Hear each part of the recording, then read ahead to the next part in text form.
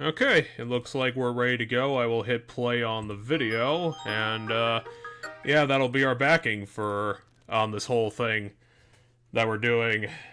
And if anyone's wondering about the weird watermark on this video, this is a long play of Explorers of Sky done by the YouTuber Hidden Crevice. So yeah, thanks for providing some video for this brilliant game. As we do, this is actually our first big feature that we decided to do. This is going to be the PokéChat podcast that I've been threatening to put you through for, I don't know, the past couple of weeks. In all fairness to people watching, you may have heard large portions of this throughout multiple of our other streams. It's just now we're consolidating the conversation here. Yeah, pretty much. We're going to put it all in one place. We're going to go through it a little bit more in depth. I'm going to be treating this as a franchise deep dive, but we're not going to go in depth on literally everything. Just stuff that I think we both collectively think is interesting. We got a couple of things we're going to do, but the first thing we're going to do is basically go over our history. As most people do in gaming, they have some sort of a history with Pokemon, and I will tell people why I decided to do my Pokemon deep dive the way I did. So I guess I should go over that first. This Pokemon thing that I did, which is I played through about, I would say, around 70-75% of all Pokemon games, is in connection to my personal idea of basically going through the game series that hit Smash Brothers in sort of a Marvel universe thing, where I just decided to be like, you know, people watch all the Marvel movies, I was gonna play the games that hit Smash. Just because I think that's a lot of games.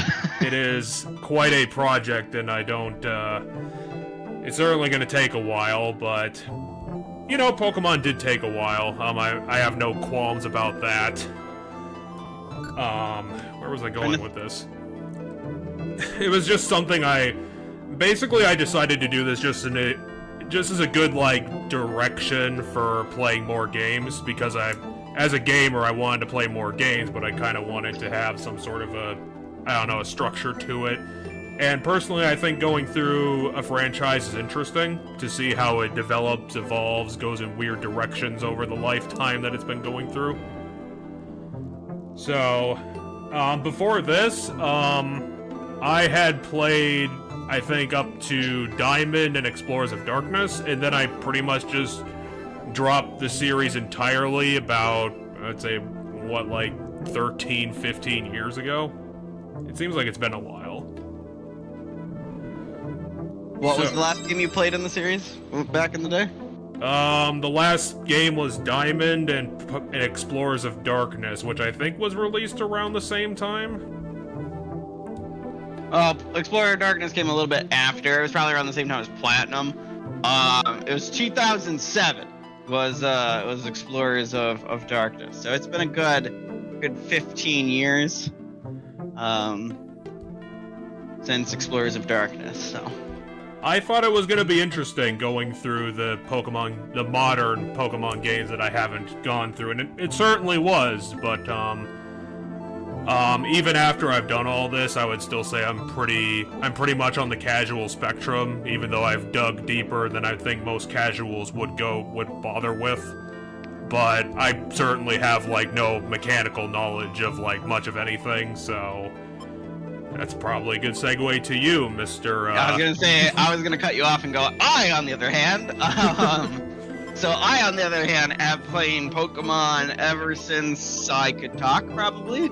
Pokemon's kind of just been my go-to, one of my favorite things, all of my life, and it's never, there was like a small period around Black and White 2 where, you know, high school me was trying to be like, nah, but I eventually got back, kind of late in Black and White 2's lifespan,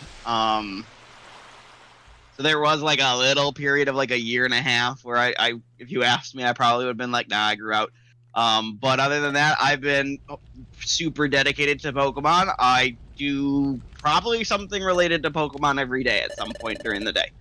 Whether that's watching a YouTuber play competitive, playing some competitive myself, playing the games and training up my team. I have completed the Pokedex in multiple games. Not the game with the largest Pokedex. I have not finished the Pokedex in that game. Although I probably could if I transferred stuff to it. But yeah, I've just kind of been, I can break down the fundamental math of Pokemon. I understand the numbers. I can explain to you what each Pokemon kind of does and like what its utility kind of leans towards, and all sorts of stuff. So yeah, it's me. I will state, I did kind of grow out of the anime just because I just don't have the time to watch. So there was a period of time about 2 years ago where I got super into the Sun and Moon anime. And that was pretty cool, but other than that, I don't know most of the anime, so that's my weak spot. We're not going to talk about the anime today. This is just on the games, but I'm just trying to point out, where my weak spots are. The anime, and then when it comes to the competitive scene, it's really weird because the Pokemon competitive scene, you can break it up into like the official circuit of competitive team stuff. And then you have like Smogon and singles. And I lean more towards single battles and Smogon, so I don't really know what's happening in the VGC space at any given time. I know it's there, I know it exists, but I just can't tell you off the top of my head like what's good there right now or what people are using. And then the other thing is the card game. I played a lot of trading card games when I was younger in middle school, high school, and Pokemon was one of them for a while. But card games are just stupid expensive to stay up in and aren't that fun in my opinion anymore. So I just don't play trading card games anymore. So you're telling me that you haven't had the time to watch all 34 seasons of the TV show? No, I have not had the time to watch all 34 seasons of the TV show. I have seen everything through Gens 1 through 3 of the TV show. I have seen a number of the movies across the entire franchise, and I've seen most of, but not all, of the Sun and Moon anime, and its subsequent seasons, because there's like the Ultra Sun and Moon anime. So there's the name change. The show changed its name, but it didn't really change like dramatically like it does between like generations. So it was still like the generation 7. But yeah, we have nine generations of Pokemon now. It's certainly been a weird 30-year journey this whole thing has been going on. Yeah, I was gonna say I have joked with my mother that like boy, that makes me feel old though. 30-year journey. I joked that I wasn't meant for this earth until Pokemon came out. So like Pokemon came out, and then a year later, when it hit the States, I was born. So I was born in 95. Pokemon got its start in 94. But it didn't come to the States right away. Yeah, it definitely didn't, which is why we did not get Pokemon Green when it first came out. Yes, yep. So, but yeah, let's get started. I am sure our opinions will differ greatly in a lot of areas, definitely. But then some things I think we'll kind of agree on. Well, that's kind I of think almost all your teams are going to be like really like cliche. That's probably going to be like the fact that I already know for a fact that the early route bird is like guaranteed on your team in every game is super cliche to me. So I'm just going to get that one out of the way. You using those birds, by all means use them. It's still cliche. I will definitely agree with that. I don't think I was going for out-of-the-box strats, and for just like an overview here, like the one thing I always look for in building like any of these Pokemon teams was that I wanted fucking type coverage. Like I wanted at least one Pokemon on my team to have some way of dealing with everything I could run up against, which meant that I had pretty. After I went through things, it's more or less like I have a lot of like similar builds, for lack of a better word, because those were the types that were like they were reliable and they hit the things that I wanted them to hit. Yeah, I was gonna. With that, I will add. I do remember, while I can't tell you the teams, I do remember a couple of your teams back when we were going through them at the times you were playing those games. Were like still had a weakness that you like. There's 18 types. Sometimes you miss one. So I remember that some of your teams were like incredibly weak to one type. Like something might have a move that beats that type, but like it itself doesn't necessarily beat that type. And I remember a couple of your teams were like that. So we'll see how that goes. I'll probably be quick to point out if you have a massive gap in your team.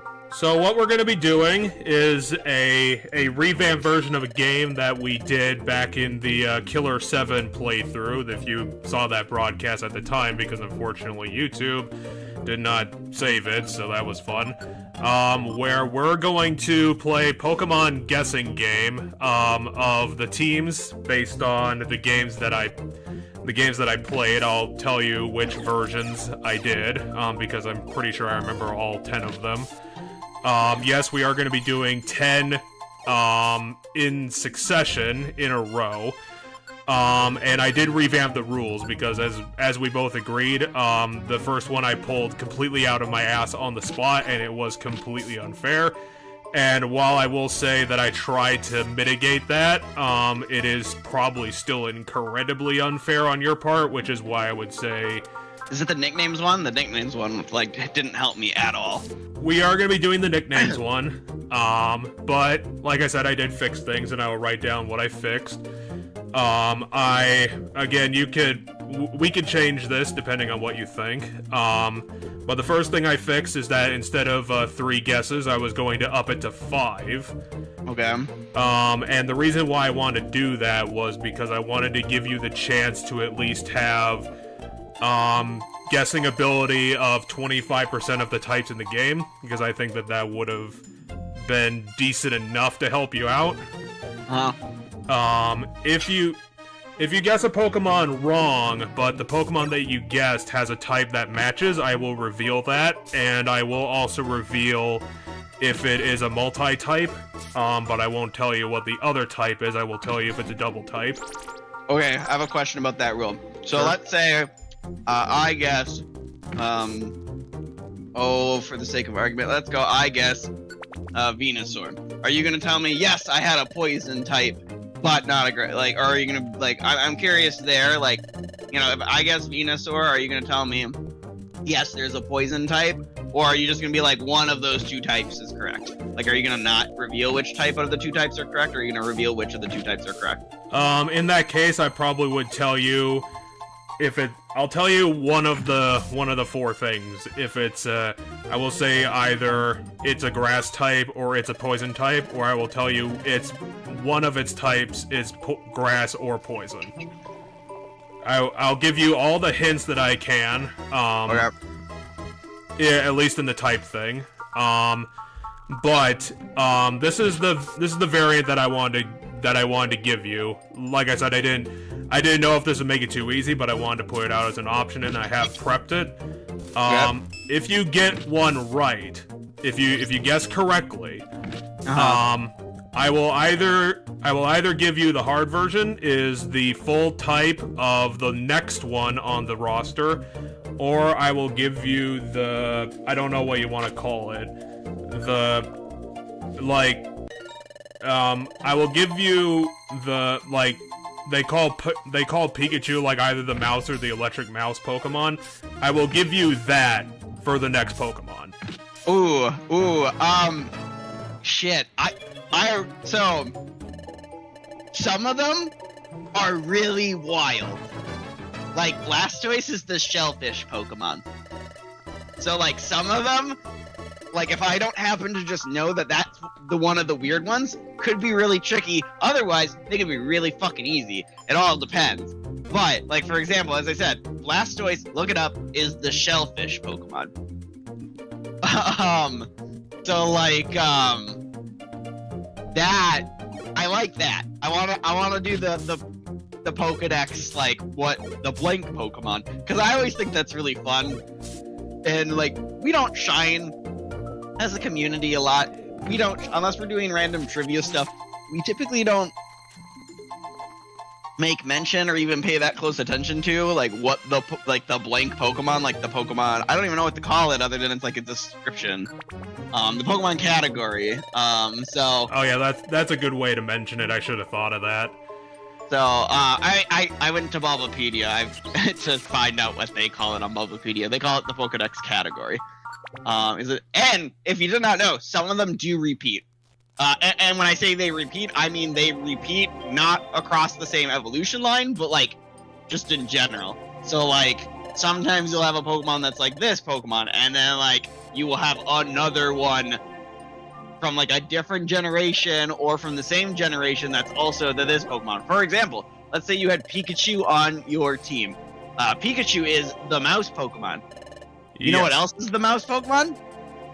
Minccino? Sandslash.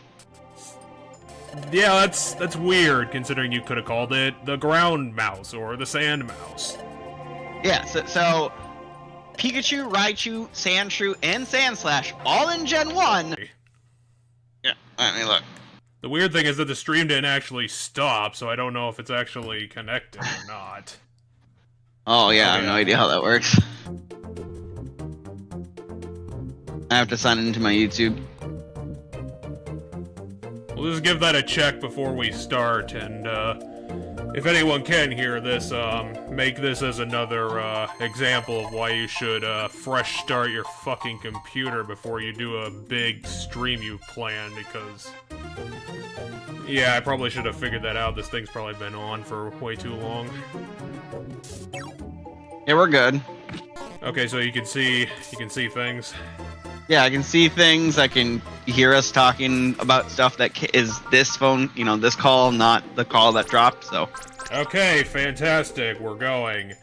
Hello, everybody, and welcome back. We were talking about the game we were going to play before my computer exploded.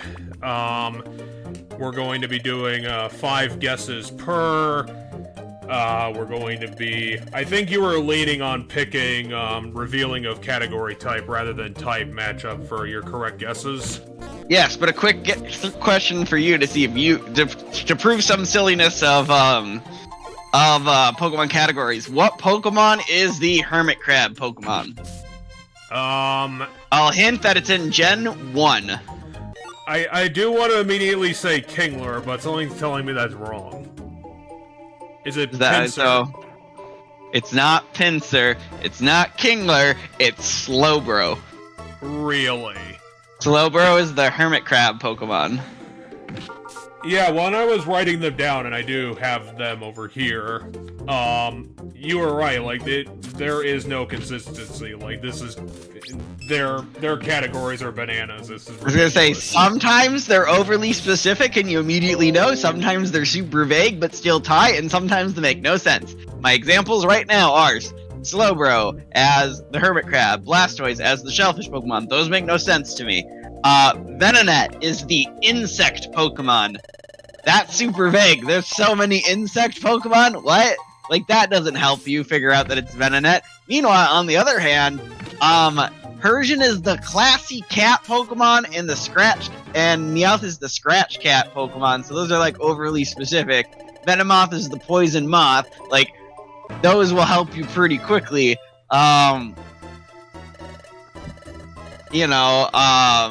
Rapidash is the fire horse Pokemon. So, like, you're gonna know instantly. I will state that classy cat Pokemon, if you knew it was only Gen 1, you'd probably get Persian. However, I would guess Glameow as the classy cat Pokemon when Gen 4 is around. So, yeah. But let's start this game. We've waited. Well, there were a couple of smaller things I was going to go over again, so, I don't know, maybe like situational gimmies. The one thing is that I am going to keep your hints and rewards for being right. They are going to transfer between teams, so if you get the last one of the team correct, you're going to get the hint for the next one. Okay. And then I will also tell you, when we get to a team, if a Pokemon in a previous team was used in that team, I will tell you the number of repeats there are in that team. Okay, so sounds good. Okay, so I think that's everything. Oh, I was also going to give you another small gimme, because I thought it was interesting when I went over everything. There are 3 types that across all of them are only represented once. Really? There's 3 types that you only did once? What are those 3 types? Unsurprisingly, Ice, Dragon, and surprisingly, Rock. Ice, Dragon, and Rock are the only types that have shown up once. I bet you there's types that don't show up at all on your teams, to be honest with you. That's probably fair, but yeah, let's get started. We're gonna be doing them by nicknames, as you will see, as time went on forward, I actually got less creative when I came up with these names. And they're also going to be nicknamed by alphabetical order is how we're doing this. Okay. The first one is Beef Girl. Wait, hold on. We're not going by generation? Like, this isn't Gen 1's team? No, We're just doing alphabetical order of all of them? No, it is going to be in generational order, and okay. I believe this is Leaf Green version, if my memory is correct. Okay, so you're playing Leaf Green, and the Pokemon was called what? Beef Girl. Beef, as in B-E-E-F.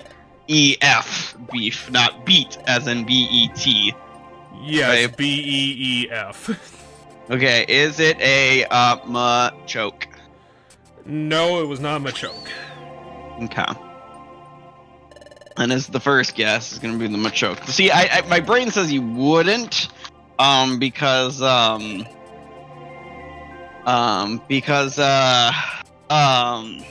you have to trade it to evolve it fully, and I feel like you would have not wanted to hang on to it if it wasn't going to fully evolve. But that was my guess. My next guess is going to be, no, I don't think you're going to use that type. Never mind. I'm not going to guess that Pokemon. I don't believe for a second that you would, if you have a huge thing about I need types to cover other types, you're never going to use a strictly just normal type Pokemon. It doesn't seem like something, like you'll have a normal type in the form of that you'll have, other, like a bird. I forgot the big reason why we were doing this to introduce it. I don't know how we're gonna do this, but the thing I wanted to do was that after we did a team, I wanted you to rate the team. I remember this. Review of the team because, like, yeah, I throw a shit on you for making mad teams. Yes, because I was like, accidentally one of these has to be good, like at least decent. Yes, statistically speaking, I'm gonna guess one of your teams is actually good. I'm gonna guess most are gonna be, in my opinion, mid, not bad. And then there's probably gonna be like 2 or 3 that I'm gonna be just like, no, it's garbage. Like, why'd you use those Pokemon? Okay, so we're done. So we're just playing the game now. Beef Girl. You have 4 guesses. Well, so it's not a fighting type because you would have told me if it was a fighting type. Which surprises me. And I did write these down, so I'm not going to get these wrong. So Beef Girl would have made me think fighting type. I don't think it's the other Pokemon that comes to my mind from Generation 1 from Beef Girl, which would have been Tauros, but I'm not saying it's Tauros because I don't think you would have used a normal type. Also, Tauros comes really late into the game in the Safari Zone, and you never fucking catch anything after like the 3rd gym. So Beef Girl, is it a Nidoqueen? It is not a Nidoqueen. Ah, damn. And it's not a ground type or a poison type then? Nope. Okay. You know, the weird thing is that you can get more hints if you just like guess all double types. I mean, yeah, in theory, if I'm pressed, I should guess double types. Interesting. What the fuck would you named?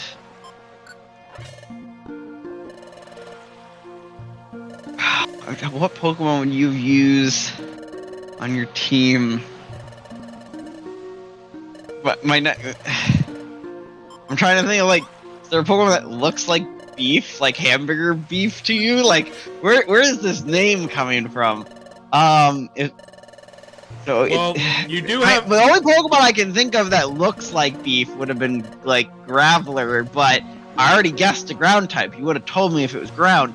So it's not that. Well, you do have to remember that if I catch most of my Pokemon early on, true. It's probably not based on its evolution. No, you're right. It's probably based on the early version of it. So let's see here. What would you caught early on in that game? That's not a fighting type, not a ground type, not a poison type.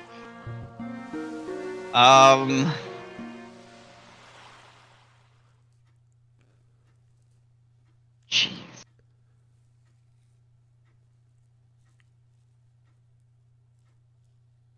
My hope is that maybe it's a typo, and like you meant beach, as in, but no, as in like grass type, but,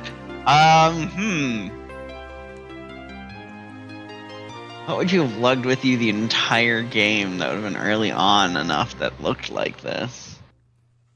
Hell. This is a tough one. Also, the thing is, when it comes to Gen 1 Pokemon, I can't think of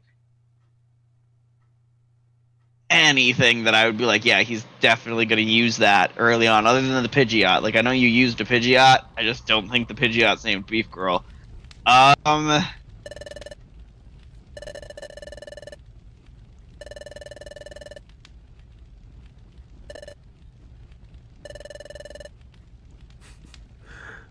I feel like I should have downloaded the Jeopardy theme at this point. Right? I mean, it's a really bizarre nickname, and I'm trying to solve it by this bizarre nickname. I don't know, let me just guess something. Is it, well, we know it's not a poison type, so no, I'm not gonna guess that. Is it a Butterfree? Jeff, you there? Yeah. Is it a Butterfree? Yeah, I'm still here. I'm just, I have to fucking... Third guess. I have to fucking double check your guesses, and just in case. No, it is not a Butterfree. Okay, so it's not a flying type nor a bug type now. So we've eliminated 5 types out of the 18 types, for this Pokemon that you named Beef Girl. So it's not bug, it's not flying. The hell would you have caught early on in Gen 1? You would have named Beef Girl.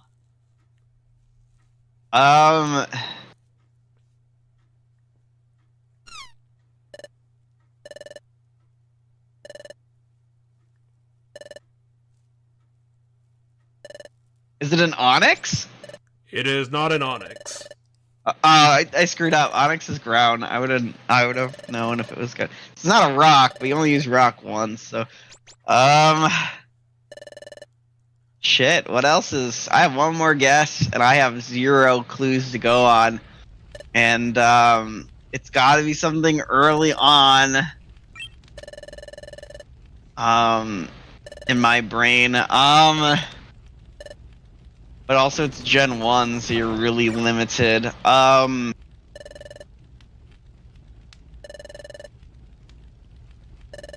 don't know, let's just go for a wild swing. Is it a Muck? No, Beef Girl was my Hypno. Okay, I don't know where you get Beef Girl from Drowsy or Hypno. I don't remember where Drowsy is in Gen 1. I literally looked at Drowsy, I caught a Drowsy that was a girl, and I was like, bam! Beef Girl, because he's a tubby boy. She's a tubby girl. Gotcha. Okay, yeah, I didn't guess a single Psychic type because in Gen 1 there aren't that many Psychic types. There also just isn't many of a lot of types in Gen 1. Okay. You don't have a lot of Ice types, you have like one Ghost line. But yeah, okay, Hypno. The next one's gonna be fun. This one's name was Monroe. Monroe, as in Maryland, but in your case, I actually feel like you would use Monroe as in the first name Monroe for a boy. Okay, is Monroe your Charizard? No, but flying is one of its types. Is it your Pidgeot? It is my Pidgeot, yes. Alright! That was easy. I just had to get a flying type on the board, and I could find the Pidgeot. Alright, Monroe's the Pidgeot. Okay. Okay, and... You have a Hypno and a Pidgeot. And Priscilla was the drill Pokemon. Oh, I know the drill Pokemon. That's, Nidoqueen. Priscilla was my Nidoqueen. Yeah. So yeah. Alright, cool. I'm gonna pull up Notepad. Just so that I can write what your team is while I'm doing it, so that I can just look at the whole team when we're said and done and remember it all. So it was Hypno. I think that the next one's gonna be the deadest giveaway you're gonna get. Pidgey. Okay, so... And Nidoqueen. And I get the category again because I got Nidoqueen. So haha. Okay, so, Pulsar, I'm not really sure why I picked the name Pulsar, but Pulsar was the seed Pokemon. The seed Pokemon? So you had a Venusaur. Pulsar was my Venusaur. So later generations, this hinting is going to get harder for me, but Gen 1, it's going to be probably pretty good for me. So, alright, you had Venusaur. Okay, this is probably going to be hilarious because this is, again, probably going to be a super dead giveaway. But the next one was Terrorism, the atrocious Pokemon. Terrorism? I called it Terrorism. Okay, I actually don't know off the top of my head what the atrocious Pokemon is. I have a couple ideas. The first one I'm gonna guess is Aerodactyl, but I highly doubt it. I just figure I'll waste the guess on Aerodactyl. Let me double check quick to see if it has coverage. Rock and Flying. Okay, Terrorism, it is part flying type. It is part flying type, so you had another flying type. So that actually eliminates what my next guess was. Because my next guess was going to it would have been, why am I spacing on the Pokemon's name now? I had it in my head a second ago. Terrorism. Well, yeah, so Terrorism, now that I know it's a flying type, eliminates this, but the next, like, it's either going to be something big and scary in my mind, or it was going to be Electrode, because Electrode blows up like terrorist suicide bombing. But okay, it is a flying type. Not a lot of flying types in Gen 1. And you already have a poison, and you already have Pidgeot, so it's probably not Golbat. Did you double Early Route Bird? Okay, so what are we on here? This is guess number 3? This is guess number... My brain's saying 2. This is 2, you're right. You're right. I guessed Aerodactyl first. This is guess number 2. Okay, with 4 more guesses left, I'm pretty confident in guessing this, even if it's wrong. I feel like just to get it out of the way. Is it a Fearow? No, and if my brain's correct, Fearow should be normal flying, so that's, you get the flying hint again. Yeah, so I mean, you don't have to give me the hint again. But, alright. What other flying types are in Gen 1?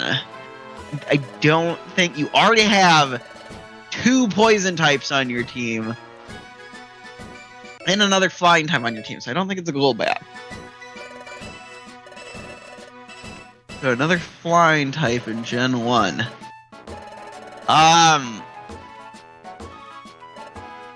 So I think we've narrowed it down to the point.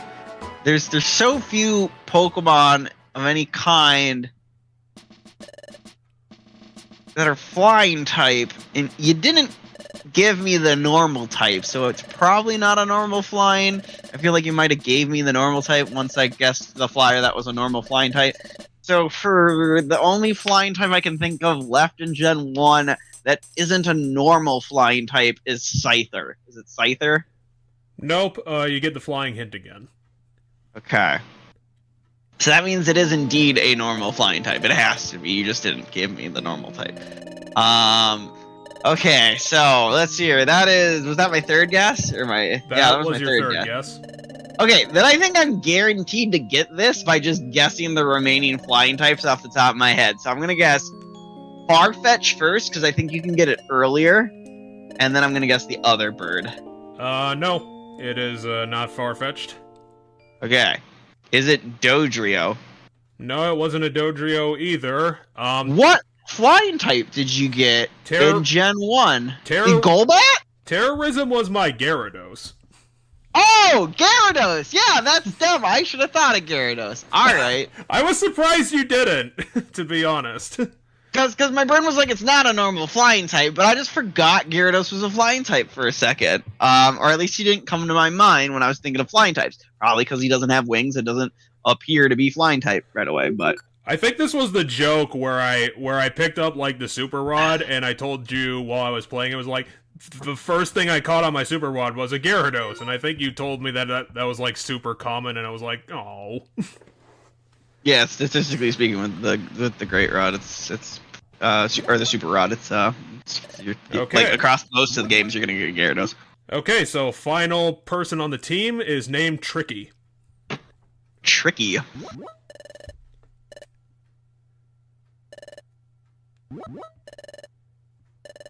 Wait, did you give me the...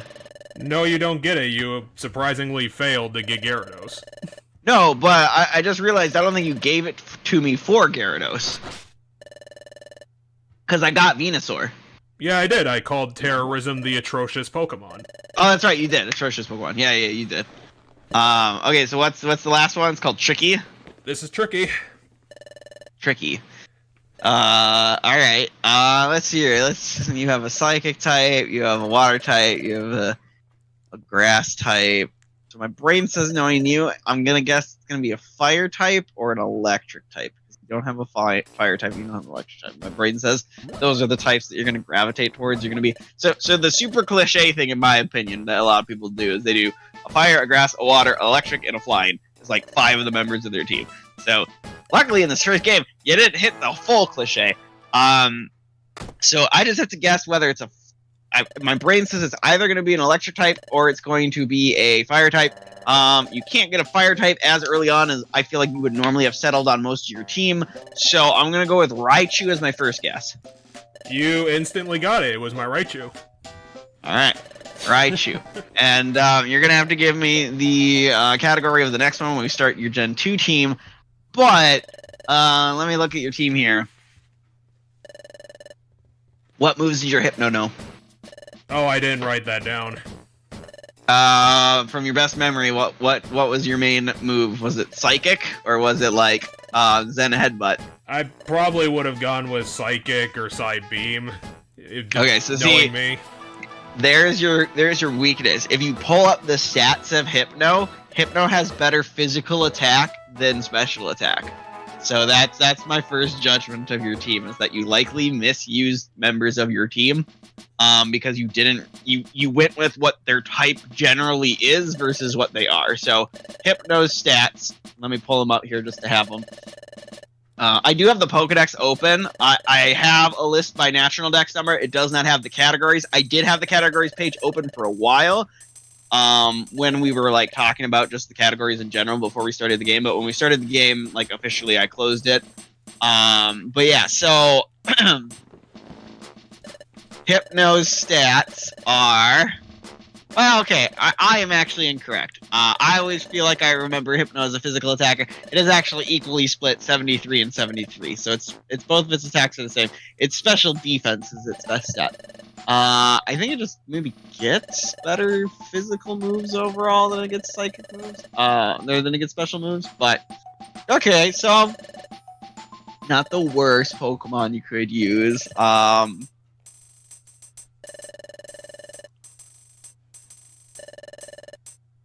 I mean, overall, for a run of a game, I think this team is pretty good. What do you do against a Psychic type?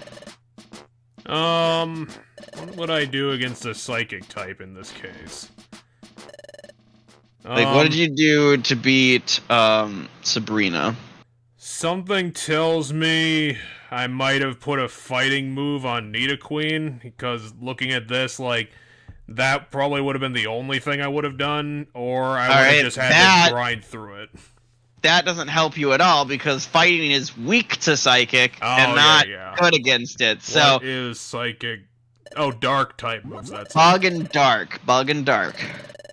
Who would have had a dark type move in that case? I only thought is maybe you kept Crunch on Gyarados, and that got you through it. That might have been it. Crunch was always a good pitch hitter if I didn't specifically have a dark type. Yeah. So, because that's the first thing I noticed on your team is that I think 2 of your team members are weak to Psychic. You also have a weakness to Ground. However, you have 2 flying types to kind of avert that. Let's see here. Any other big glaring weaknesses on your team? No, not really. You just have a bit of a weakness. Like, nothing on your team. Like, you have coverage to. If you have a dark move on Gyarados, you can use Gyarados. But yeah. Other than that, yeah, things are looking. Yeah, it's an okay team. I mean, I could see myself using a similar team. Like, if I used this team, what would have happened is I probably wouldn't have had Venusaur. I would have probably had something else. Like, maybe I'd had Charizard instead of Venusaur. And then I don't tend to use the early route birds, like, ever anymore. So I probably wouldn't have had the Pidgeot. Oh, but I could kind of see myself using this team, so. Oh, and to the audience, a thing that you said earlier, again, something that you're dead on about, because I remember complaining about it a few times. Probably specifically with Gyarados, trying to build a Gyarados. Misuse of what a Pokemon does versus what type of moves it can get is, I wouldn't say like super common, but a consistent problem I was having, because again, I was playing this like an idiot. Right, so my guess is you taught like Gyarados special attack moves. Yeah, I think that was a problem with one of my Gyaradoses. I don't know if I actually used another one, or at least like used another one in like in the middle of the game. Because I was like, why is my Gyarados not doing damage? And you had to explain to me you taught it all the wrong moves. Yeah. Let me, out of curiosity now, I do want to look up what Gyarados' special attack is to see if it's viable, or if it's just so low you better not. Okay, it's so low you probably shouldn't bother. 60. Special attack is 60. Its attack, for comparison, because I know these numbers don't necessarily mean anything to you, its attack for comparison is 125. That's the base number for its attack. So its attack is 125. Yep. Its special attack is 60. It's also its lowest stat across the entirety of the Pokemon.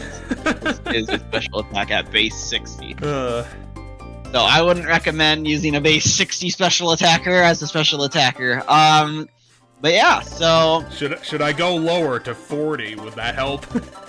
so typically I don't use. I start to lean away from wanting to use special attackers if it's like below 90, or like I prefer base 90 as like the lowest I go for a Pokemon I'm gonna build in an offensive fashion. Otherwise, I just don't expect them to do damage. Your Hypno, for example, only had like base 73, so it's still not super good. But like you can still do stuff with the Hypno and some cheesier stuff. And it'll suffice. I mean, in a general run of any Pokemon game, you can use anything. So yeah, it's not. I mean, if you're not going for the higher, if you're just playing this game casually, all you need is the level numbers, and you should be fine. Yeah. Okay, so 2 was a run of Heart Gold. Yeah, it was definitely Heart Gold. The first person on my team was named Booster, who is the drill Pokemon, and I'm going to tell you that this team has 2 repeats on it. Really? So 2 repeats, and we're starting with the drill Pokemon? Well, that makes me guess you used Nidoqueen again. No, but it is a poison ground type. Alright, so it's Nidoking. It is Nidoking, yes. Okay, so my thought was maybe that was a... So, you have 2 repeats on this team, and one of them is not the drill type, the drill Pokemon, so that means this team is probably going to get really guessed really quickly. Okay, what's the next one? The next one is Fenrir, the Big Jaw Pokemon. Okay, so Fenrir is a Grand Bull? No, it is not a Grand Bull. Okay, then I'm gonna guess Feraligatr. Fenrir was my Feraligatr. Because apparently I was feeling, pretentious when I named him. Okay, so, yeah, alright, I will say that Feraligatr was definitely a nostalgia pick. Like, when I first played Gen 2, I definitely had a, Totodile. I was gonna say, my childhood, I used everything from Gen 2 a lot, because for a good period of time, Silver was like my only Pokemon game, and I played the ever-living shit out of it. So I would restart it all the time, and so I've used all 3 starters from Gen 2 a lot. My personal favorite nowadays is Meganium. Feraligatr is second out of the 3. Yeah, I know it's not the greatest Pokemon, but I just have a personal soft spot for Feraligatr. Oh no! Out of those 3, Feraligatr is the most viable. Out of the 3 starters for Gen 2, Feraligatr is the most viable. I was actually surprised to learn it was just a straight water type. It is indeed a straight water type. Alright, so what's the 3rd Pokemon on your team, and what's the category of it? It's Monroe, and this is the stupidest category, Monroe the bird Pokemon. Okay, so Monroe repeated its nickname as well, and it's your Pidgeot. It was my Pidgeot again. Alright. I will say that I don't do that, like, all the time. It might happen, like, 1 or 2 more times that you get the deadest guess. But, yes, I have done that before. But yeah, okay, so Pidgeot. Because I was like, Pidgeot, you're fucking there for me. I need you on my team again. Okay. Next is, Precious, the light Pokemon. Precious the light Pokemon. So you're Ampharos. It was my Ampharos, yes. And next was Theodore, the Hypnosis Pokemon. Okay, so you used the Hypno again. Now, I was actually gonna guess that you used Hypno again, because I know where Drowsy is in that game, and that's like right when you had picked up your probably your last team member. If I had to take a guess, it's like right there. So I want to say Hypno is the last one you picked up on your team, because it's right before the third gem. Oh. My brain says with you, your team is done by the 3rd gem. I think that almost always to me. I think that this is going to be the biggest joke of it, because the next Pokemon is a pretty good guess. This is Vortex, the Flycatcher Pokemon. Okay, so you used a Victory Bell. It is not a Victory Bell, but it is a Grass Poison type. Huh. Did you not know how to evolve a Pokemon into Victory Bell? Okay, my next guess is gonna be Weeping Bell. Vortex was my Weeping Bell because apparently I was really pissed off that I couldn't evolve it into Victory Bell. You didn't find a Leaf Stone anywhere? Can't you just buy a Leaf Stone? Pretty sure you can just buy a Leaf Stone. Apparently my dumb brain did not put those 2 and 2 together. Leaf Stone, you said this was Heart Gold? This was, yep, this was a Heart Gold Ho-Oh edition. Okay, let's see where we can find a Leaf Stone and Heart Gold. In Heart Gold, you can get one by coming in first place. First place in the bug catching contest. You can also get a phone call from someone on Route 34. Who's the phone call person on Route 34? I think it's one of the picnickers. There's a picnicker, I think, on... Oh, there's probably a couple people, to be honest, on that route. But I think one of the picnickers on that route calls you constantly, and apparently she'll sometimes call you, or whoever it is will sometimes call you. tell you they got one, something for you, and if you go there, you'll get your leaf stone. So those are the 2 places pre-Kanto that you can get a leaf stone. Otherwise, you would have to do Route 25, showing Bill's grandfather in Oddish and Kanto, or the Viridian Forest. I had one. So you saying that what made it so much funnier when the next Pokemon I had to reveal to you was like, yeah, this is the Pokemon I caught in Sprout Tower. Probably. I mean, you had this whole goddamn team by the first gym, I think. I have to remember where Nidoran. You had so after the first gym you would have got Mareep, but you would, and then right before the 3rd gym you would have got Hypno. Everything else I'm pretty sure you can have by the first gym. I just gotta remember where Nidoran is, and Nidoran might be. No, I'm almost positive you can get Nidoran. Where is Nidoran in that game? Now it's gonna bug me. Alright, let's go Poke Earth on Cerebi. Then we'll just go Johto, start at the beginning. Okay, not there.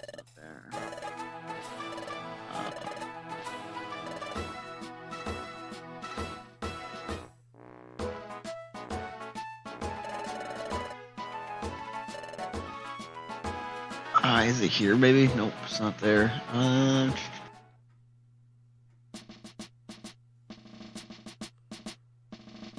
Okay, it's... Well, it's definitely not in Dark Cave. So okay, then I think it's on the same route as Murray. I'm almost positive. If it's not on one of the early routes, which it's not, I think it's on the same route as Murray. So it's not. Where the fuck did you get? It wouldn't have been a trade Pokemon. I can't imagine anyone would even want to trade for a Nidoran male. Oh, you know where you get it? I think you get it the same area you get Drowsy. I think you get it right before the 3rd gym.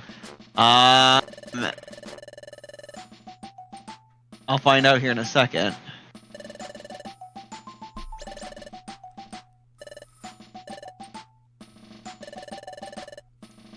So yeah, definitely incredibly similar to my Gen 1 team. Yeah, it is. Route 35 is the first route you can find it on. I will also say that I think this was at the point of my Pokemon journey when one thing that was also annoying me was a lack of fire types. Like, I remember thinking at one point where it was like, why can I not fucking find a fire type in this goddamn game? It's the route leading to the bug catching, like the park. That's the first area you can get it. So it's actually after Drowsy, like by 1 route. So the route you can get Drowsy on is the route leading right before Goldenrod, that the daycare's on, and then the route right after Goldenrod, which leads to the national park.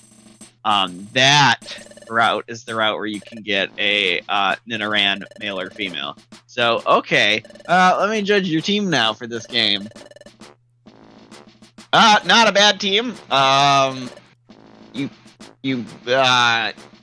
Yeah, not a bad team. I would, once again, I wouldn't really use a Pidgeot myself just because I'm not a big fan of using the early route birds anymore. Not that I never use them, just that I gotta be he's gonna say be a long time. Lot. I know I'm gonna say it. The difference between you and I is that I would have known instantly that I need a leaf stone, and so I would have sought one out. In other words, I would have, changed the clock on my DS so that I could do the bug catching contest, try to get first place, and I just keep resetting that until I got it, or whatever.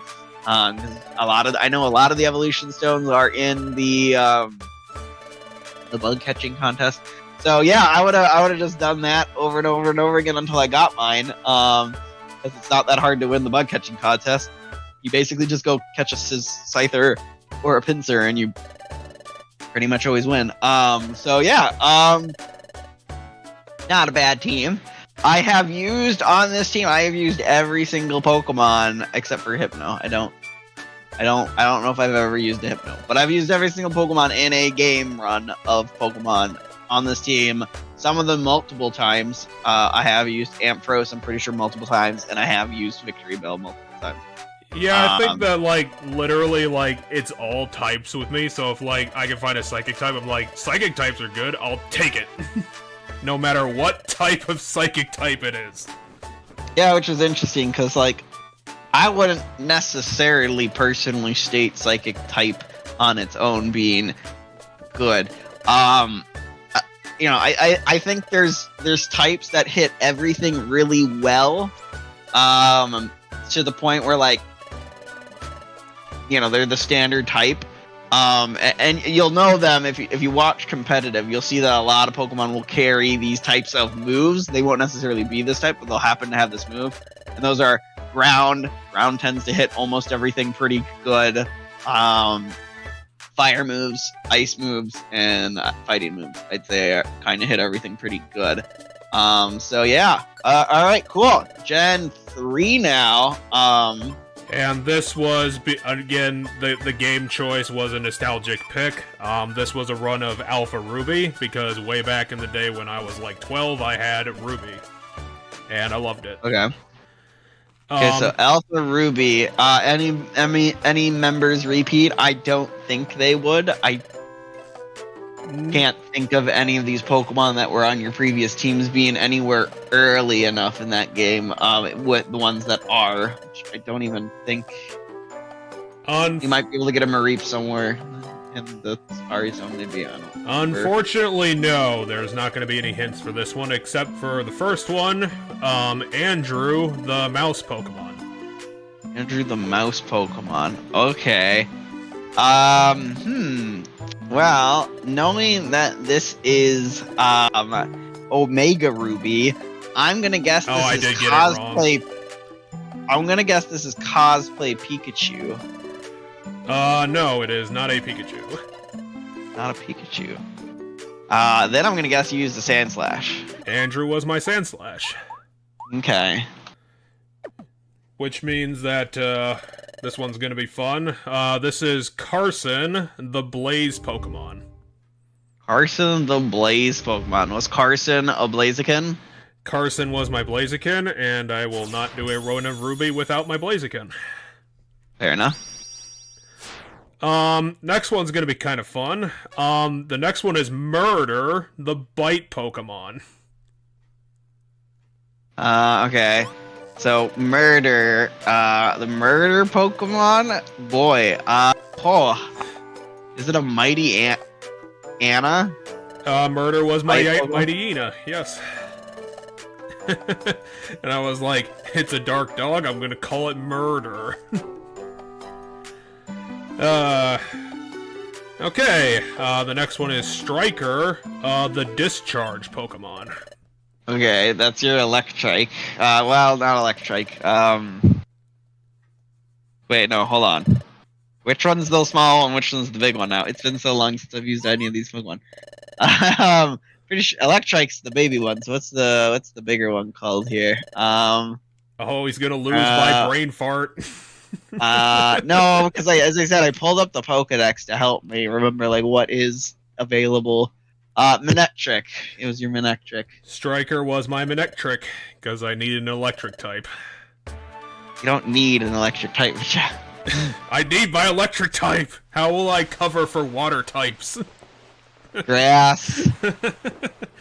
Anyway, and I will say off the bat, I was very annoyed that I ended up having to have this Pokemon on my team, but, you know, fucking Ruby, this is one thing you have to do.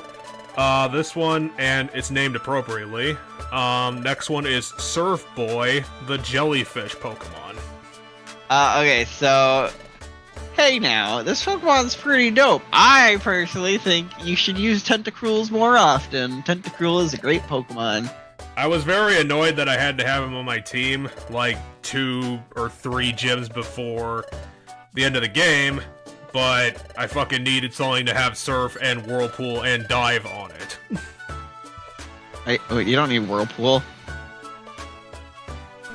Well, anyway, Whirlpool's I'm still annoyed about it. Whirlpool's in Gen 2. You don't need you need Dive in Gen 3. Oh, but yeah, okay. Waterfall. Waterfall's it. Waterfall. Yeah.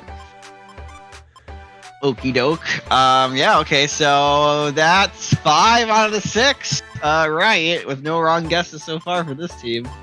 And the last one is Vince, the Swallow Pokemon. Oh, okay. I'd be shocked to find out that this isn't the Swallow Pokemon. Is it a Swalot? No, it is not a Swalot. Oh, really? Okay, what are the Swallow Pokemon? Oh, Swallow isn't the bird. Duh. I'm dumb. I was thinking Swallow is like eat. Cause like Swalot, yeah, that makes sense. It's Swallow would be the Swallow Pokemon. No. This is your bird. It's. God damn it! Once again, names Remember, for this Gen 3 is Pokemon. Gen 3. Yeah, it's Swellow. Vince was my Swallow, and I'm surprised you didn't instantly get that. Cause I couldn't. Okay, so first of all, once again, I don't like using the early birds, so I forget things about the early birds. But you know what Pokemon I have used in Gen 3? A Swalot. And a Swalot, you know, it would make sense. I am curious if I'm looking it up now. What is Swalot? He's the poison bag Pokemon. Okay. That would make sense. Yep. I feel like he might not be the only poison bag Pokemon. Probably Like, not anymore. No. Like, for some reason, my brain says there's more than one poison bag Pokemon, and it's not Gulpin. There are 2 Pokemon that are. Oh no, there's just no. He is the only poison bag Pokemon. They just when I typed it into the search, it has 2 results, but it's because they have the English one, and then they have the translation of the Japanese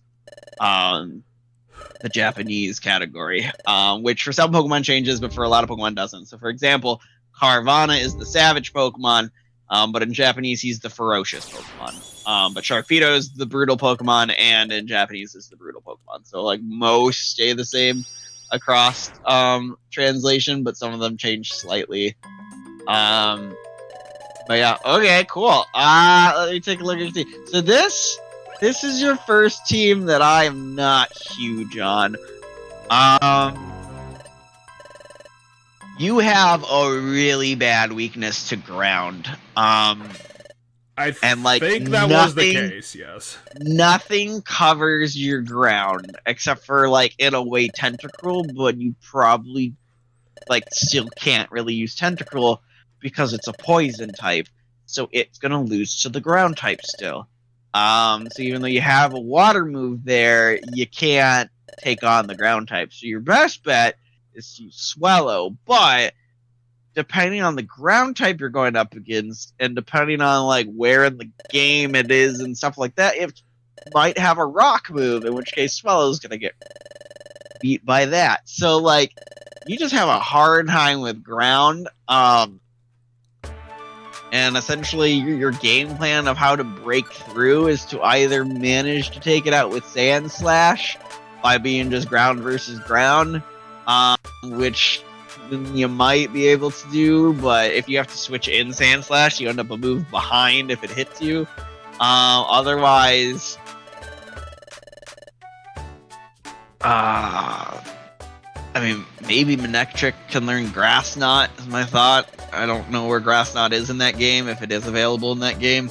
But like my thought is maybe Manectric can learn Grass Knot. I don't know off the top of my head if in that game it can learn Grass Knot or not. But like, it could be fast enough to land the Grass Knot and hopefully kill the ground Pokemon. But yeah, no. A Flygon fucks up your team. Like if I wanted to bring one Pokemon from that game to beat your whole team, I'd just bring Flygon.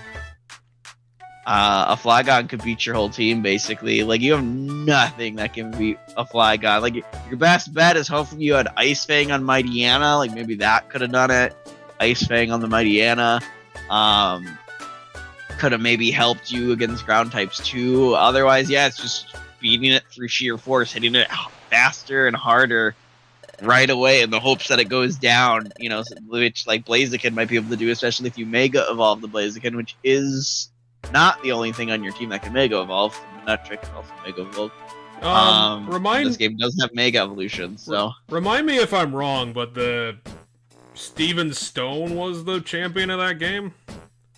Yeah, Steven Stone is the champion of that game. Steven Stone's team is Steel types.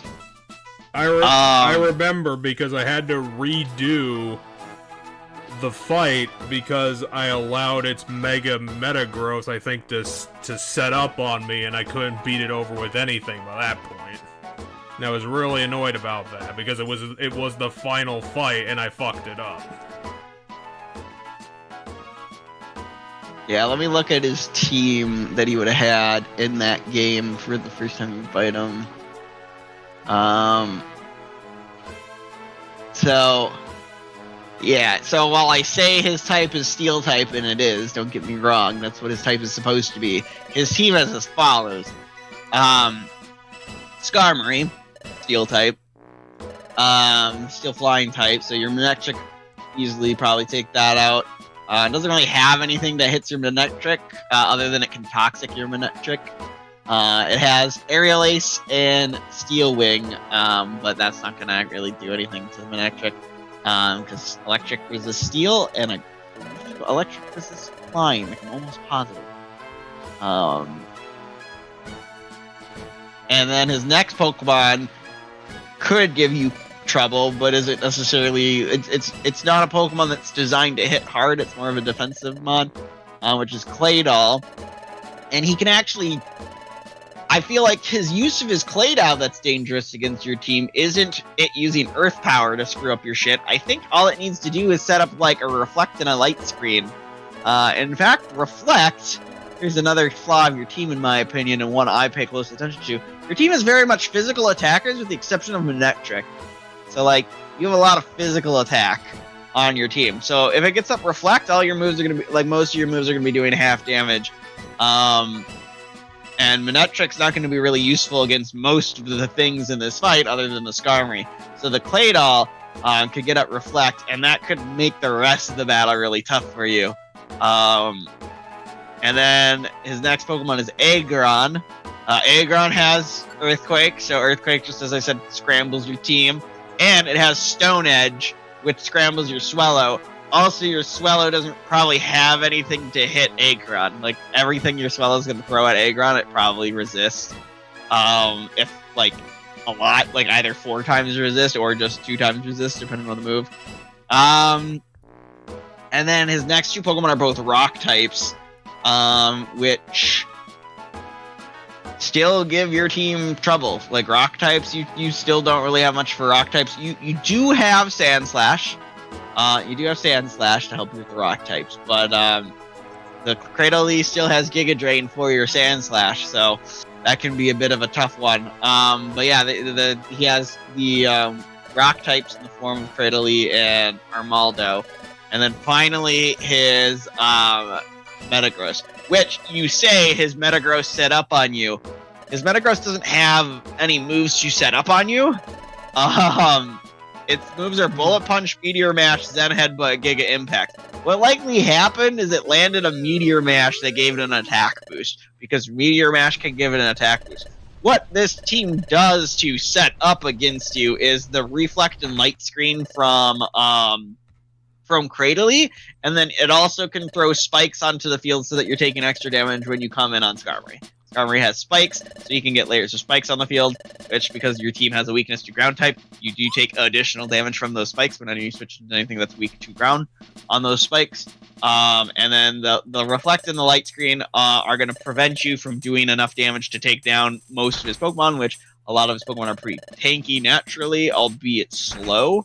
And then, yeah, your Sand Slash might not be able to hit hard enough through the Reflect, and even without the Reflect, it might not be able to hit it hard enough to not go down to, say, Giga Impact. Or just, you know, if it's whittled down through some of the other things you probably would have relied on your Sand Slash to get through, like the Aggron and the Aggron. it's likely whittled down to the point where it can get picked off with like a bullet punch from the Metagross and some other things. So, and yeah, the Mega Metagross, all of its moves are strengthened by its ability, so it's hitting pretty tough. But yeah, so I can see how you'd had struggle against the champion. But yeah, so that's your team. It punches things all of the time. Yeah, no, I'm not gonna lie. This is, in my opinion, your weakest team. So far, this is your weakest team so far. Another reason why your team's weak here, you used a lot of Pokemon with pretty low base stats, or like not as good of base stats as I would have liked across the whole team. Like I do enjoy using, weaker Pokemon base stat wise in runs. However, I try to compensate by having some things that I know are going to help cover it. And your Manectric, if it's not Mega-ine, is okay. Your Blaziken's going to be good for the most part. The Mega Blaziken's going to help it hit harder, and that's the important part there. But your other Pokemon, your Tentacruel, it's kind of boned under the fact that like literally 3 of its moves are HMs, and he's a special wall. Is his stats, his best stat is special defense, if I recall. I don't recall if physical attack or special attack is its stronger attack stat. I just know its physical defense or special defense is its best stat. Okay, it has 80 special attack, so it's slightly higher special attack than physical at 70. The problem there again is that 2 of its moves are dive and waterfall, which are physical attacks, so like you're weakening yourself there. It also has pretty low defense again to go against those earthquakes that really screw up your team. And there are a lot of people in the Elite Four that have Earthquake, because while I'm talking about Steven, Flygon is on Drake's team, so you would have struggled with Drake's Flygon. On the upper side, Blaziken could have just wrecked Sydney and wrecked is it Gloria? I want to say it's Gloria. The Ice Trainer. So you have that going for you, because you could have just fighting moved / fire moved your way through that pretty well, assuming you kept a fighting move. Sometimes people are dumb on Blaziken and don't keep any fighting moves. I imagine I would have had more than just fire types, and I would imagine he probably learns at least 1 or 2 fighting types normally to justify. I'm pretty sure it learns Sky Uppercut at one point. Oh yeah, definitely. And I know a double kick earlier on. I don't know.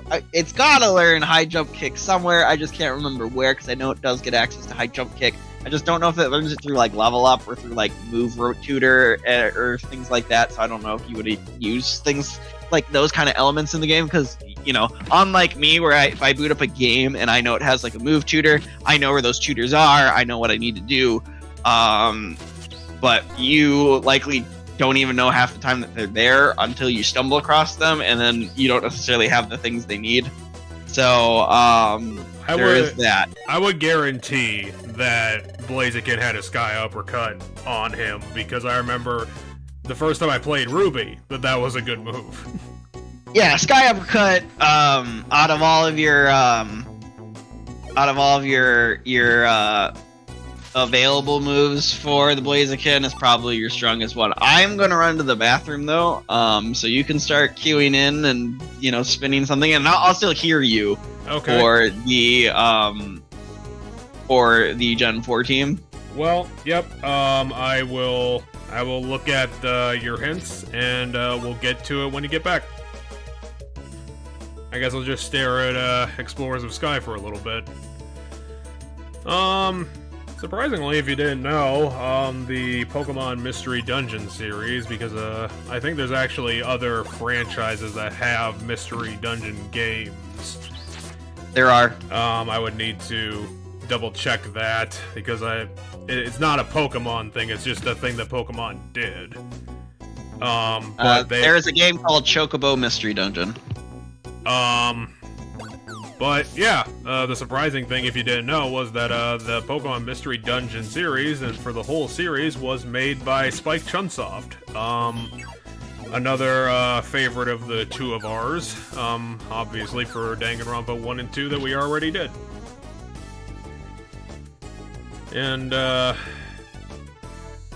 kind of early for the developer, so kind of outside what they usually do, or at least what they're famous for nowadays. But you know, they take the opportunity to try and tell RPG stories, and some of them are pretty good.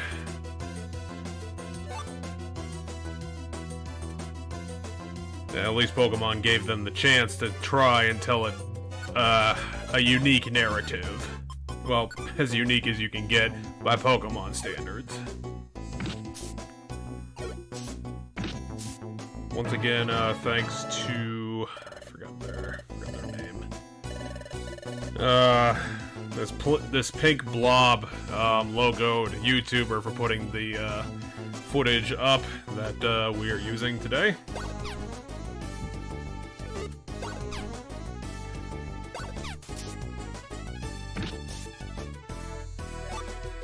Now that I'm done with Pokemon, the last game that I played was actually the one Starfy game that the West got, because Starfy... Oh, I love that game.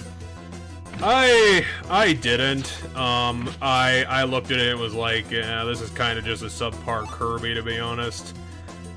I wasn't a big fan of it, but you know, it told a story and it had some cute characters.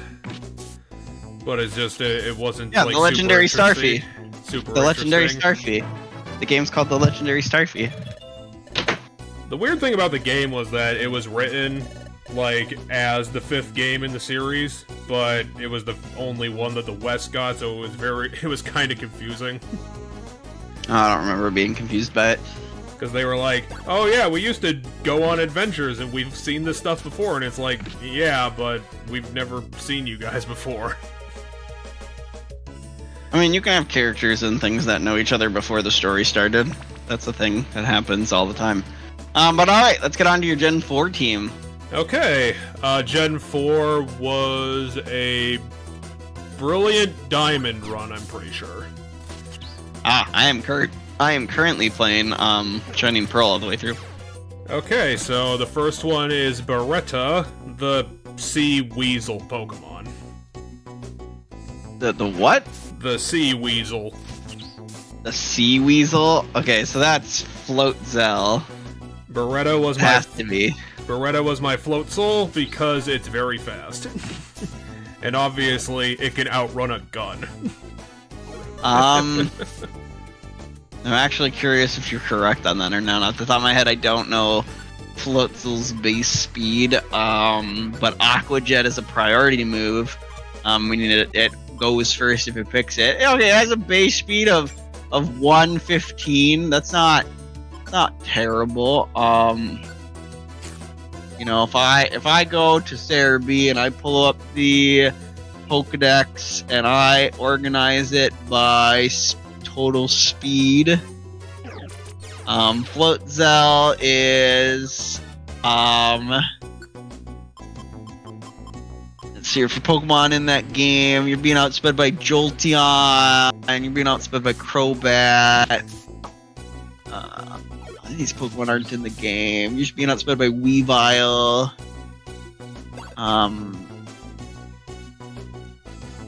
You know, a lot of the things that outspeed you aren't in that game at all, or if they are in the game, they're not there until the post game. So you have that going for you. You know, base 115 ties it with Persian, Starmie, Sneasel, Really? Raikou. Persian. Yep, Persian, Starmie, 115 speed ties it with Persian, Starmie, Sneasel, Raikou, Azulf, Cinccino, one of the Zygarde forms, Ambipom, and Floatzel. Those are all the Pokemon with 115. And then Swoobat is 114. Fun fact. So you outspeed Swoobat by 1. And that's all you need. I mean, all you need was Aqua Jet. I mean, you're also outsped by Whimsicott by 1. Whimsicott's speed is 116. Whimsicott, yeah. The floating asshole Pokemon, is fast. I mean, it also has the Prankster ability, which makes all of its non-attack moves priority, so they go first. Yeah, I mean, that's literally what Whimsicott is. He's a prankster. Yep. So, but yeah, no, Floatzel's your first one. Okay. Oh, was there any repeats in this team? Let's take a check. No. Yeah, I'm pretty sure. Also, we still haven't seen your Ice, your Dragon, or your Rock type. I just realized. I don't think I've seen either of those types yet. Nope, they haven't come up yet. But this is another level 1 trivia question. Next is Derek, with 2 R's, the continent Pokemon. The continent Pokemon. Okay, so you had a Torterra. I had a Torterra, and I think the only reason I did that was because I heard that it could fill, like, multiple roles, and it was a really useful Pokemon. It is. Which, I know might surprise someone, but is, like, 3rd priority in when I choose to pick a Pokemon is how useful it is. Well, so all 3 of Gen 4 starter types are really solid. In fact, compared to most Gen starters, I'd say like Gen 4 probably has some of the best ones stat-wise that like hold up compared to other gens. I think Gen 3 does as well, too, but with the exception of Sceptile. Because both Blaziken and Swampert do really well. But yeah, no, Empoleon and Infernape, super solid Pokemon. Torterra also solid. It is the weakest of the 3, or at least it has it's the least utilized out of the 3, I guess is how I'll word that. I'm not gonna say it's the weakest out of the 3. But like Infernape has more uses that come up, especially because it can be a bit of a mixed attacker, so you don't know what to expect from it. And then, being fast and having good fighting stab and stuff is pretty strong. And then Empoleon is a very good defensive typing with being water steel. It's a very good defensive typing. I was gonna say Torterra's biggest shortcoming and probably why it's not used as much is ice types.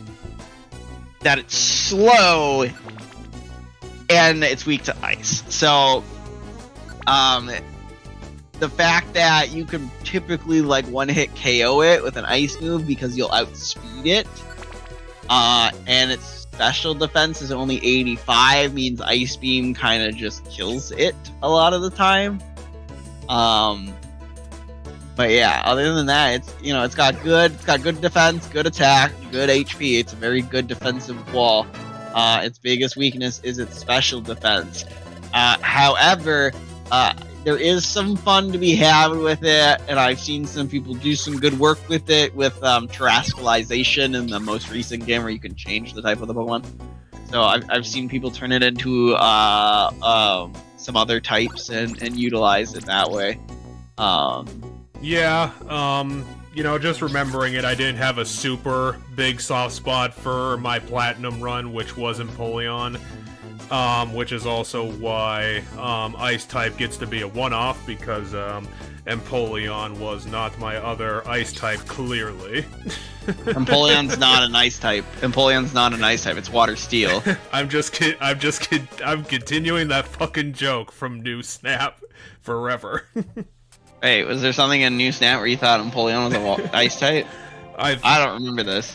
I thought that the water starter from Gen 4, which I can't think of for some reason, was an Ice type for 3 seconds, and I was like, well, clearly it's an Ice type. It's in the snow level. Duh. Nope, it's a water type.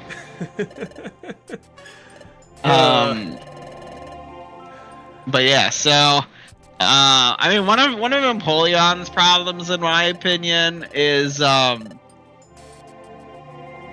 when in original Gen 4, which you didn't play, but I'm just gonna look at original Gen 4. I personally felt it didn't get any good special moves.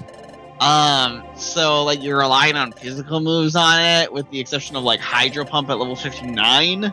Because like your special attack water moves you get through level up is Bubble, Bubble Beam, Brine, and Whirlpool, and then at level 59 you get Hydro Pump. So like until you have a Hydro Pump, you literally don't have any good special moves, and like those are all of the special moves you get through level up. So like your steel moves, physical, which your only steel move, by the way, is Metal Claw, and like all the other moves it gets are all physical. So like it really not feel good using a general run of the game unless like you grab the right TMs and teach it to them. Some TMs that are pretty good on it that you can use, like Grass Knot, Flash Cannon, of course, Surf for a good reliable water move, which you probably will do, Ice Beam for ice moves, but like some of those TMs you might not find and stuff. So once Scald existed, Scald, of course. The one thing I remember about that run was, like, literally Empoleon just brined everything that I came across. Every Pokemon. Yeah, I mean, Scald didn't exist in Gen 4. It existed in Gen 5, but, like, once you have access to Scald, Scald becomes a really good move. I mean, Scald's just amazing. Like, I'd argue one of, if not the best move of the game. It's like somewhere between Scald, Knockoff, and Earthquake. Like, those three moves would be my, like, first, like, contenders in my brain for best single Pokemon move in the game.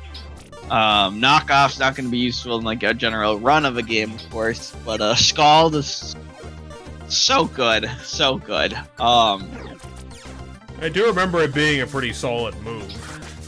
I mean, it's got a 33% chance of burning, and it's a water move, and water moves are just good in general. So, like, you can just wall stuff, because if you just, anytime there's a physical attack, you just throw out your Pokemon that has Scald, and you just Scald it.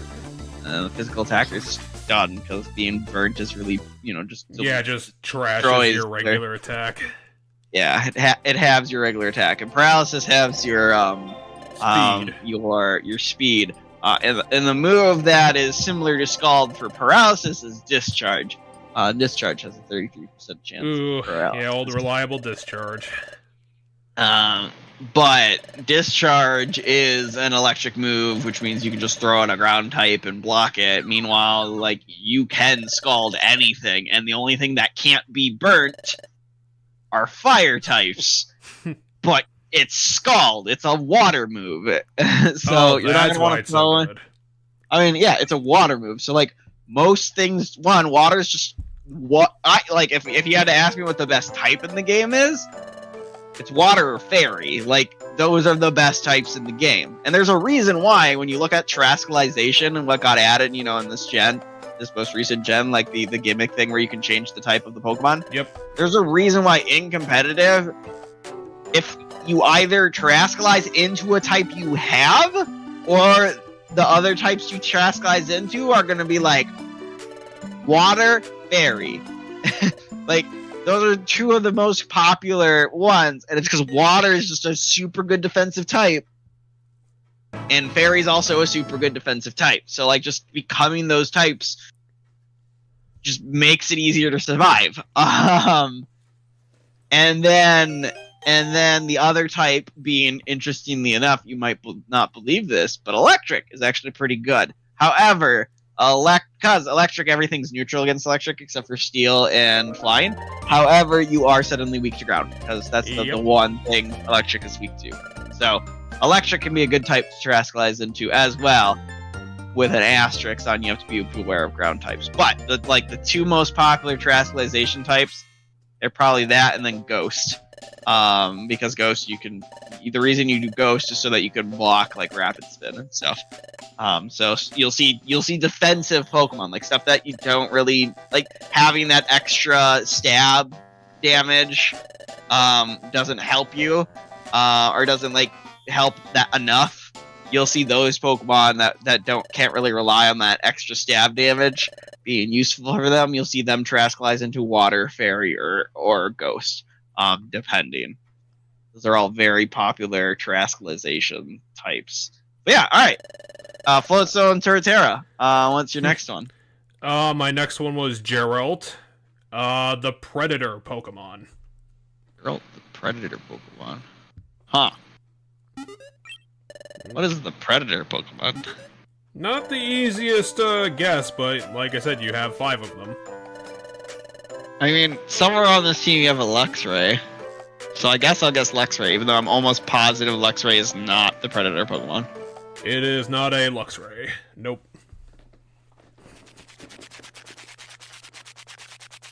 And maybe this is where you used your one Dragon type? Did you have a Garchomp? Let me double check quick. You pull up the old Google. Yeah, it's close enough. Okay, it's not Garchomp. It was not a Garchomp. Garchomp is the Mach Pokemon. Is it a Ground or a Dragon type? Nope. What was the other Pokemon, I guess? Luxray, so it's not an electric type either. Predator Pokemon. Oh, is Drapion the Predator Pokemon? Maybe Drapion's the Predator Pokemon.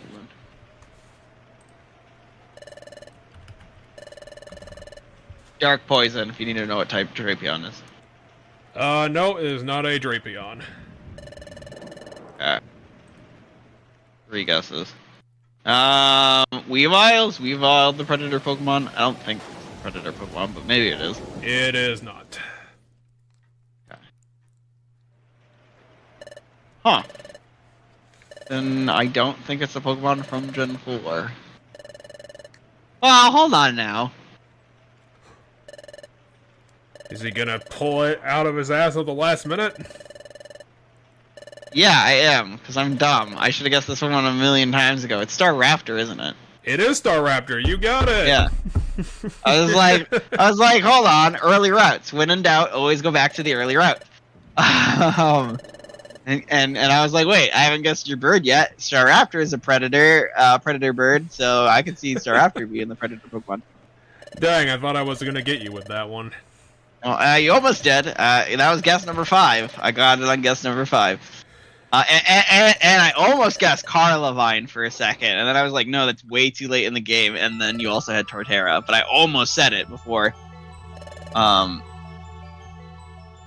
probably wouldn't use a Carnivine, like, ever, because another thing I'm really not a fan of is just Pokemon who flat don't evolve. Gotcha. And, yeah, somehow I knew that Carnivine is a one-stop guy. I mean, there's a lot of one-stop guys. I also tend not to use a lot of one-stop guys. Not that I don't ever use them, but a lot of times I don't. I probably use a lot of Pokemon that are two stagers. Well, considering that one almost stumped you, it almost did. The next one should be perfectly fine. The next one is Mariposa, the Fire Horse Pokemon. Oh, okay, that's super easy. That's a Rapidash. That was my Rapidash. I finally found, I found my first fire type. Wait, is this your first fire type across the entire time except for Blaziken? Yeah. It is! You're only one except for Blaziken. Wow. Yeah, fire types? Not as common as one might think, especially in Gen 4. Gen 4 is notorious for having literally 2 fire types, them being Infernape and Rapidash. Like, if you didn't have Infernape, you only have Rapidash. Now, this is changed in Brilliant Diamond and Shining Pearl, because with the Grand Underground they do some stuff, and then Platinum also did it as well. So you can get like Houndoom. I believe the Shining Pearl has Magby. I know in my current run I'm using a Magmortar.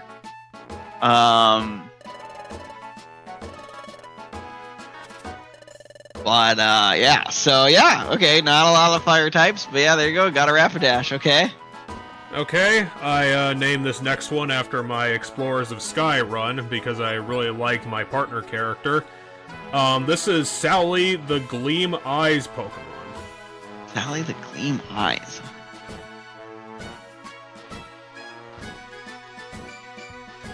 This one might be Luxray. I'm gonna go with Luxray on this one. I know Luxray's thing has to do with its eyes, so maybe that's the Gleam Eyes. Sally was my Luxray, inspired by the Shinx I had as a partner. Gotcha. Yeah. So Luxray, its whole Pokedex thing has to do with the fact that its eyes can like see through walls and shit, and it's really weird because like when you look at its design, you don't think of that. Like you think about it long enough, you're like, oh yeah, X-ray is in its name with Luxray. There's X-rays in its name, but yeah, its Pokedex entries all have to do with like its eyes. And the fact that it, like, its original diamond entry is it has eyes which can see through anything. It spots and captures prey hiding behind objects. And then the pearl version is when its eyes gleam gold, it can spot hiding prey, even those taking shelter behind a wall. And fun fact, just to show, you know, why the Detective Pikachu games are good, that actually comes up during the course of one of the Detective Pikachu games. Huh! Yeah, I did not know that, because I have not played any of the Detective Pikachu games. Okay, so the last one on my team, this is when I got really creative. This is XBR482, the Bronze Bell Pokemon. That is... Can you repeat the name for me? I know what it is already, but I want you to repeat the name for me. I named it XBR482. Is that just completely random gibberish, or does that come from something? That was a random number I picked out of my ass. Right. You gave it like a robot-y name because it's a steel type, and it's your Bronzong. I'm a fan of Bronzong myself. And fun fact, just completely randomly, I didn't set this up at all. During my champion fight, I somehow got to a point when... like, it looked like I was gonna get my ass wiped off, or I was in a bad spot, but I suddenly found, during my last fight, that the last Pokemon that she had, I believe her name is Cynthia. Yes, it is Cynthia. Couldn't actually touch my Bronzong at all. Oh, really? Yeah, I mean, now that you say it, her Garchomp might not be able to hit any, like... What does her Garchomp have? I mean, I know it has EQ for sure. Let's take a look here.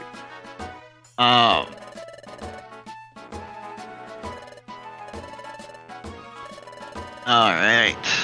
Champion Battle, Brilliant Diamond Shining Pearl. Yes, she could hit you with Dragon Claw. But the AI might get dumb and not use the Dragon Claw. So, Bronzong has a good place in my heart because he totally saved me out of a really tough spot. Yeah, so her moves on her Garchomp are Swords Dance, Dragon Claw, Earthquake, and Poison Jab. And Earthquake and Poison Jab can't touch Bronzong at all, assuming your Bronzong has Levitate. If it has Heat Proof, it can get hit by the Earthquake. So, a little bit more personal with this team, not much. What did you think of my BD team? I mean, I like it. To put things in perspective, in my current run of the game, I am also using a float cell. I have used Bronzong a lot. I'm a big fan of Bronzong as a defensive Pokemon. And Luxray is another Pokemon that, you know, whenever I'm in Gen 4, I end up finding myself considering Luxray because it's early on, it's 3 stages, so it's gonna be a while before it hits that 3rd stage. You kind of have that journey with it. And, you know, it's a Pokemon that, like, isn't in, like, a lot of games. Like, it's kind of hard to find a Shinx in most games. So, like, when you're playing Gen 4, you kind of always go to yourself, man, like, maybe I'll use a Shinx this time. And Torterra is a good starter. I mean, it's what I started with in my run. I'm not using it in my current run, because unlike a lot of people, I don't use my starter in every run. I sometimes box the starter. I don't feel like you have to use it, so I believe my team currently is Meg Mortar, Float Cell,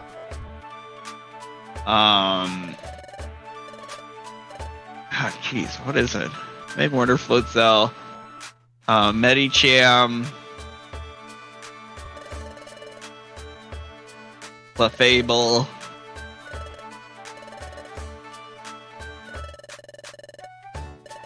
Ooh, a Clefable.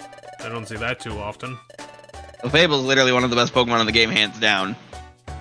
Kind of surprised that the trainers don't use it too much. Last gen in competitive, there was a point where Clefable was on 60% of all competitive teams in Smogon for OU.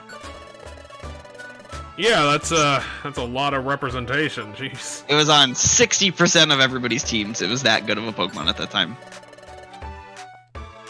Now, given it's not a sweeper, it's a defensive Pokemon again, but it's a really annoying defensive Pokemon, especially because like one of the ways you take down defensive Pokemon is like status effects, but then Magic Guard just says fuck you, and then if the other way you can take down defensive Pokemon is you can just set up on them and then break through them. But if it's unaware Clefable, then it says fuck you again, because unaware just ignores your status ups. So like Clefable, super good Pokemon, will ever not be a super good Pokemon. It's not as good as it used to be because it lost access to Teleport in this current generation. Another reason why Teleport was good on it is it can take the hit and then switch out to something else, so that you don't switch into the attack. The Clefable takes the hit, and then when the Clefable next comes in, you use like Moonlight or Soft Boil. It doesn't have access to Soft Boil anymore. Ooh, yeah, that is really annoying. But both Soft Boil and Moonlight heal it. You can nerf Moonlight by bringing Weather into the game, because Weather will screw up Moonlight and make it heal less. Soft Boil, you can't do anything to make it heal less. So like while it currently is restricted to only having Moonlight, still a good healing move. And yeah, it's just a really good Pokemon. Yeah, I have that on my team. Also, it's just a good, like, learns a lot of TM moves, so you can give it a really wide moveset for, like, a run.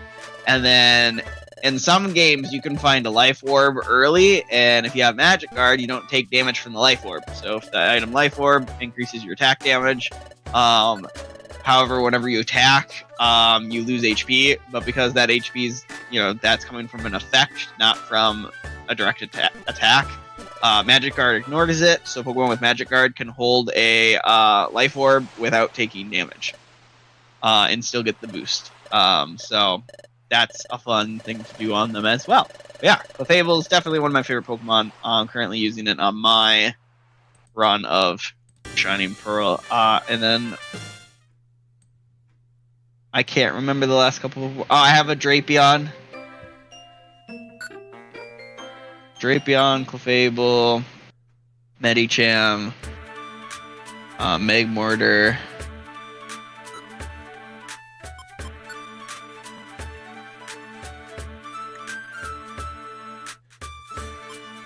It's all escaping me. I had it all by the second gym, so I should be able to figure this out, because... Was it a water type? Well, Floatzel was my water type, yeah, so I had Floatzel. So I'm missing one member is the thing. Like, because it's Floatzel, Meg Mortar, Dusknoir. Clefable. No, not a Dusknoir. Floatzel, Meg Mortar, Clefable, Medicham, Drapion. Did you bother with Electivire? No. Electivire is the other game. I can't get Electivire in my game. Right. I get Magby, which is why I have Magby. Once again, I said I have them all by the second gym, but Machoke.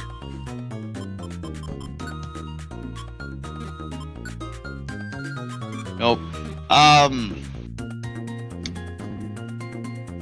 It will come to me, I swear to God. You secretly had a Star Raptor and didn't tell me. No, it's not a Star Raptor.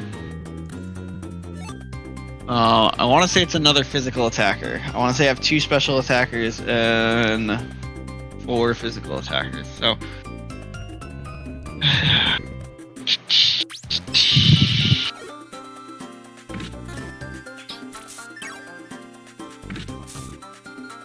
you had a really uber shell loss. No. No way, you Shell already had the special water thing. type again. Yeah, Flitzel. Oh, Driftwood. No, it's not Gen 4. It's not from Gen 4. I don't think it's a Pokemon from Gen 4. So that's why it's tripping me up. Is it's not a Pokemon I associate with Gen 4. It's a Pokemon I associate someplace else. But I'm using it in this run because I wanted to use it, and I don't recall what it is. I don't know. I'm semi tempted to just go grab my game and like boot it on so that I can like figure out what the hell the Pokemon I'm forgetting is. Well, I suppose you... Oh! Okay, I remember it. It's I have a Swinub right now. It's not anything else. It's still a Swinub. It will one day be a Mamoswine, so one day will be Gen 4. But yeah, I have a Mamoswine. I have a Swinub. I got most of this in the Grand Underground, because normally you wouldn't be able to get this stuff this early, but if you go into the Underground, there's the Grand Underground, and you can still find stuff there. So, like, almost all of my team members come from the Grand Underground. The only one I didn't catch in the Grand Underground is Clefable, I didn't. Medichan, I didn't. And Floatzel. So half my team comes from the Underground, half my team doesn't. Because my Floatzel, comes from the route that's on. My Clefable comes from Mount Coronet, and my Medichan comes from the route outside the second gym that goes to Mount Coronet. Yeah, so there we go. That's my team currently. So, yeah, I know. I like this team. I like this team a lot. This is a team that if I was playing Gen 4, you could probably see me have. The thing is when I look at this team, I don't need a fire type. Fire type is useless on this team. It doesn't add to anything. I beat every type that fire type can beat without the fire type. I can already have something for each thing fire type beats. So, fire type beats steel, bug, grass, and ice. And my Bronzong beats ice with steel moves. And my Staraptor will get a fighting move that can help beat ice Pokemon as well. And it's probably fast enough that I can do that. My Staraptor beats bug and grass types, so I don't have to worry about that. Which leaves steel, which, like, I'm not super worried about steel because I have Torterra and ground moves on Torterra, so I wouldn't have used the Rapidash. I would have found something else because fire doesn't add anything to this team. Well, so I can beat everything that fire type beats without the fire type. Well, that's gonna make Rapidash very sad. Yeah, so I'm not gonna use the Rapidash, but literally, I can see myself playing a run of Gen 4 where I use this exact team, with the exception of Rapidash. I replace Rapidash with something. Also, you would leave Staraptor in the woods. I mean, there's a higher, like, out of all the flyers, there's Staraptor and one other that have a higher chance of me using them other than most of the early birds. Because one of the things I don't like about the early birds, one, I don't like the fact that they're normal flying. I think that's a really passe and, like, the shade type at this point. But also, like, I feel like a lot of them don't have good move pools. Staraptor is different. Staraptor does have really strong moves. Staraptor is one of the birds I find myself, like, actually heavily considering potentially using in runs. I still shy away from it because I still have the cliche of the early bird. Like, I have issue with that cliche. So there's one other bird that will eventually I'm guessing, yes, that I'm almost certain that you used. I think I might know the one you're thinking about. That there's one other bird that I do consider using in runs. But yeah, so I'm still trying to figure out. We have yet to get to your Ice, your Dragon, or your Rock. We're 4 gens in, and we haven't gotten to your Ice, your Dragon, or your Rock. Yep. So, all right, but yeah, no, I like this team. My only gripe is that the Rapidash is literally not needed. Like, the Rapidash doesn't bring any additional use to this team, in my opinion. I'm just making myself laugh thinking about Rapidash being sad. I hear dunking on it. Oh, he's got that sad horse face going on. Yeah, I might bring a dark type. That's something on your team that you're missing. You don't have any dark coverage. No, I guess Luxray gets Crunch. But definitely. I'm thinking that that's probably the type I'd grab is Dark from this, just so I don't have to rely on that Crunch. So otherwise, maybe a Ghost instead. Ghost would be good. Instead of the Dark. Use maybe a Miss Magius instead of the Rapidash, or a or a Drifblim. So, are you ready for the real fun guessing game part in Black? Yeah, we can jump to Black.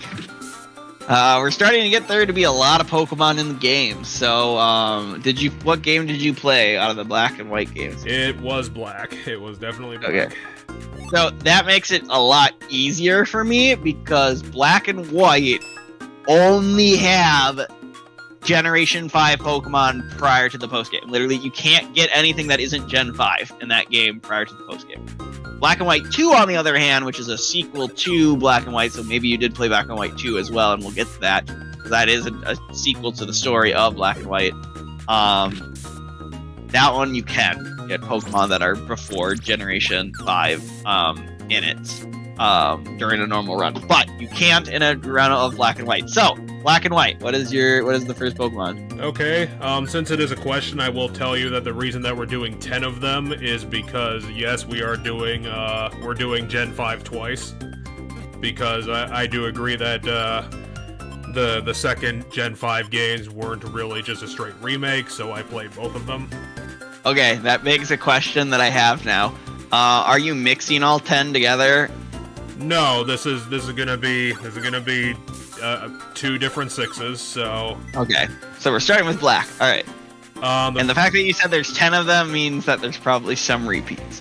Okay, so Black. The first one is Bullet, the Regal Pokemon. That's a Superior, I want to say, is the Regal Pokemon. Bullet was my Superior, once again, because it's very fast. Yeah. I think we discussed this at the time, what is Superior's base speed? 113. But, 2 below your full cell. But, yeah, I was not a big fan of any of the Gen 5 starters.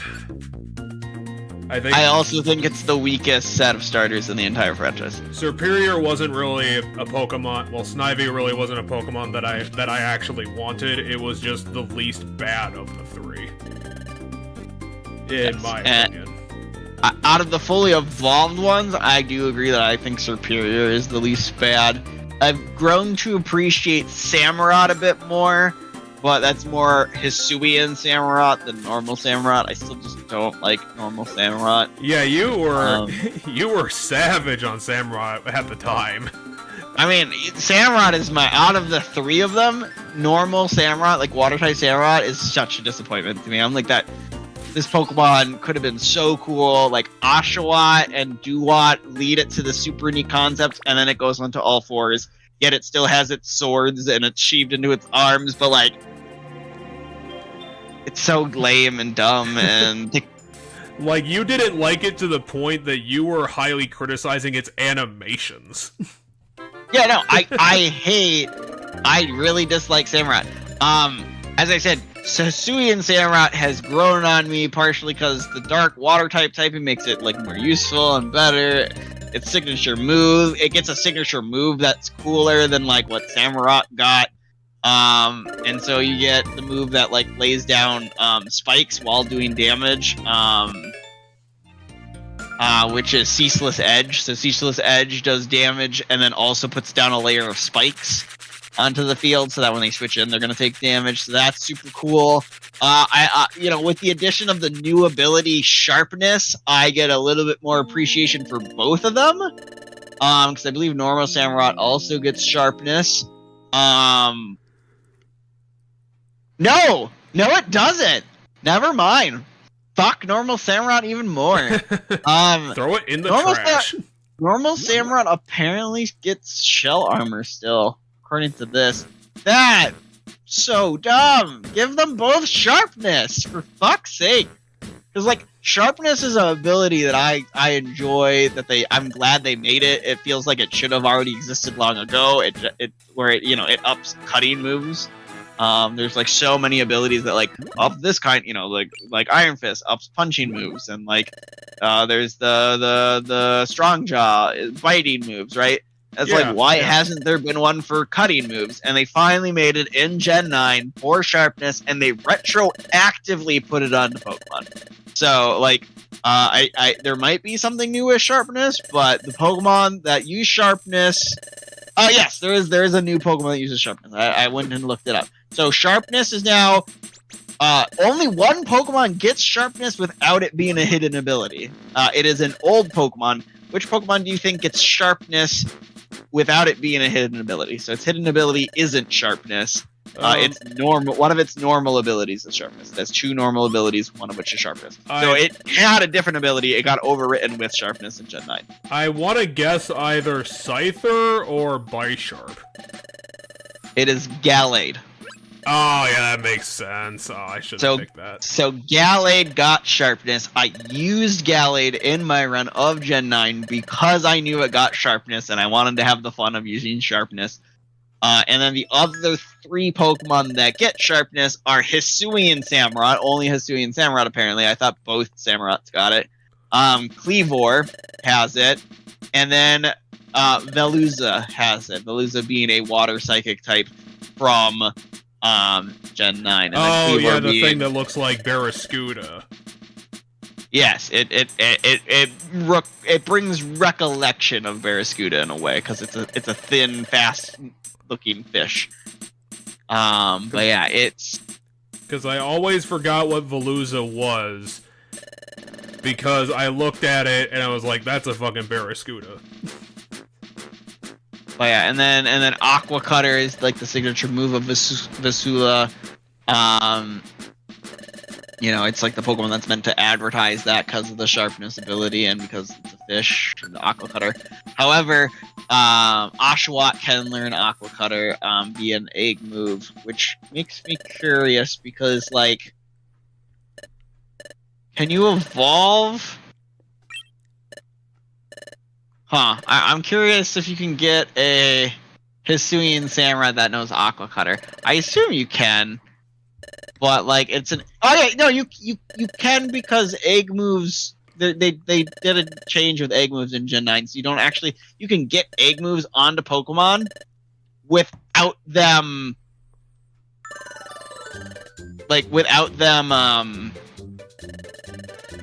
Without breeding a Pokemon. Like, you can have a Pokemon in your team, and then as long as it has an open move slot, so like you go and delete a move, if there's another Pokemon in your team that knows an egg move of that Pokemon, there's a chance that it teaches it to when you go and have a picnic. So you can get Aqua Cutter on Hisuian Samurott because you can only get Hisuian Samurott and Legends Arceus, but then you transfer it into Gen 9, and then you give it Aqua Cutter that way. So yeah, there we go.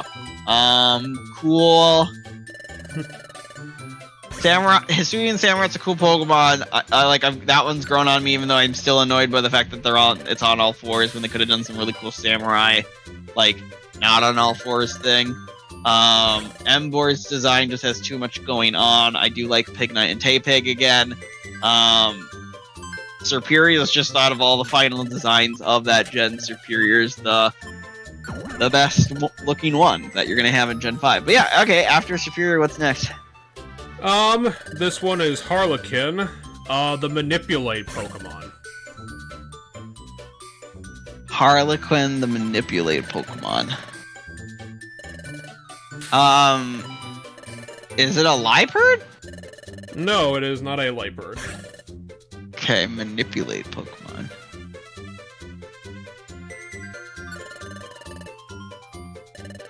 What'd you name it again? What was the nickname?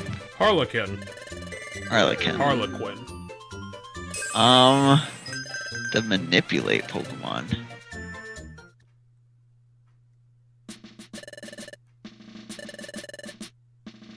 Jeez, what is a Manipulate Pokemon?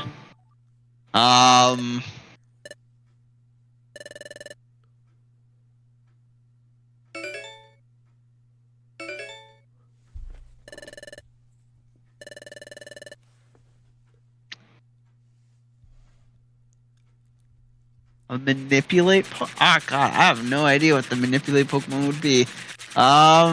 Is it Crocodile? No, it is not a crocodile. Okay. Said it's not a Liepard.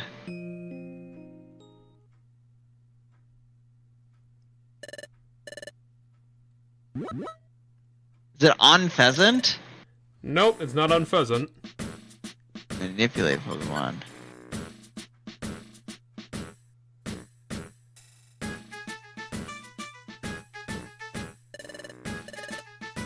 Is it Simipour? Nope, it is not a Simipour. Is it a Stoutland? No, Harlequin was my Gothorita. Huh! It was my psychic type. I don't remember where that is in the game, so my brain was thinking that was too far away for you to use. Alright. Nothing's too far away for a cutie like Gothita. Or Garita, or whatever the first one is. Gothita? Yep. Gothita? Just a little psychic baby. Yeah, little goth baby. Okay, so the next one is Martine. Martine? Martine. Martin with an E. Oh, let's get some of the safe bets out of the way, because I lost my hints. Martine, is that your on Pheasant? Nope, it's not my Pheasant. Did I get a type right in that on Pheasant? No hints yet. Is it a Stoutland? No, it is not a Stoutland. Is it a Liepard? Nope, not Liepard either. No. Those are the 3 safe bets. Because, like, I guarantee you have 1, if not 2 of those on this goddamn team. Okay, Martine.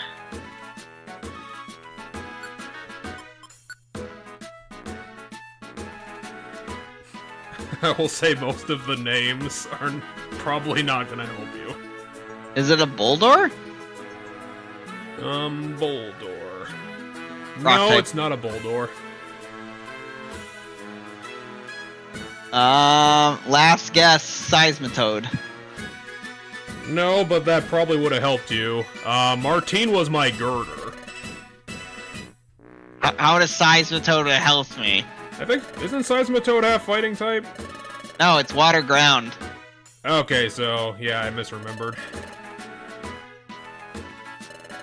So yeah, I had a girder because I broke one of my own rules and I was stuck with this Pokemon that I realized wasn't a trait evolution. I had nothing, I couldn't do anything about it. Ah, gotcha. And again, that always annoys me because trait evolution is dumb. And, well, the concept by itself isn't dumb, but the fact that it's trait exclusive is dumb. There should be a single player option. Yeah, I can agree to that. Okay. And they made one in Legends Arceus, but they didn't carry it over into Gen 9, I don't think. I think it's just in Legends Arceus. Okay, so the next Pokemon on my list is Maylene, and I specifically chose that name because I had problems fighting Maylene because of her drain-punching Lucario. Which is fucking bullshit. Hey, that means you had 2 fighting types? Is that what I'm getting at? No, I just picked the name off of that. It doesn't really relate. Oh, okay. Well, I'm gonna go back to some of the Pokemon I think you still have on Pheasant. No, but it is a normal type. Stoutland. Maylene was my Stoutland, because I did have some respect for Maylene. I'm a big fan of Stoutland. Stoutland's one of my favorite early route Pokemon across the whole franchise. Stoutland was a real big beefy boy. And I think I appreciate him being beefy, but I think attack-wise, he probably was the second good thing that he could do. He is a physical attacker. Alright, what's the next one here? Gotta get back on this. Muldoon was the Elefish Pokemon. The what? The Elefish Pokemon. The Elefish? What the fuck is an Elefish? Is it a Basculin? I'm just gonna start with Basculin. I have no idea what an Elefish is. No, it is not a Basculin. Okay, it's Elefish fish. Maybe that's hinting at like electric, like it's just coming from the word electric. Is it it's gonna come to me in the name of it.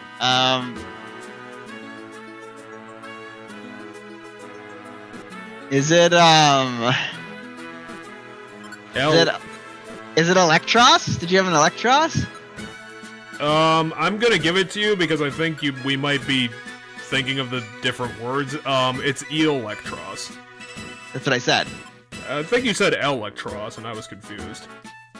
And the Electros, the Electros. It's Elektos. S. Yes, it is. It is that. Yeah, Electros. And I will say I had problems with the Electros. I was not very impressed. Yeah, its gimmick is that it has no weaknesses. That's basically its gimmick, because it's an electric type it's a pure electric type with levitate. Other than that, it's pretty frail, it looks like. I don't know.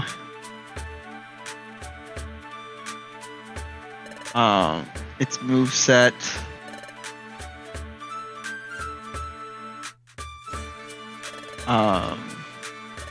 Let me look at some stuff with it now. Now I'm curious.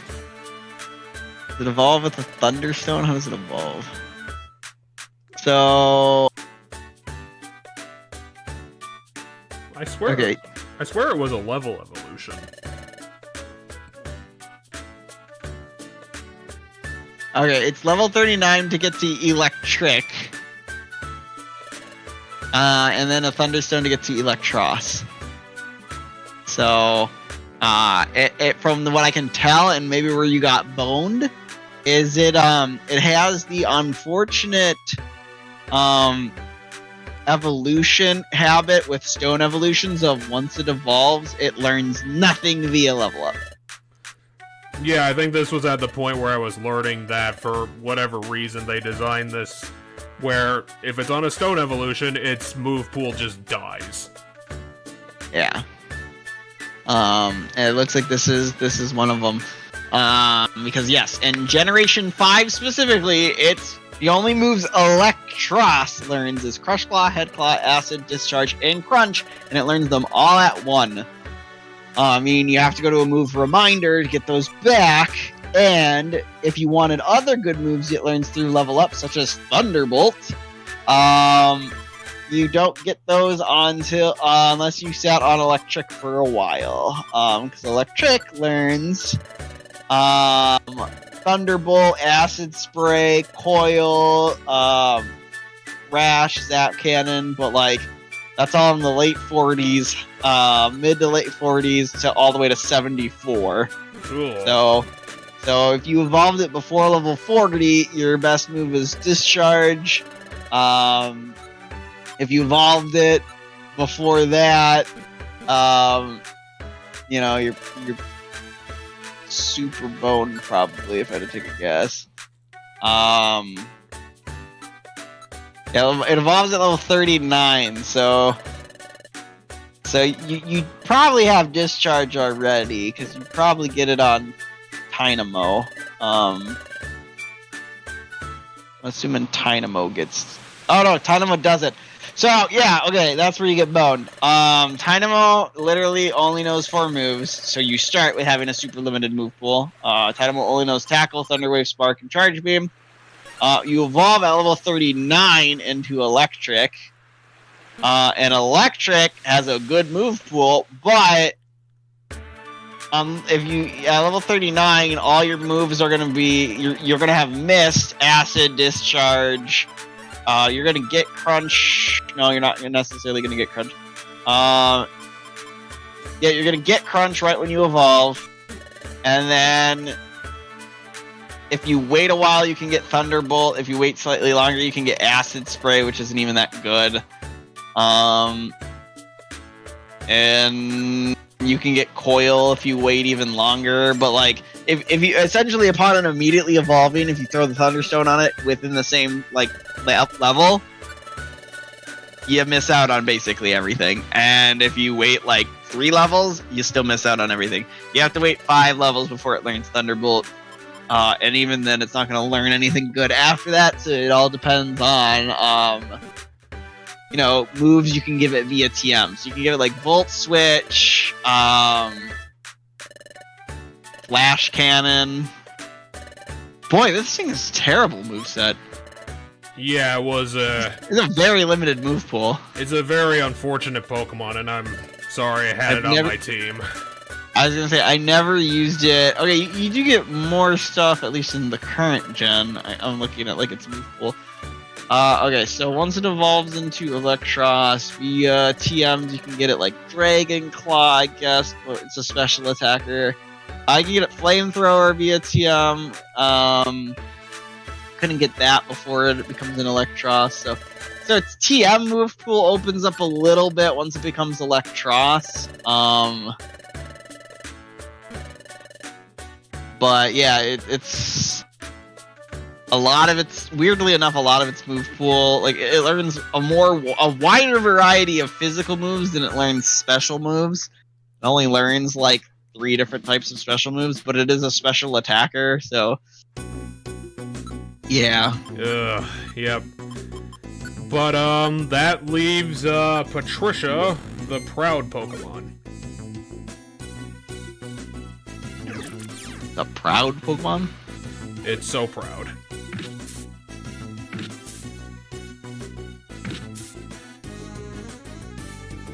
Boy, I don't know if I know what Pokemon's the proud Pokemon.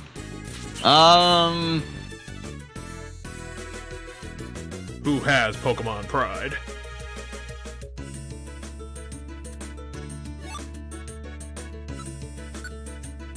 Is Liepard the proud Pokemon?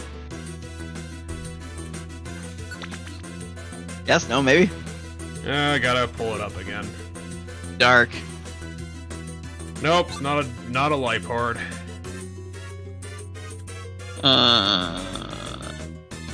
What other Pokemon could be proud?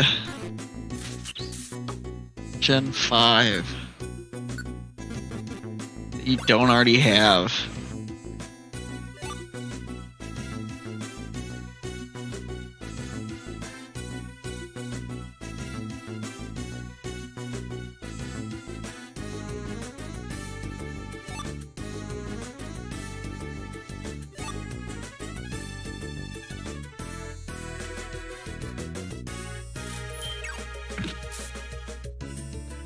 Proud Pokemon.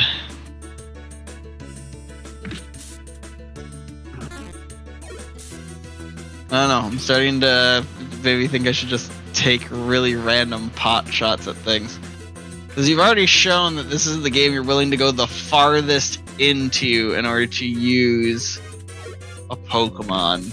So like, my brain says we can go far and accept things. So,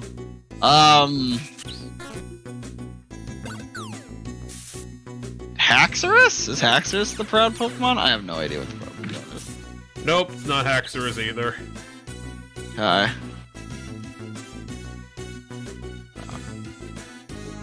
Is it Jellicent? No, it's not Jellicent. Because that is the odd water ghost Pokemon. It is the water ghost.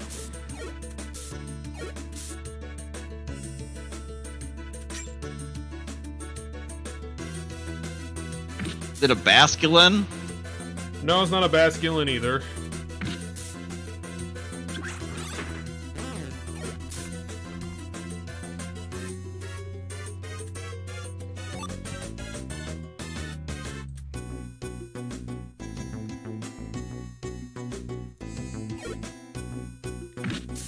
No idea what Pokemon on this list is proud.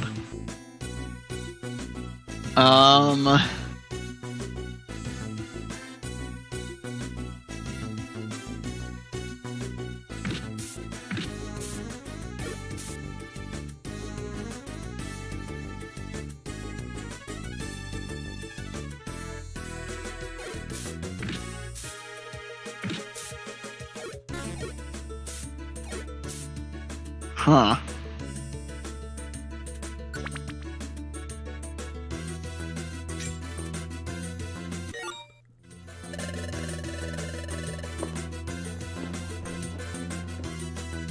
Yeah, I just do not know. There's nothing. Is it Braviary? No, but that would have given you a hint because Patricia was my unpheasant. Oh God, I forgot that I didn't get the early bird. I spaced. And fun fact, in black, for whatever reason, one of the variants of unpheasant, the one I had in this game, was designed with bedroom eyes for some reason. I don't know which one you had, but I guess maybe the male one is the one that you'd think would have bedroom eyes. No, I don't know. I think it was I'm pretty sure it was the variant that didn't have the ribbon around itself. Okay, so the female one. It was pretty funny, and you made fun of me for pointing that out when I was talking to you about it. Yeah, I mean, I spaced here. For some reason, my brain didn't... This is your worst team. By far, in my opinion. This is your worst team. I just think a lot of these Pokemon aren't good or don't help you in a run, and you open yourself to, like, you don't have a lot of coverage here. Stoutland's fine if you teach it the right moves, but knowing you probably didn't. Serperior will be fine, but sadly Serperior is also kind of locked into just grass. Like, there isn't a lot Serperior learns outside of grass. Gothitel's pretty good. You can get a good moveset out of Gothitelle. The problem with your Girder is that it's a Girder and not a Conkeldurr. If it was a Conkeldurr, I'd say good job, you got a Conkeldurr. And I just kind of looked at Electros and said Electros isn't very good. So, yeah, this is by far your weakest team, in my opinion. You have a lot of, like, just don't... I feel like your team doesn't hit hard. Now, your team, by nature of there being, like, normal types, and, like, the normal flying types, and, like, Electros not having any weaknesses, you don't have any glaring weaknesses, you just don't have any strength. Like, that's the problem with this team. Like, you don't have any, like, type you're weak to, but, you just don't have a lot of strength across your team. You know, I feel like, you know, just things would wear you down quickly with this team. Like, you know, some of the later teams, like, you don't have strength against, like, some of the Elite Four members. Like, you know, you have to rely on Unpeasant to take down all of Marshall's team, and I don't know if they can. And then I guess you have Gothitelle for Marshall's team too, but then, like, the Dark team comes in from Grimsley, and you have, like, just Girder, I guess. And then maybe Stoutland has Crunch to help you with her, I'm spacing on her name, but the Psychic Woman.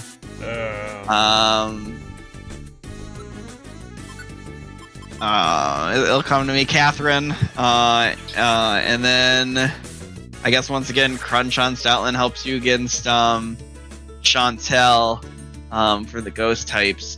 So, yeah, I don't know. It's just, I feel like you have a really wonk team here with, like, you don't have any clear strengths, but, like, luckily you don't have any glaring weakness. It just ends up kind of being, it's there. So I don't know how well you did with this team, but if you felt like it did a lot of work, or if you felt like it was underwhelming. But I feel like if I had this team, my expectation would be that this team ends up being underwhelming.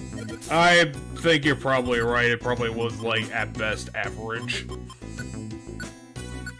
No, I say underwhelming, not average. Average is average. Underwhelming is below average. Well, that's why I said at best it's average. Yeah, fair enough. So fair enough. Yeah, so this is your worst team in my opinion.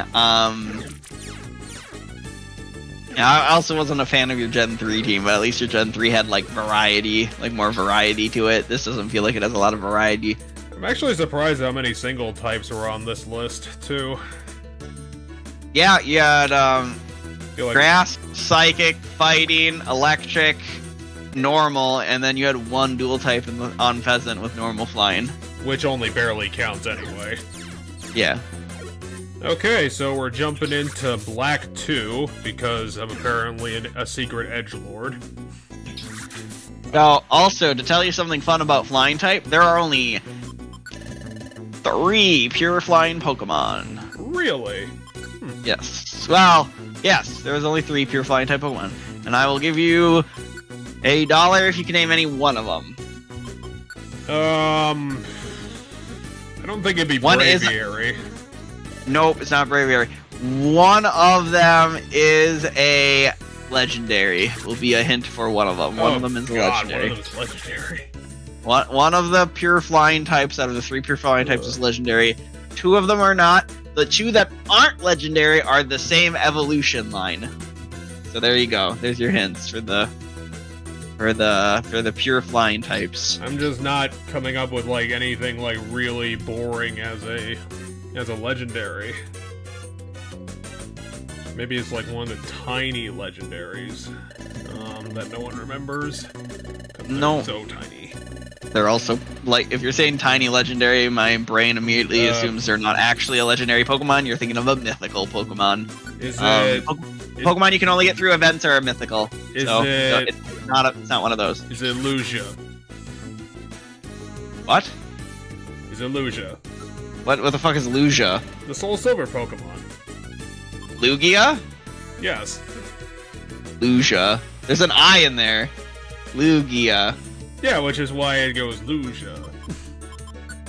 Okay. No, it's not Lugia. Lugia is Psychic line. A lot of people think it's water. It's not Psychic line. I was looking at Lugia and I was like, Lugia is kind of boring. Maybe that would fit. Oh. Psychic flying. Yeah, a lot of people think it's Lugia's water flying because it's opposite. It lives in an ocean cave and it's opposite Ho-Oh, and Ho-Oh's fire flying. Some people assume Lugia's water flying. It's not. It's psychic flying. But, no, it is not. I'll give you another hint. None of these Pokemon appeared in Gen 4 or earlier. So there wasn't a pure flying type until Gen 5. I'm trying to think of that really stupid looking early bird, and maybe it's that one. It's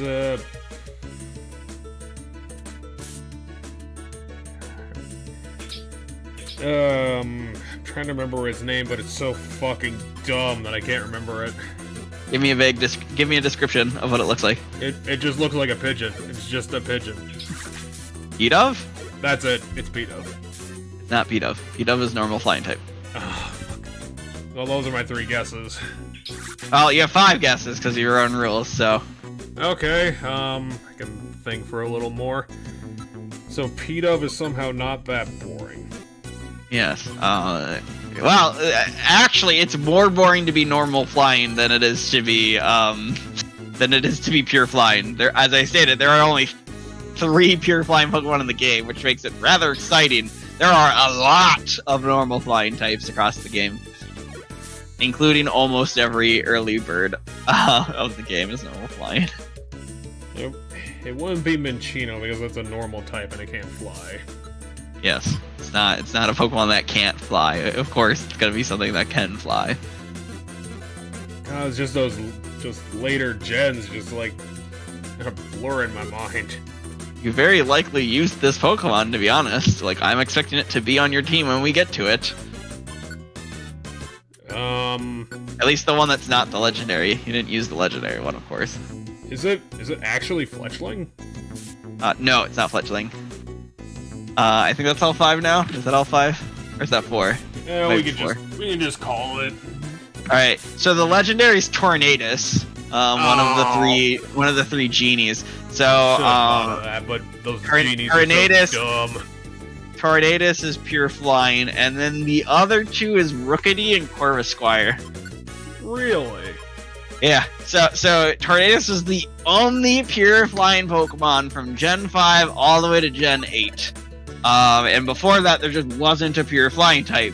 And then Gen 8 added Rookity and Corvisquire, but by the time they fully evolve into Corviknight, they become Steel Flying. So they are only normal. They're just flying, though. They're the only early route bird that is just flying. They're also probably my favorite early route bird.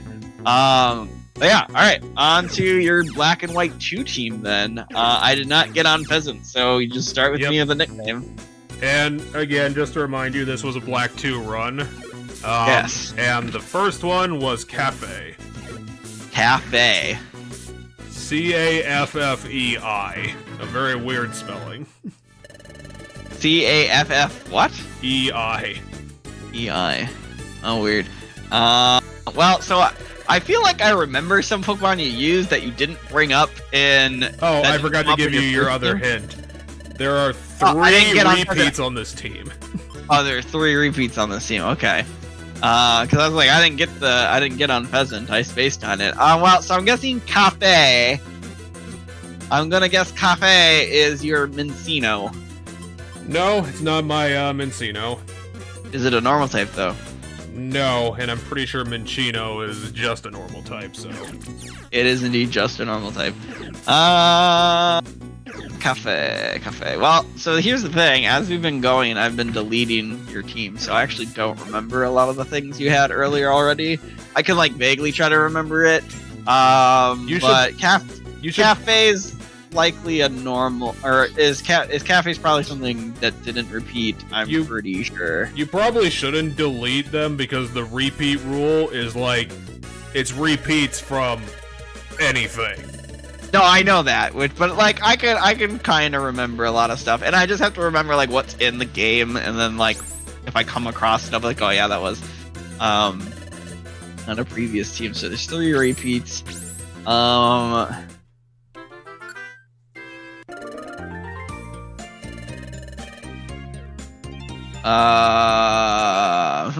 Was Cafe your on Pheasant?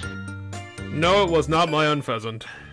Oh yeah, I need to stop doing this. I've been doing this a lot, where like I'll keep a type and I'll guess more than one of that type, because technically Unpheasant does have the normal type in it. So,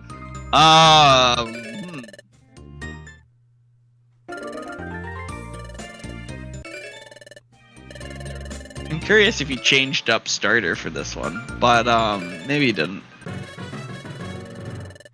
Trying to think of things from past gens that you might have picked up.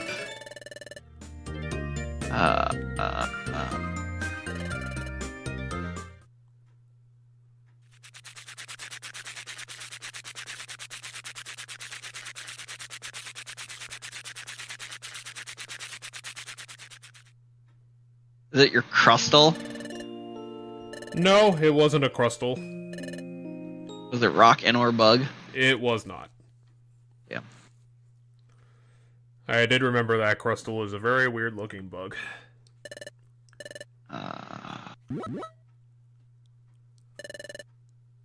Is it your Gothitelle? Nope, it wasn't a Gothitelle. I'm trying to think, because here's the thing. While you used a wide variety of Pokemon, and I like remember most of them, the problem I'm having is I can't think of any that I know you used that were like that are in Black and White 2, or at least early on enough in Black and White 2 for that I could see you've used them. So like my thought is most of your repeats are going to come from your Black team. Not all of them. There's probably one that's not, but my thought is one, whether or not you switched up starter, because if you didn't switch up starter, there's one.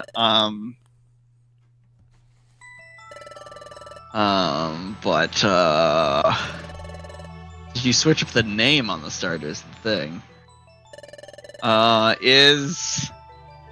Is it your Superior? No, but that would have given you a hint. Cafe was my Ferrothorn. Wait, didn't I have one more guess? I don't think that was 5 guesses. I'm pretty sure that was 5. What did I all guess? Running back. I can't remember that far back. I guess 2 normal types.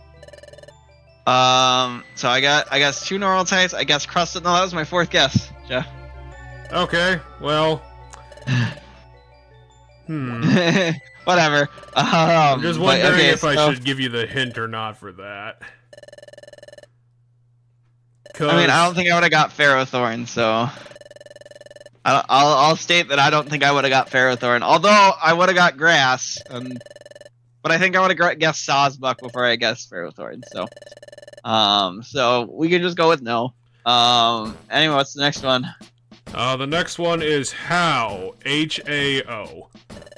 H-A-O, how.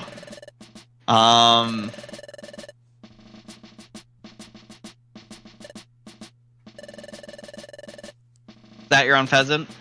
Nope, it's not my own pheasant. Not a flying or a normal type? Nope. Okay.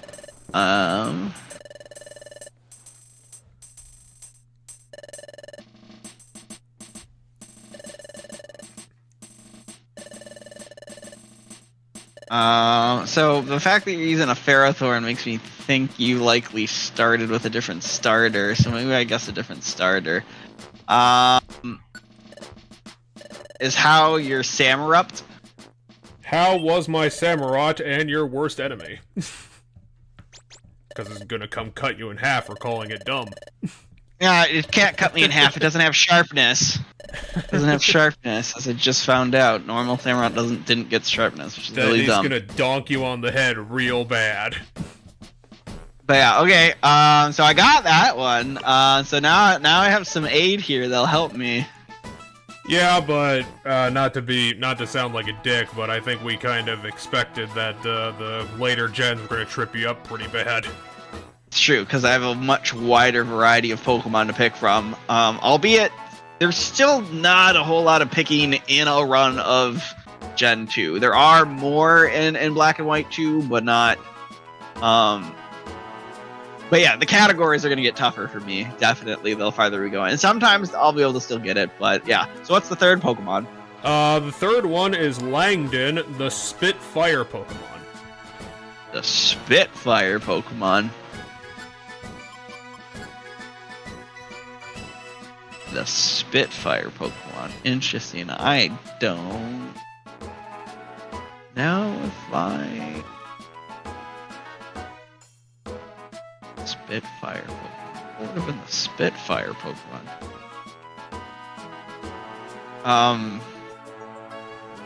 The Heatmore?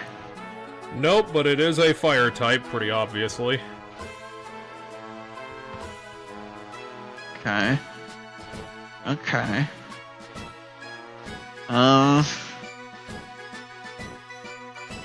Could also be a Spitfire Pokemon. Well, I still have to follow the rules, even if it was completely obvious. Yeah, so I know. I'm just trying to think what could be Spitfire. Is Magcargo the Spitfire Pokemon? No, it's not Magcargo. Still fire Still type. Fire type, yeah.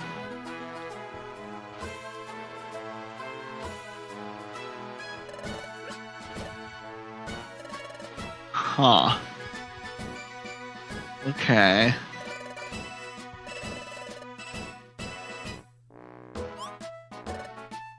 Still, fire is a small type, so there's not a lot of Pokemon in the fire type, so... I just gotta figure out what the Spitfire would be.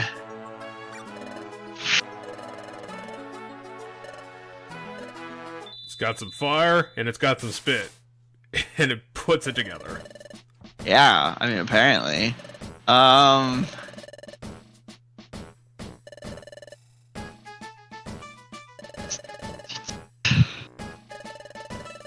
Spitfire. I still have 3 guesses, so that's pretty good to narrow down what Pokemon's the Spitfire. So I'm gonna guess Magmar, but I don't necessarily know if Magmar is available early enough in that game. Langdon was my Magmar, and I was very proud of him. Even though I couldn't turn him into a Magmortar.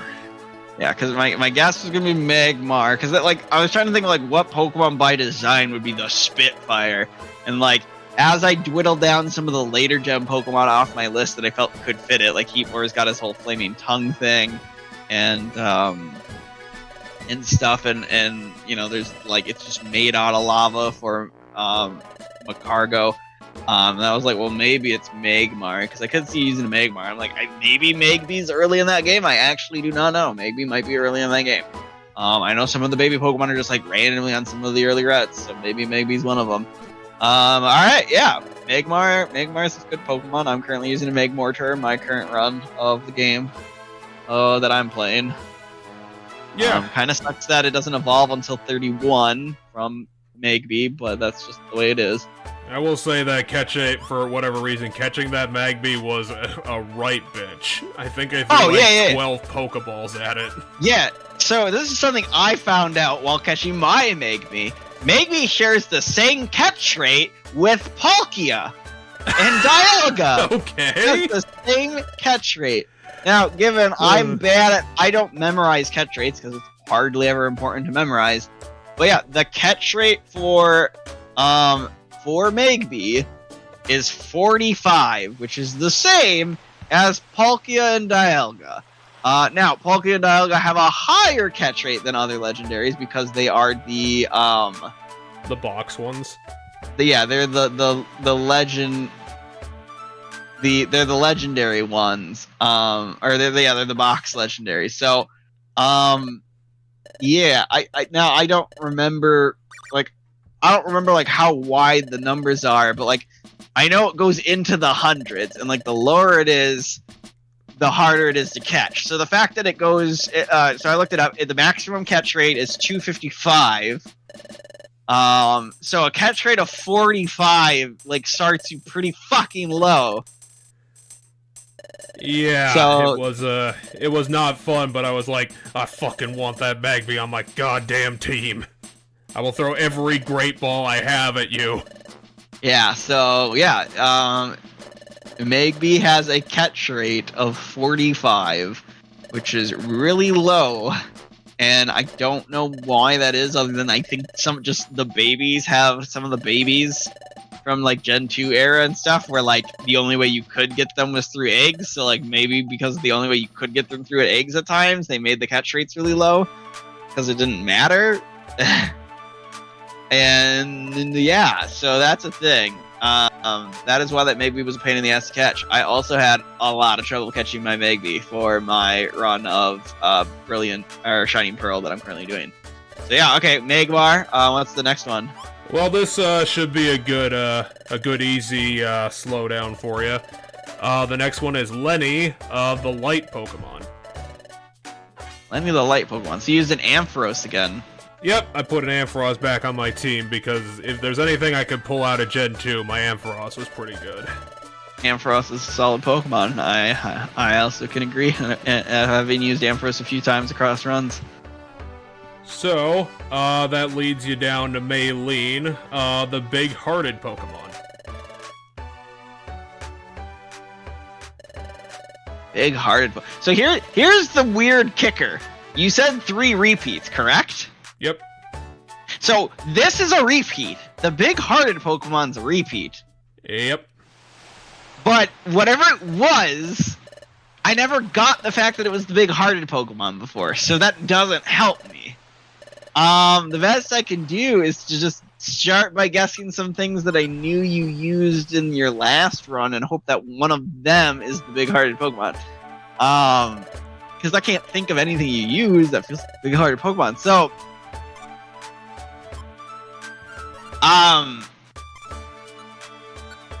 is Stoutland the big-hearted Pokemon because it's a lovable dog? Yep, I brought back Maylene, the Stoutland, from my black team. Wait, did you say its name was Maylene again? Yep. And I just missed that part? Oh, I just missed that part. I should have been able to get it just from that. But yeah, no, my brain was like, it has to be a Pokemon from your previous team, and I was like, maybe Stoutland's the big-hearted Pokemon, because I know, like, Stoutland's Pokedex entries about how, like, helpful it is, and how it rescues people, and how it, all this other stuff, and, you know, how just of a good dog it is. He's a good boy.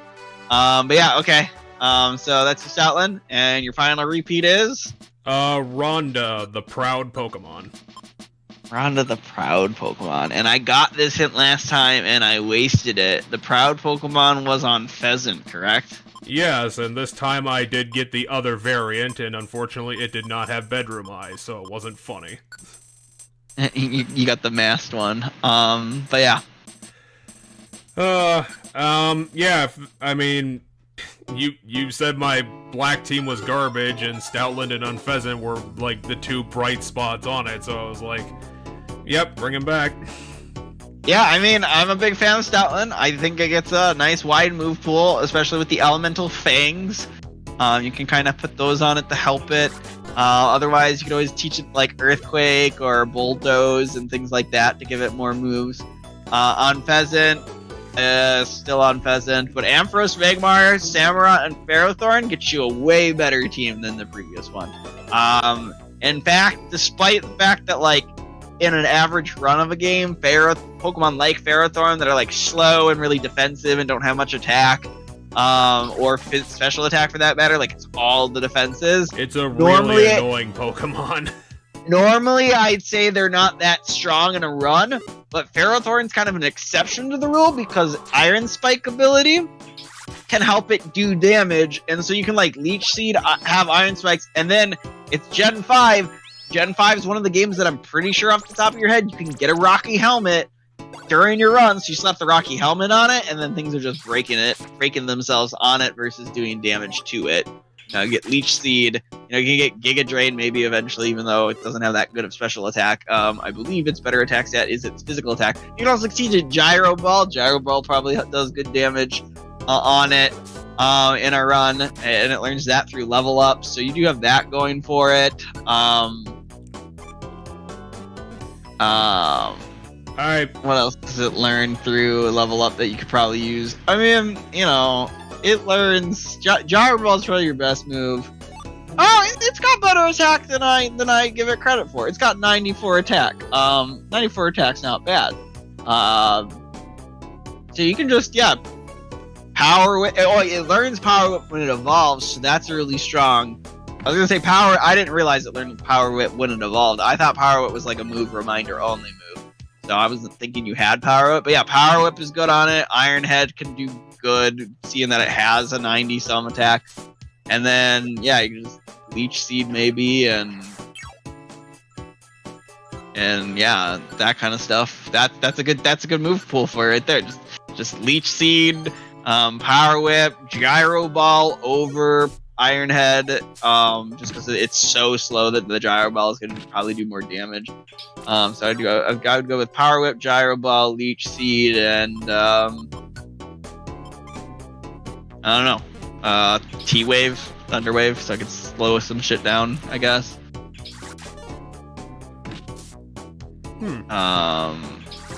Later gens, I'd give it Body Press in later gens. But Body Press doesn't exist in Gen 5 at this time. But yeah, alright, good team. I like this team. But a lot better than the first run of the Black and White games. Yeah, I think I really appreciated this team that I put together. Like I said, Samurott wasn't a super big fan, but considering I wasn't a fan of like any of the starters, I was like, I'll just pick another one. I don't really give a shit. And now we get to the game where guessing your teams just got infinitely harder. Yeah. Because Gen 5, while being, the 5th generation, doesn't have like I personally feel like the routes are slimmer, and they don't have a ton of shit on them. Or they have a lot more repeat of stuff as you progress. However, from Gen 6 on, routes get bloated. Like Gen 6, Gen 7, Gen 8, Gen 9 will have tons and tons and tons of options in a general playthrough of the game. You'll bump into so many things, even just on you could have probably 5 different teams just from the first 4 routes alone. You can get 5 different teams, no repeating members. So it is difficult for me to pin down these teams. So I'm glad I was able to get your last Pokemon, because these hints are going to matter more than ever now. Well, hopefully you'll be able to keep the train going because, hey, I mean, you did a hell of a lot better than I thought. I didn't think that the category idea was going to be so good for you, but at least you get to bring it into the hard mode part. Right? Okay, so... Because, yeah, we've hit hard mode. What game did you play? This was Y, because obviously being an edgelord, I went for the Deathbird game. This is Emily, the garden Pokemon. Emily, the garden Pokemon. I specifically named him Emily with the Pokemon E because I was like, I'm gonna make this Pokemon French and shit. Because you're in the French region. So, the garden Pokemon doesn't help me at all, except for the fact that when it comes to the concept of garden in Gen 6 specifically, one Pokemon screams itself at me, and if it's not this Pokemon, it's some grass type that I likely won't get. But if it's not this Pokemon, or if it is this Pokemon, I got it right away. Is it Florges? Yeah, Emily was my Florges, and I was a big fan of it. Because if it wasn't Florges, it was some grass Pokemon, and I was not going to be able to get the grass Pokemon from Garden. Like, I would just start guessing all sorts of random shit. Because, like, there's nothing in... Like, there's no... So one of the things that, like, helps me is there's a hot... Typically, for most people, and you have come to show me a lot of times that you can be the exception. You are a lot more the exception to this. Albeit I have started to notice, once we got to, like, Gen 3... It did start to happen a bit more. You tend to use, like most people, upon playing a Pokemon game, and they haven't played that gen before, they tend to gravitate towards the new Pokemon. So, or Pokemon of that gen, just because those are kind of more common in those games. We are at a point where it's going to be a lot harder, just because there are a lot more comeback Pokemon on every route. Yeah. But I'm gonna have to try to lean into using new stuff. Florges is a great Pokemon, though. I've never used a Florges in a run, though. Like, believe it or not, I have not used a Florges. But hands down, I would use a Florges. I think with this game, like, even just like obligatory wise, like I needed a Fairy type on my team.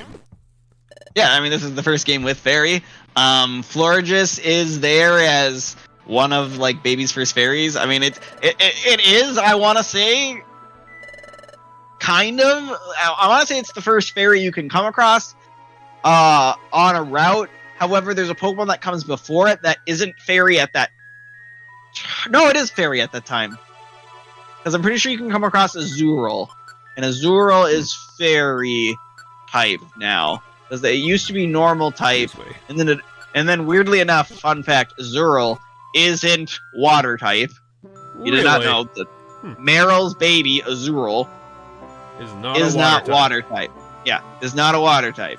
It was just normal. Now, it might be normal fairy, it might be fairy. I don't remember if they added fairy to it, or if they removed the normal and replaced it with the fairy. Because I know once it evolves, it's water fairy now, but before it might have been... Okay, they added fairy to it, so it is a normal fairy while it's a Azurill. Once it evolves, it becomes water fairy. I went and looked it up. I will say but that Pokemon's like 1 or 2 routes before. I will say that like, not like really perpetually, but multiple times throughout the game, I looked at Florges and it was like, why the fuck are you not double typed with grass? Why are you just a straight fairy type all the time? Yeah, so the reason for that comes a bit from its,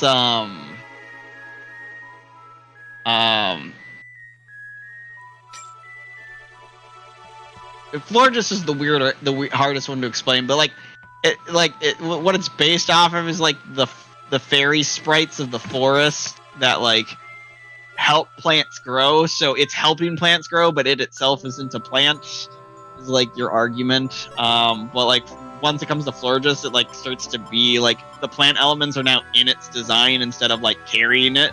Because both Flabebe and Floette are holding flowers. They're not actually the flower themselves. They're holding on to a flower. Yeah. similar to the fact that Farfetch is holding a leek, which is another plant. But Farfetch isn't grass type, right? However, Florges kind of merges with the flower, so it becomes a harder thing when it Florges. But that's kind of the best argument you have why they're not a grass type. But yeah, okay, so Florges was your first one. I can dig it. Florges is an awesome Pokemon. I think Florges is a Pokemon that I will one day use in a run. I just haven't gotten around to using it. Okay, so I think the next one's going to be kind of a wonky hit, but it's wonky. You might actually get this, because this is Anders, the Flame Pokemon. Anders, the Flame Pokemon. I'm pretty sure I know this one, because if I remember right, I found this wonky. Talonflame is the Flame Pokemon, is it not? It is not a Talonflame, but it is Fire Flying type. Huh! You got a double match. The hell is a Fire Flying type that isn't Talonflame? What? I could double check this, but I'm pretty sure I wrote this correctly. Oh, no, I know what it is. It's Charizard. Anders was my Charizard, and I did write it correctly. Well, so the reason why I was so dumbfounded is because, like, other than Charizard and Legendaries, which are, like, starter and Legendaries, which, like, normally you only get one starter, this game being the exception because it introduced Mega Evolution, and thus you've got a second starter in the form of a Gen 1 starter that would eventually Mega Evolve. Yes. So, yes. Florges is your Charizard is a Fire Flying type you can get in that game. Talonflame is... I won't look up what Talonflame is, because you might have a Talonflame. But this might be the game you don't, because you have its type already. So you might have benched it. But yeah, okay, go on. What's the next one? The next one is Henrietta, the Generator Pokemon. Henrietta, the Generator Pokemon. I feel like I know this one too. The Generator Pokemon's a weird one. Is it a Heliolisk? It is a Heliolisk, and... Yeah, so Helios is weird. I knew this one because it's weird, and the reason it's weird is because it makes sense once you think about it, but when you first look at the Pokemon, you're like, how is that a generator? And then you think of, oh, it's a solar, like, its whole thing is that it opens the frills and gathers, it's a solar generator, is what it is. Yeah, that's its design gimmick. But when you look at it and you just see the lizard, you don't think how is a lizard a generator, right? But then you think of the solar aspect with it, and you're like, oh yeah, it's a solar generator. Okay, so you had a Heliolisk. I will also say that Heliolisk was probably the biggest disappointment on my team. I was not happy with it. Yeah, it's got some pretty low base stats, and this is a game where you can get some pretty strong Pokemon pretty easily, like base stat wise, and it's got some pretty low base stats, and it's pretty frail, so like, it's got 109 special attack, and 109 speed, but yeah, it's still, like, its defense is 52, its HP is 62, so it's pretty frail. And if you're not teaching it special moves, like you teach it a physical move, it's physical, and without realizing its physical attack's only 55, so it's pretty frail. All of its special stats are its better stats. Base 90s, like what I consider like usable when something gets to base 90. That's like, if it's got base 90 special attack, like I know it's gonna be able to hit enough. Its special defense is base 94. Its special attack is 109. Its speed is 109. But yeah, I've also used the Heliolisk in a run before. And yes, I agree with you. It's just too frail. It is the problem I had. It's too frail. It was the Pokemon that let me down, because even in like dumbass easy mode gen game that this is, it let me down when I needed its type matchup because it got killed. Wow. But next is Sally, the Constraint Pokemon. Sally, the Constraint Pokemon. This one might trip you up. Is Malamar the Constraint Pokemon? It's not Malamar, but it is a Psychic type. Okay.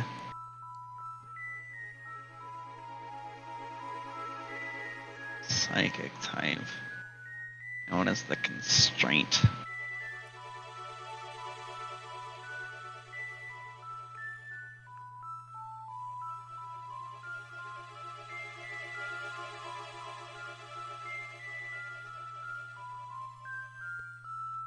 Well, luckily, there's not too... Like, psychic types dwindle it down enough, and I was able to get psychic right away. To the point where I think I might be able to get it. So here's the kicker and why I think this one helps mix me up. The word constraint can mean to like hold someone back, but it also can mean to like refrain oneself. Like you can have self-restraint. So my mind says maybe it leans into the idea of that kind of like meditative, like you have constraint. So that's the wonky part. God, what would it have been though? There's so many psychic types still. Not enough to whittle it down, but I think in 5 guesses. Oh, were there any repeats on this team? Nope, unfortunately. I don't remember if you said. Okay, that helps me a lot because I know Gothitelle is somewhere in this game pretty early again. So my brain was thinking maybe you did Gothitelle again. Okay, so I'm gonna go with my next guess for constraint, and I'm not confident that this is the constraint Pokemon, but like it's really hard to know what the fuck could be the constraint Pokemon, and that's I'm gonna go with Meowstic. Well, you instantly got it.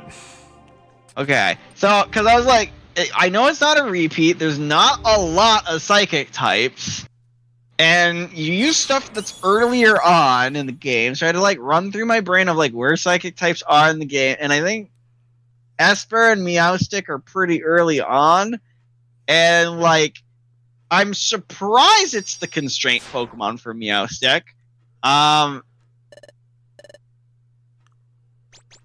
Oh, hold on. This comes with an interesting dialectical thing that now I never really noticed that I have to look up. So, I think I got there the wrong way.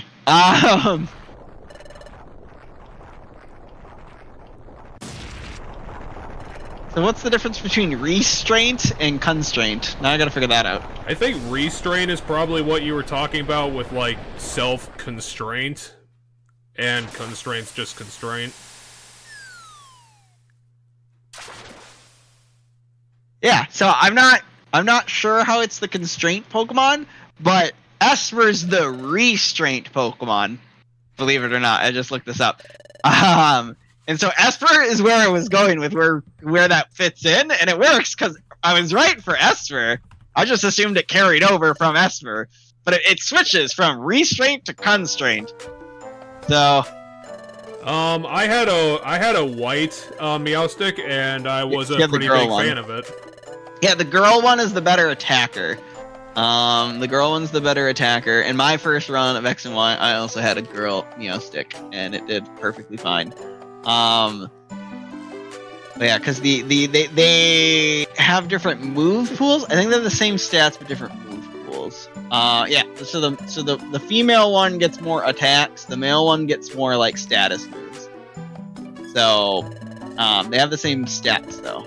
I know they play with this gimmick a couple times in these next couple gens where they do like a gender flip of 2 Pokemon, and like one is a better attacker and one's a better support mon, but some of them change their stats. This one doesn't change its stats from what I'm looking at. It does, however, like it learns a lot less attack moves on the male version versus the female one. The female one learns Shadow Ball. The male one never learns Shadow Ball. The female one learns Future Sight. The male one never learns Future Sight. The male one learns the psychic moves that matter, which is Psyshock and Psychic, because you're gonna use one of those two. The female one learns more attack moves, but she also learns the status moves. I'd argue are the status moves that I would use on a Pokemon for a playthrough, which would be Reflect and Light Screen. Like I would consider using Reflect and Light Screen, and Female learns that as well. So they both learn the moves that matter. So I guess there's really no reason to ever use the male one. Looking at the male one's move list, because the status moves the male one learns aren't that the female one doesn't learn are not useful, except for I guess the male one learns Helping Hand. Female one doesn't, and maybe in a doubles battle situation you might want the Helping Hand. But literally everything else that the male one learns, I'd rather have the female one, because the only moves that on the male one that I'm like, yes, I would want that potentially on a Pokemon during a run, even though it's just a status move, is Light Screen and Reflect, and the female one still learns Light Screen and Reflect. So a good move pool for that, something I might have if I would bring the female one, I might just do Light Screen, Reflect, Shadow Ball, Psychic, or Shadow Ball, Psy Shock, and then Light Screen, Reflect. So yeah, all right, good Pokemon. I enjoy. Cool. I think the next one's probably going to be a no-brainer, because this is Shino, the ninja Pokemon. So this is your this is definitely your Greninja. Yep, Shino the Greninja, because obviously I am a shameless fan of being pandered to by Smash. Yeah, so there you go, you got the Greninja. So I got 5 of your Pokemon. So I've gotten all 5 Pokemon. I'm surprised. I've gotten all 5 for this generation so far. Well, this next one might be the one to trip you up, unfortunately. This is Wendy, the Daunting Pokemon. Okay, so I have no idea what Daunting's gonna be, but for whatever reason, I swear to God, you told me you used this Pokemon and I remember it. Is it a Diggersby? Normal ground. I'm wrong, so that answered that, because you would have immediately said yes. Normal ground, though, is the type for. No, but it's not a Diggersby, full stop. Okay. For some reason, I remember you told me you used a Diggersby, but maybe that was a different game. And then I know you used a Pangoro in one game, too, but that might be a different game, because Pangoro is pretty early on in some of the other games. So I'm just going to go with Pangoro as my second guess, Fighting Dark. Wendy was my Pangoro. You got it second try. And this isn't because of the definitions of the thing. These are just Pokemon I remember you told me you use that are from this gen. And I might be misremembering the Diggersby. Maybe you never used a Diggersby. But you definitely used the Pangoro, because I do remember you using Pangoro. So there you go. I got this whole gen. I know I didn't really catch a Bunnelby, so I'm not really sure why. Maybe I just thought you did because early route again. Anyway, yeah, this whole team, copy paste. Like I would use all of these Pokemon except for Heliolisk, and only because I had the same experience you had with Heliolisk. I'd just replace Heliolisk with something else. Trying to see if you have any glaring weaknesses. You really don't. You have a pretty decent team here, especially for a Gen 6 run. Gen 6 no skill run. Gen 6 is a game where I literally believe if the first move on your Pokemon is an attack button, with the right Pokemon in your lead slot, I feel like you can get through the entire game just by walking from Pokécenter to Pokécenter, hitting the attack button every single time, like there's just the one attack every single time, and just healing up at the Pokemon centers when needed, and you'll win. Like, you won't have any trouble. It's just the one attack move the whole game, same Pokemon, and I honestly believe you can beat the game that way. But yeah, Meowstic was a solid Pokemon. Greninja was obviously solid. Pangoro was, obviously able to punch things. Charizard's just good, and in spite of Florges being a little frail, she could dish out the damage. Really? Florges a little frail? I'd say a little bit, but, not like Heliolisk, like fucking, you could just poke him and he'd fall over. Oh, now I gotta look up. Oh, I guess her physical defense is 68. Here's the reason why when you said she's frail, I was like, what? Here's her special defense. 154. Wow, that's Her really special good. defense is 154. So I was surprised that that you thought she was frail, because she has good special defense. That is what I know this Pokemon to be, is good special defense. You've got 115 special attack, a usable special attack. But yeah, so cool. Now we move on to your Sun and Moon team, I guess. And I'll say that the next 3 teams, probably appropriately, are pretty interesting in comparison. I think I had a little bit more fun putting these things together. Okay. Again, this one might be level 1, level 2 quiz difficulty, because this is Bruce, the Stag Beetle Pokemon. Okay, so I'm gonna guess a Vikavolt. Yes, Bruce was my Vikavolt. I saw a Vikavolt on, I think he was a prominent team member of Guzma, I think, his team? Yes, yep. And I was like, I want that fucking guy on my team, because that thing destroyed my whole team. And so you lugged the Charge Bug all the way through the game, from the first island all the way to the last, so that it could evolve into a Vikavolt. I think I might have actually, like, put in the work, because I was like, I don't know why the fuck I would have thought, but, like, where the hell does Vikavolt come from? And I was like, it comes from Grubbin. I picked up a Grubbin ages ago, and it's been sitting in a box. Now I gotta fucking do all this work. So here's the thing, that you might not have known then if you did this later in the game. So Grubbin evolves into Charge Bug evolves into Vikavolt, but however, the way Charge Bug evolves is because of a magnetic, like, field that, like, affects it, that's only on the 4th island.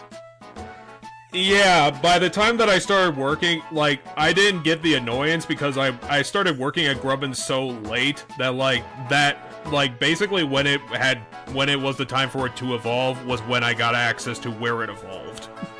Gotcha, yeah. So for example, I know people who didn't know when Vikavolt evolved and they wanted it, so they went through the whole game lugging around a Charge Bug. Or I had one friend once upon a time, to test himself in this game, and I think it was still his first run of the game, but it might not have been his first run of the game. He did an all bug team. Like, wow. Every single one of his Pokemon was bug type, and it was rough for him because a lot of bug Pokemon have low base stat totals. Bug as a type has the lowest average base stat totals across all types. So while bug is not actually a bad type wise, it's really hurt by the fact that so many of its members have low base stat totals. Vikavolt has a good base stat total at 400. Still not the best.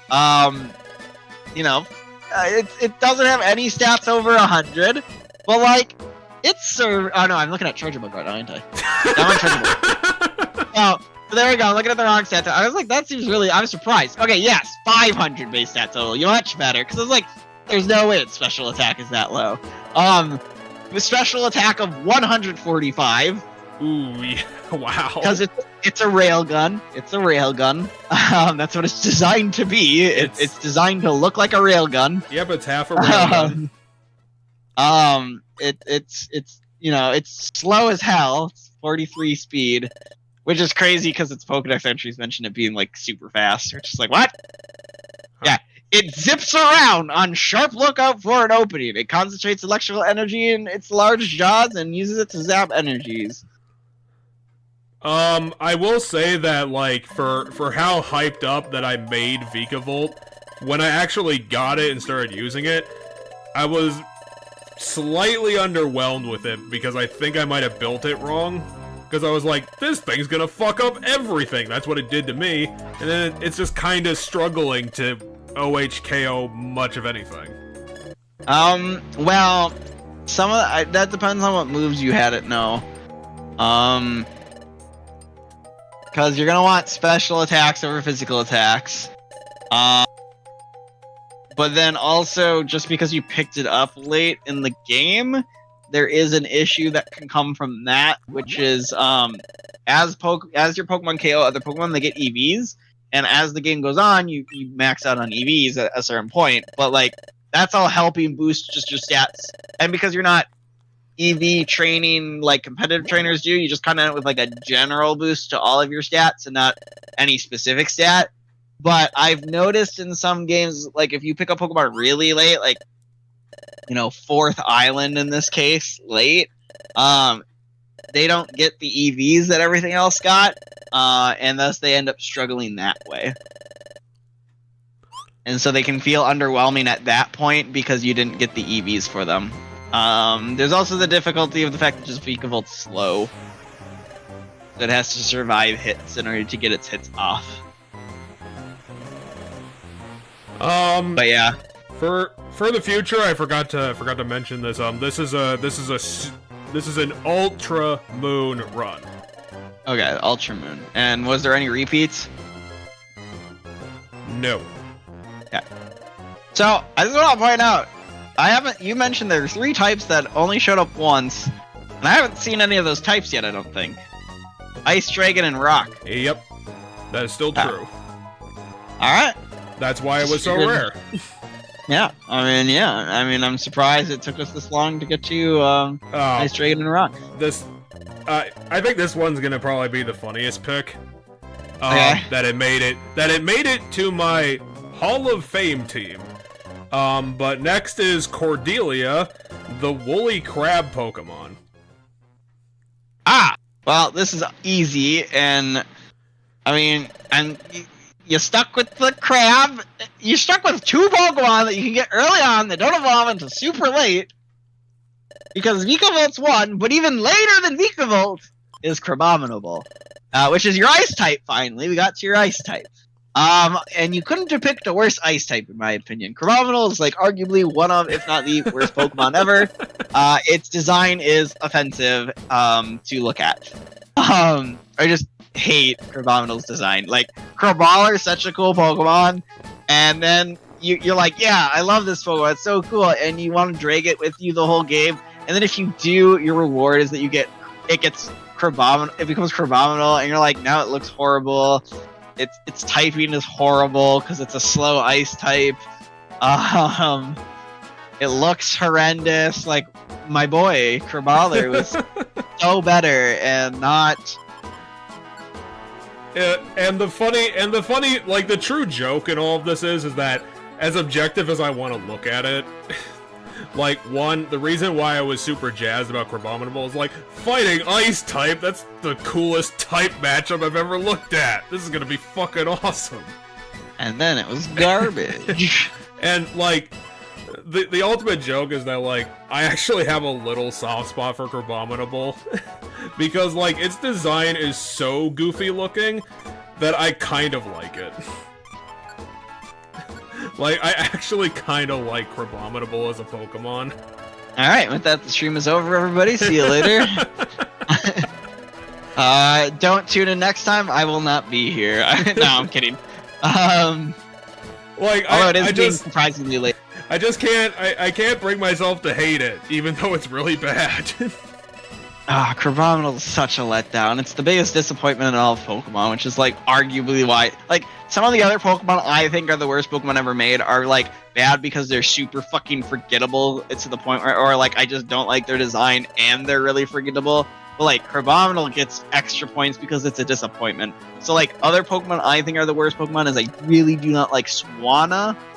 I think Swanna's ugly. I think Swanna's ugly and also super forgettable.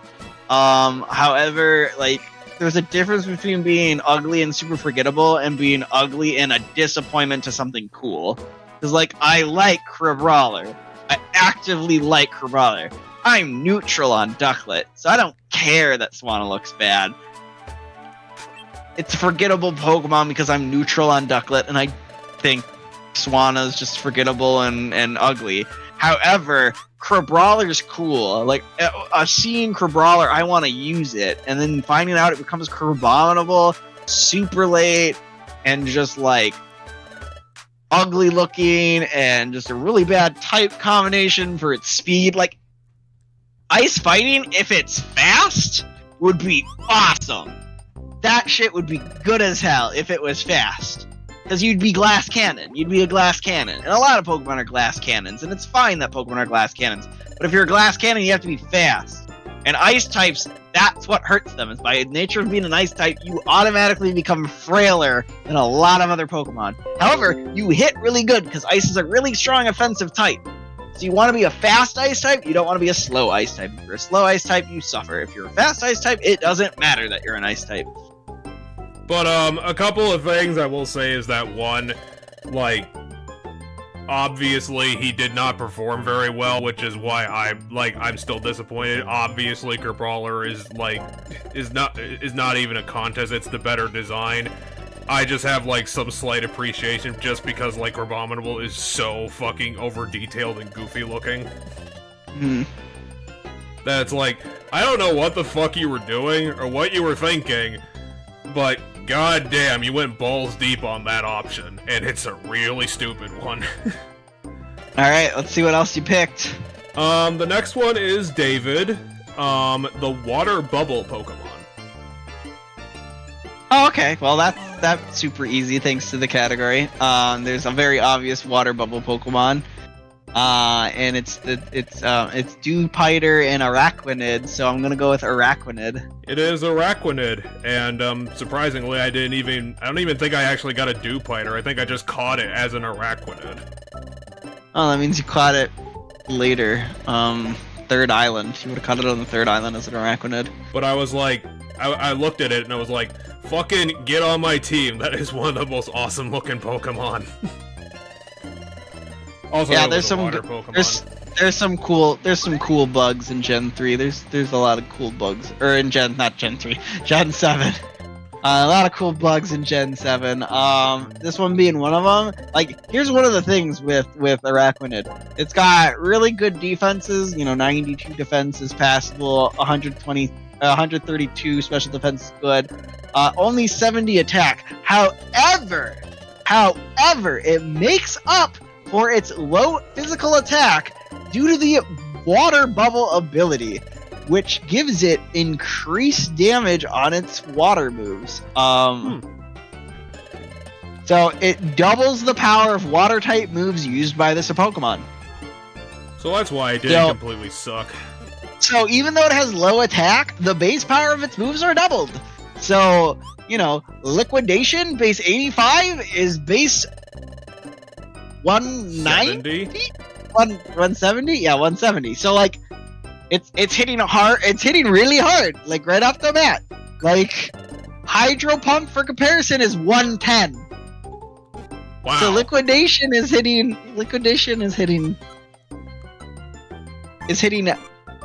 harder than a Hydro Pump from most Pokemon. Now, you gotta remember on top of that is Stab. Now, Stab works is it's an extra 0.5 bonus. So your ability is doubling your water moves. The fact that you're a water type, so you're getting 2.5 times all your water moves. Whatever the base power of your water move is, you're getting 2.5. So he's putting up the big numbers. Yeah, you're getting 2.5 whatever the number is instead of 1.5. Which is what a normal water type would get without this ability. It also halves the damage of fire type moves, meaning while you are bug type, which would normally be weak to fire, you resist fire normally.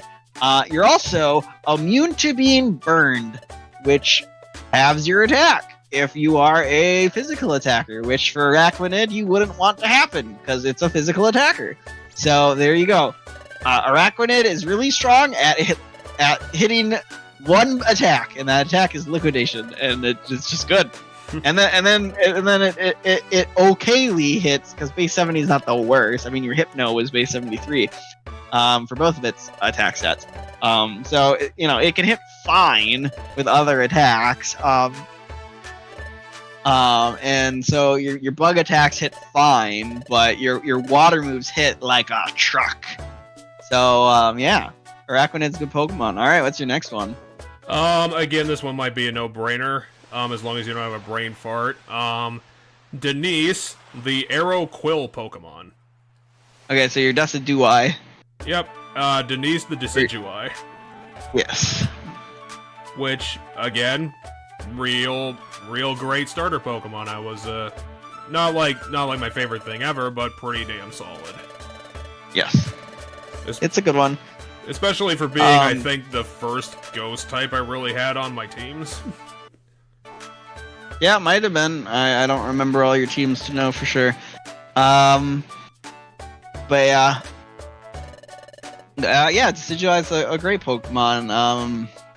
You know, Spirit Shackle's a fun move. You know, you get flying moves in there without having to be a flying type, so. Oh, yeah.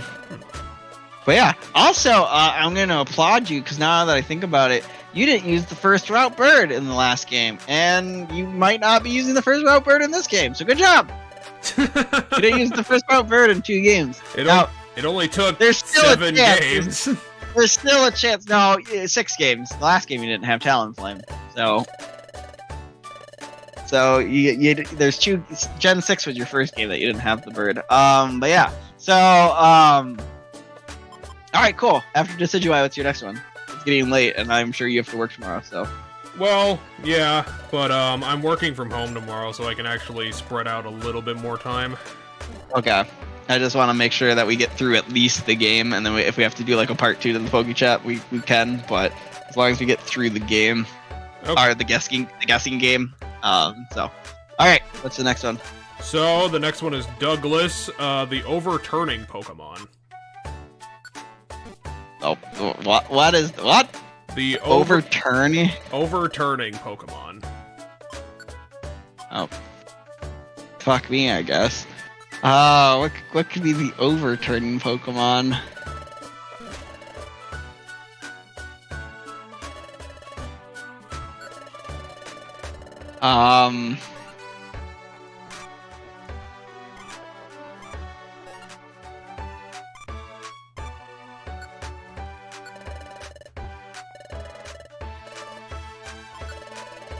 Is it Mudsdale? It is not Mudsdale, no. Not a ground type? Nope.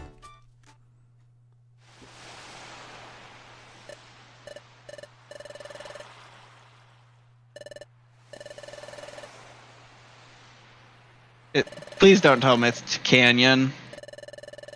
No, it shouldn't be Canyon. Alright, that's normal flying.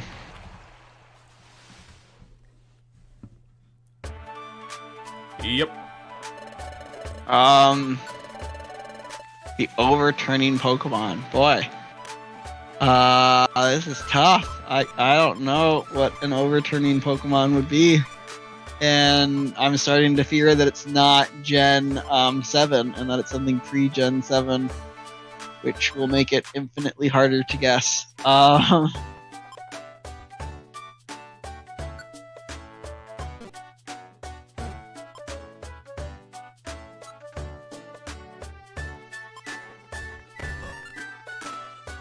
Is it a Passimian?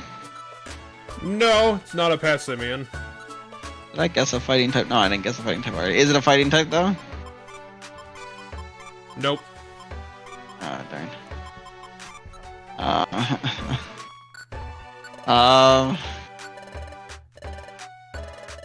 It's not a normal type, because I already guessed a normal type. Oh, fuck. I have no idea what an overturning Pokemon would be.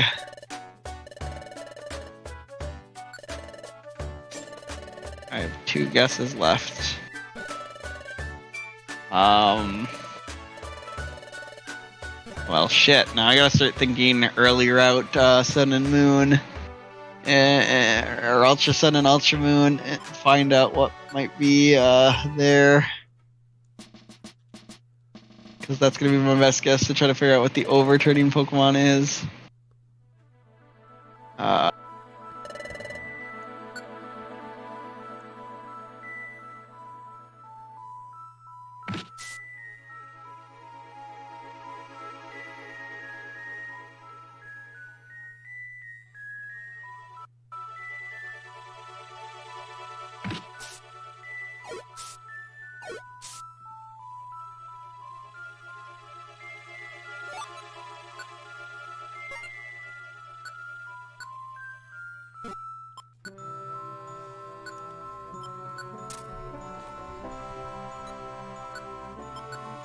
Gotta get real deep in the old Rolodex.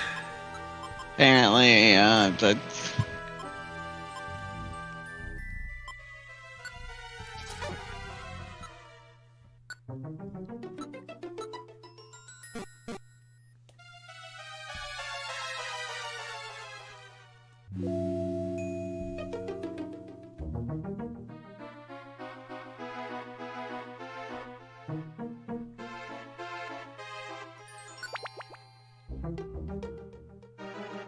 Christ almighty, I have no idea what the overturning Pokemon would be.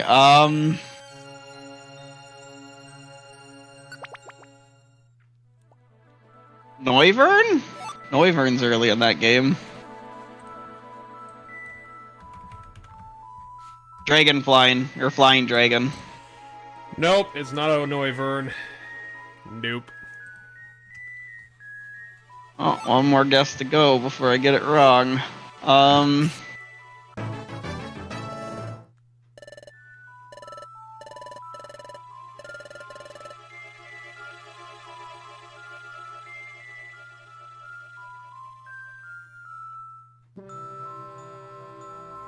Is it a Malamar? Well, he did it. He managed to do it. Okay, so I was thinking, I was like, I swear he used a Malamar. I was thinking back on things I was guessing earlier, and then I'm like, overturning, topsy-turvy, you have to turn your DS upside down to evolve it. I was like, overturning, that might be it. That's was like Malamar. So we did it, we got it on the last guess. Malamar was a very interesting Pokemon. I have never heard of a Dark Psychic type before. I mean, it might be the only... There might be another Dark Psychic type. Let me go look. It... Obviously, it did... I don't think it really focused on punching things. I think it was more just, doing wave attacks and psychic things. But a strangely solid Pokemon. Hoopa Unbound is the only other, Psychic Dark Pokemon. Well, the only other Pokemon that's Psychic and Dark. It's not... Because Hoopa Unbound is Psychic Dark, Malamar's Dark Psychic. So... The primary and secondary types are switched on them. But yeah, no, yeah, Malamar's an interesting Pokemon. It is a physical attacker, something that I doubt you knew. But it, you can probably get it to work. Its whole gimmick is that, stat downs become stat ups. So, you want to use superpower on it to boost your attack. And then you use moves like Psycho Cut or Night Slash. Stuff like that. So, that's its whole gimmick, is that anything that would be a stat down is a stat up on it. Because it's the contrary. It's like the Pokemon that is built around the contrary ability. Which you might have had Suction Cups, though, because you can get Suction Cups. You might have had Suction Cups as your ability. But hopefully you had contrary, because Suction Cups is, useless. Something tells me I probably did. Yeah, it's all stat downs become stat ups. And all stat ups become stat downs. With contrary. If only I could remember what Suction Cups actually did. Suction Cups means you can't get forced out of battle. A brilliant ability. Yes. One for the ages. Which is very often not needed in almost all cases. Even in competitive, it's... there's times where, you can be yeah, okay, I know this Pokemon's gonna be carrying Whirlwind, or, I know this Pokemon's gonna have a switch-out move. But, most of the time, Suction Cups isn't... It's on so few things that it would matter when it does come up. In the cases where, it would be beneficial to have it, you, still would rather have something else. Okay, cool! One more Pokemon on your team for this game. You get to hold on to your streak. Yeah, I do. This is Rodney, because apparently I was very bored during Ultra Moon. The Scorching Pokemon. Scorching Pokemon? Scorching. Oh, Jesus Christ, that really narrows it down. I mean, it's the fire type, at least I know that. I just have to figure out what Scorching would be. Which, there's a lot of Pokemon that I feel could be Scorching.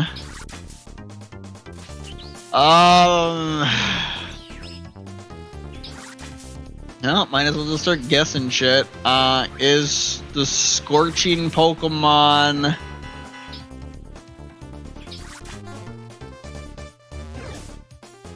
Christ almighty, there's so many fire types that it's just like, well, any of these can vaguely be the Scorching Pokemon. Did you use Macargo?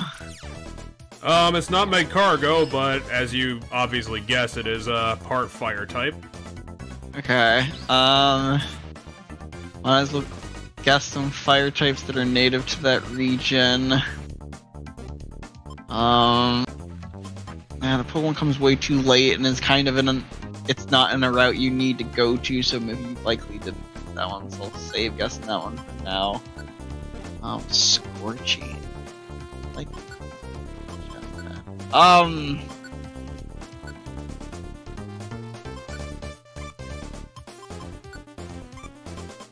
Shit. Here's another thing. I don't know if... Do regional variants... Yes, regional variants I'm pretty sure do have different categories. Is Alolan Marowak the Scorching Pokemon? Nope, it is not. Okay. And that is a fire ghost type. Yes, yep. Okay.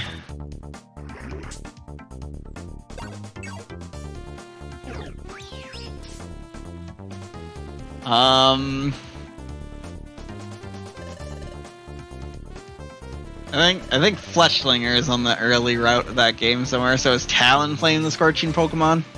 Rodney was my Talonflame.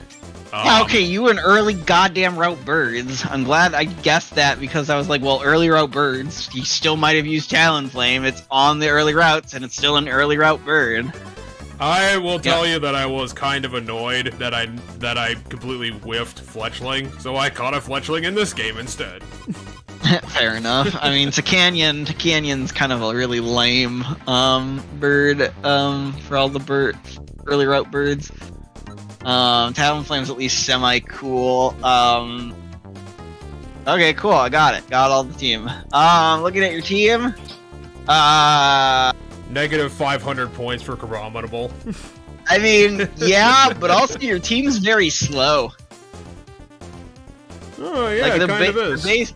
The base speed of all these Pokemon isn't very high. Weirdly enough.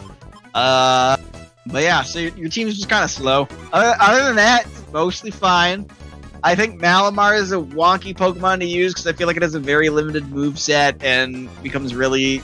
you have to get superpower and stuff because it does have not that great attack stats. So the superpower you have to kind of use with the contrary ability to up that, and then you have Psycho Cut for your best stab move, and then you have Night Slash, I guess, for your best dark move. Decidueye is perfectly fine. Araquanid, I think, is fine to use in a run. It's harder to use in competitive Pokemon, but in a run, I think its ability is strong enough that it can carry it through a normal run. Crabominal's garbage. Vikavolt comes super late in the game for me to ever actually consider using one. At least in this game, because later it evolves with a Thunderstone, and then I'd consider using one when it evolves with a Thunderstone.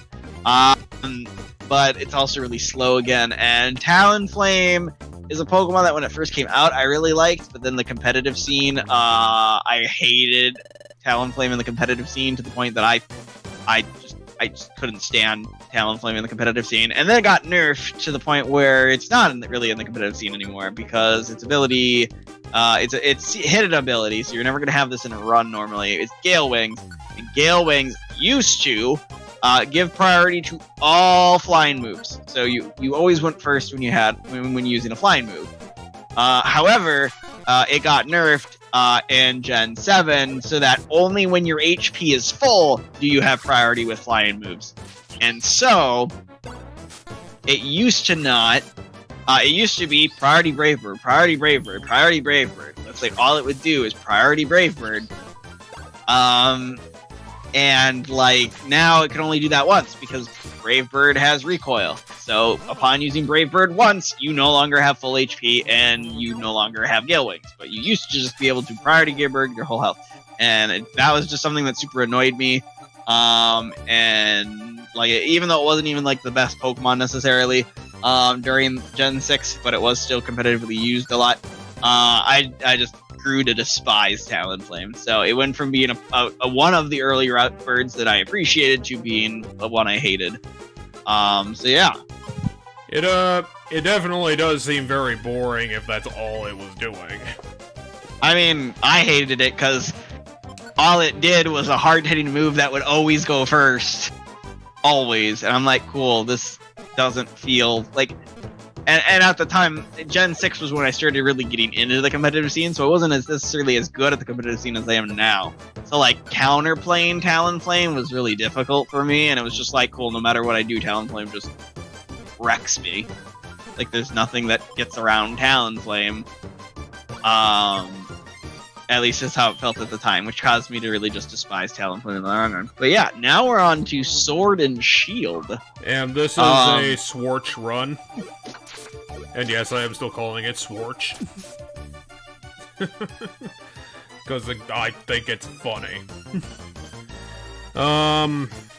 Okay, so first one in alphabetical would be Amy, which is I believe that would be the Axe-Jaw Pokemon. Okay, so that's your Dragon type, finally. We finally come across your Dragon types, because that's a Haxorus, if I ever heard it. Yep, Amy was my Haxorus, which I kinda cheated in because I got it during the second high-level DLC, just because. I got it as its second evolution, but it was so high level that I think I just had to rare candy it once and I had a Haxorus. Which I was like, you know what, I never really used a dragon type, that thing looks cool, I'm gonna put him on my team. And obviously she carried pretty heavy. But, oh, I forgot to tell you, obviously it wasn't applicable. There is a repeat on this team. Okay, there's a repeat on this team. Gotcha. The next one is, Bolts, the Bronze Bell Pokemon. Oh, okay. So there's your repeat. Your repeat is Bronzong. Yep, because Bronzong, again, saved my fucking ass. In this game, too? No, he was just kinda generally good. Okay, so, but he saved your ass in that game, and that awarded him a second go. Yeah, because, you know, if a Pokemon's good, why the fuck not give them a...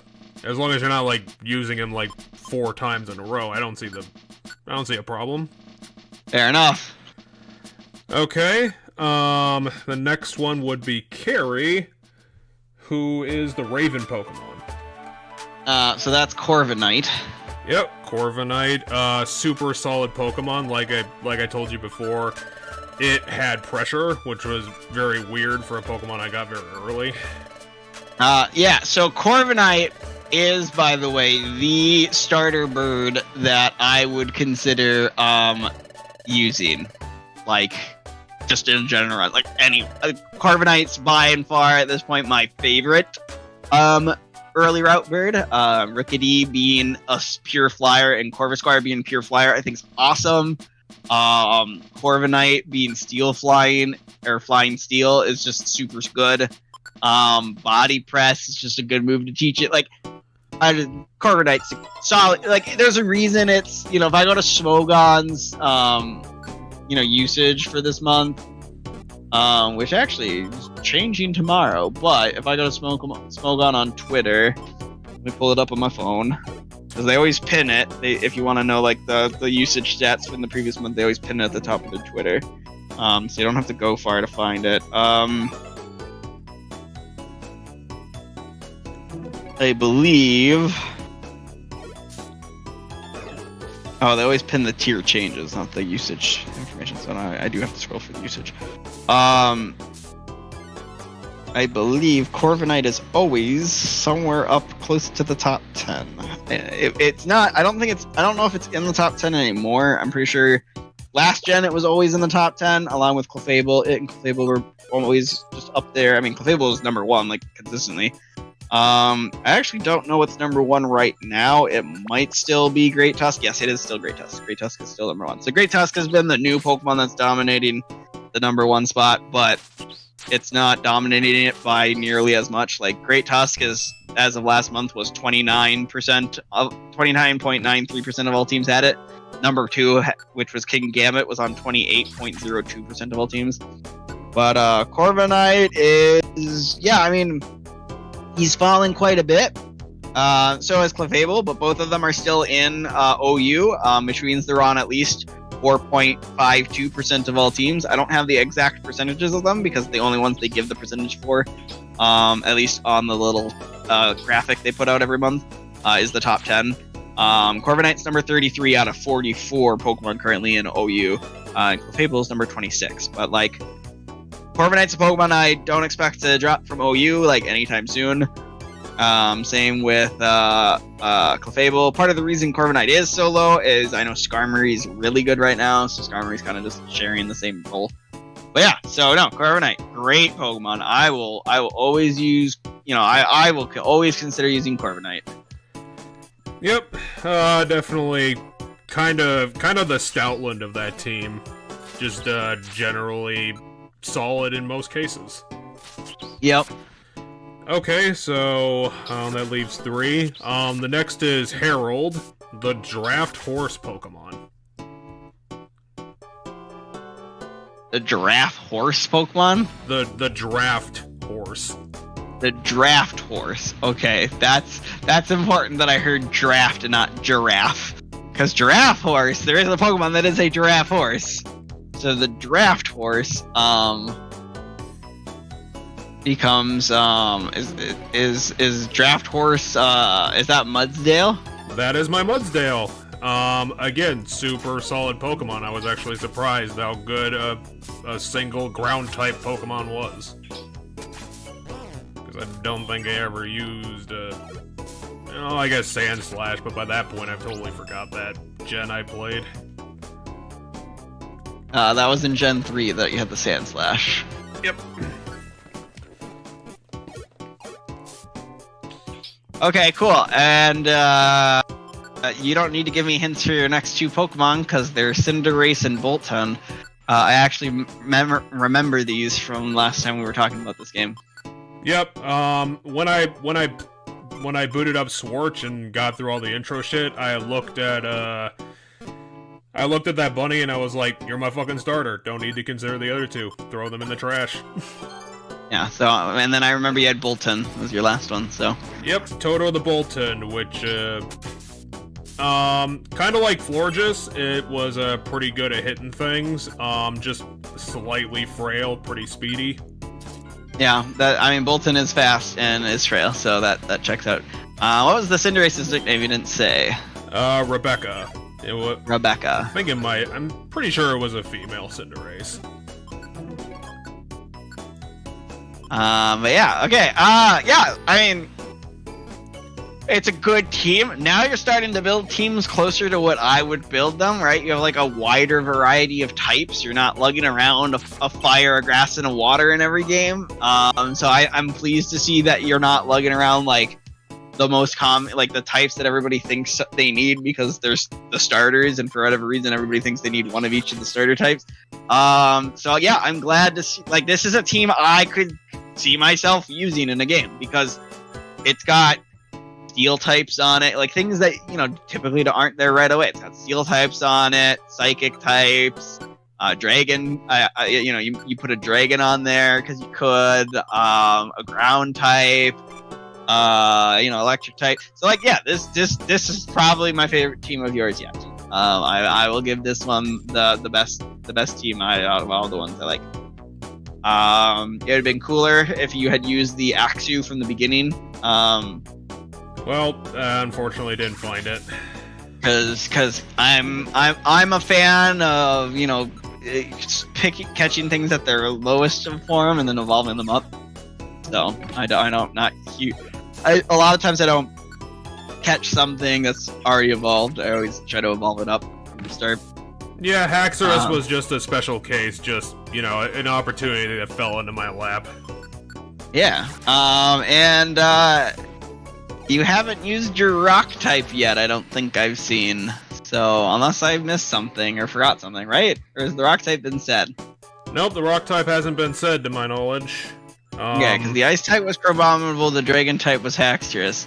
So, Now, I will say that, obviously not to spoil anything, but, like, the Gen 9 team has I kind of put a special place in my heart to what I put together. yeah. Obviously you're not going to offend me if it turns out to be complete garbage, but I think it came together very well. Yeah, I'm excited to see, because this is the one where I don't know if I know anything about any of it, because I think this is the one that by the time you did this one, you knew you wanted to play this game, so, I don't think we ever went over this one, so I know we went over that's how I was able to remember the Cinderace and the Bolton, is because I remember that we went over this one, so, yeah, okay, let's go into Gen 9, So, if you don't remember, this was a Violet playthrough, and we're going to be starting off with Freddy, the Magician Pokemon. Okay, so the Magician Pokemon, if I had to take a guess, is Meowscarada. Yep, Freddy was my Meowscarada, which throughout the entirety of playing the game, I've misspelled as Meowscadera. That I only found out was wrong today. Meowscarada, yeah. So, yeah, I mean, so, talk about a set of starters that are all really strong for the most part. I'm not a huge fan of the visual design of Quacklevel. Oh god, that thing looked completely ridiculous. I am glad I did not pick that Pokemon.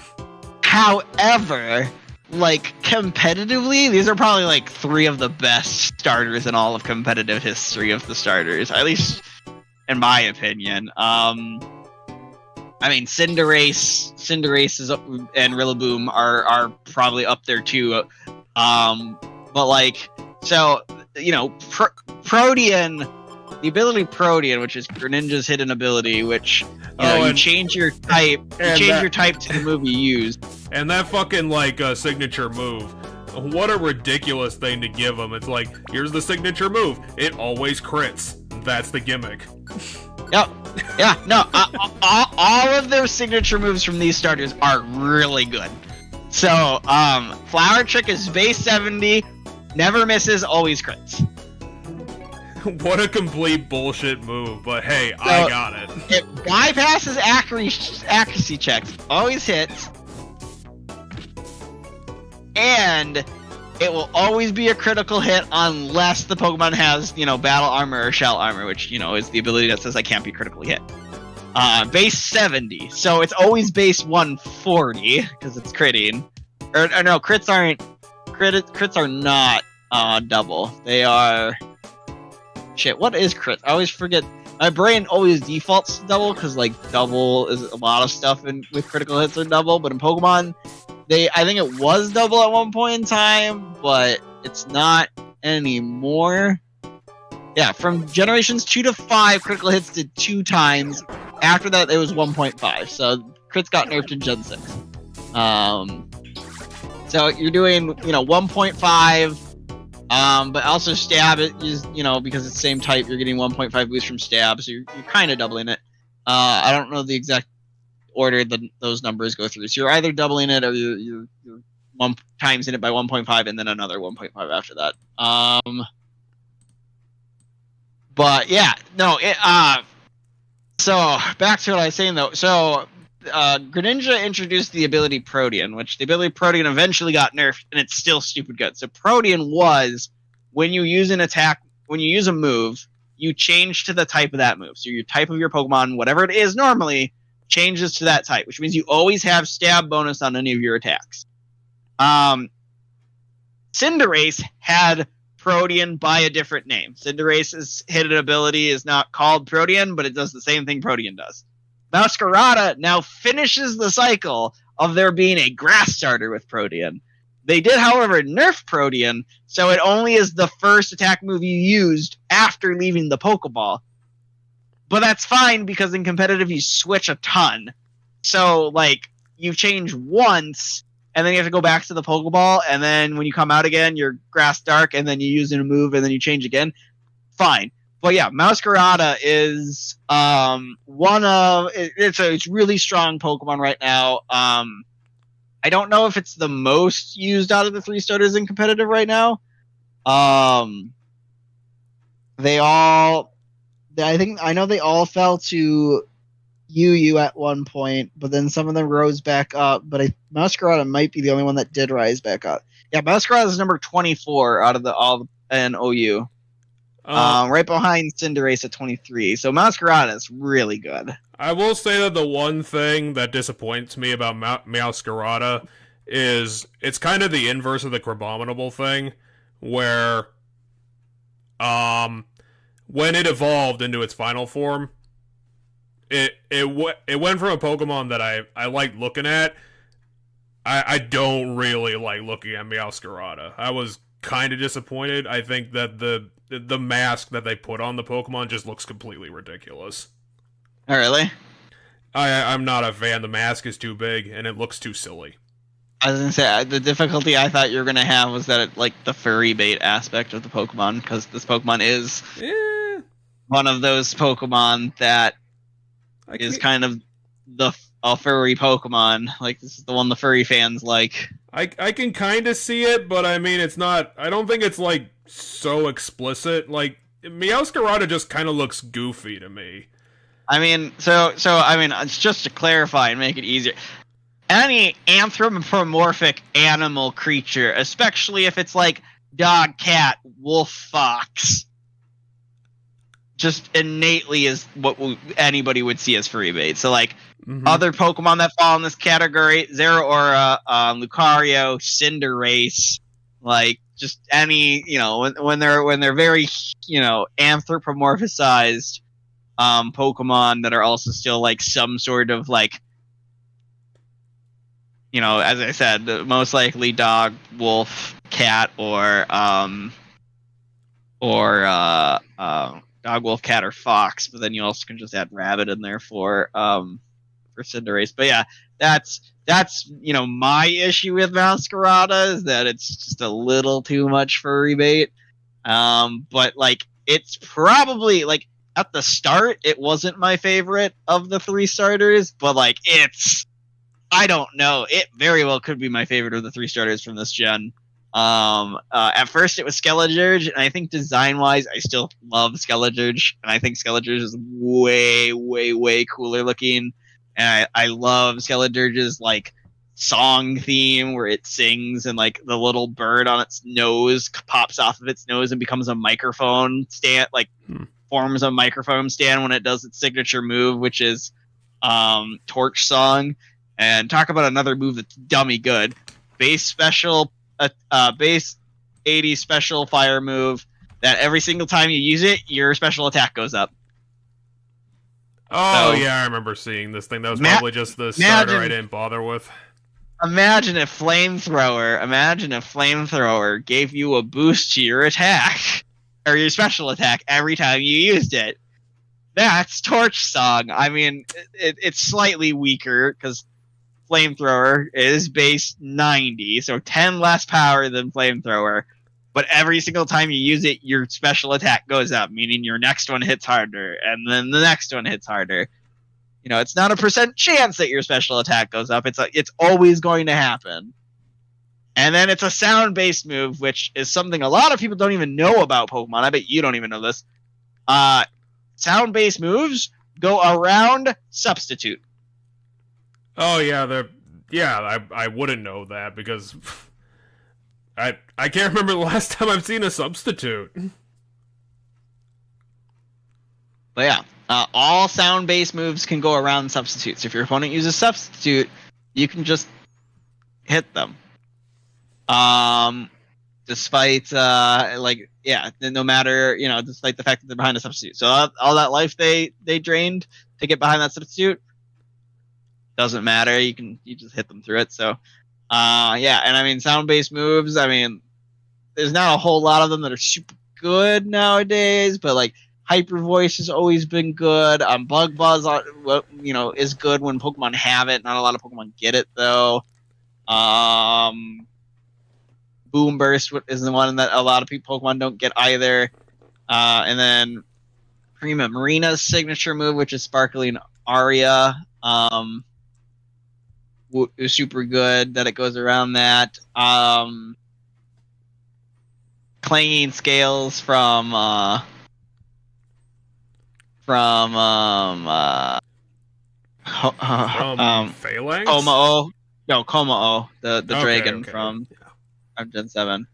And then Overdrive from the Punk Electric Toxicity.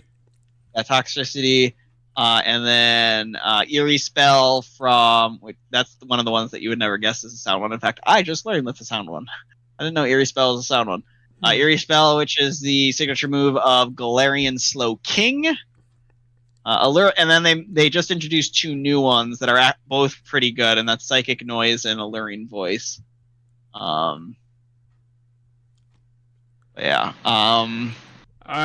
I will say that, like, I am very glad that I just did not accidentally pick the water duck Pokemon, because, like I said, when it evolved into Quetzalcoatl, I was like, I am very glad that I did not pick you. You are a ridiculous-looking Pokemon.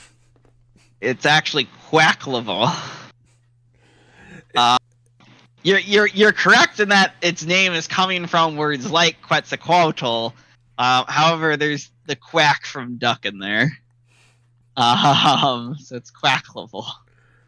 At least that's how I've always heard it pronounced. I just owned the Pokemon instantly every time I saw it and moved on. But yeah, its name may be a combination of the Portuguese onomatopoeia for duck sounds, which is quaia. Huh. The word aqua and the word carnival.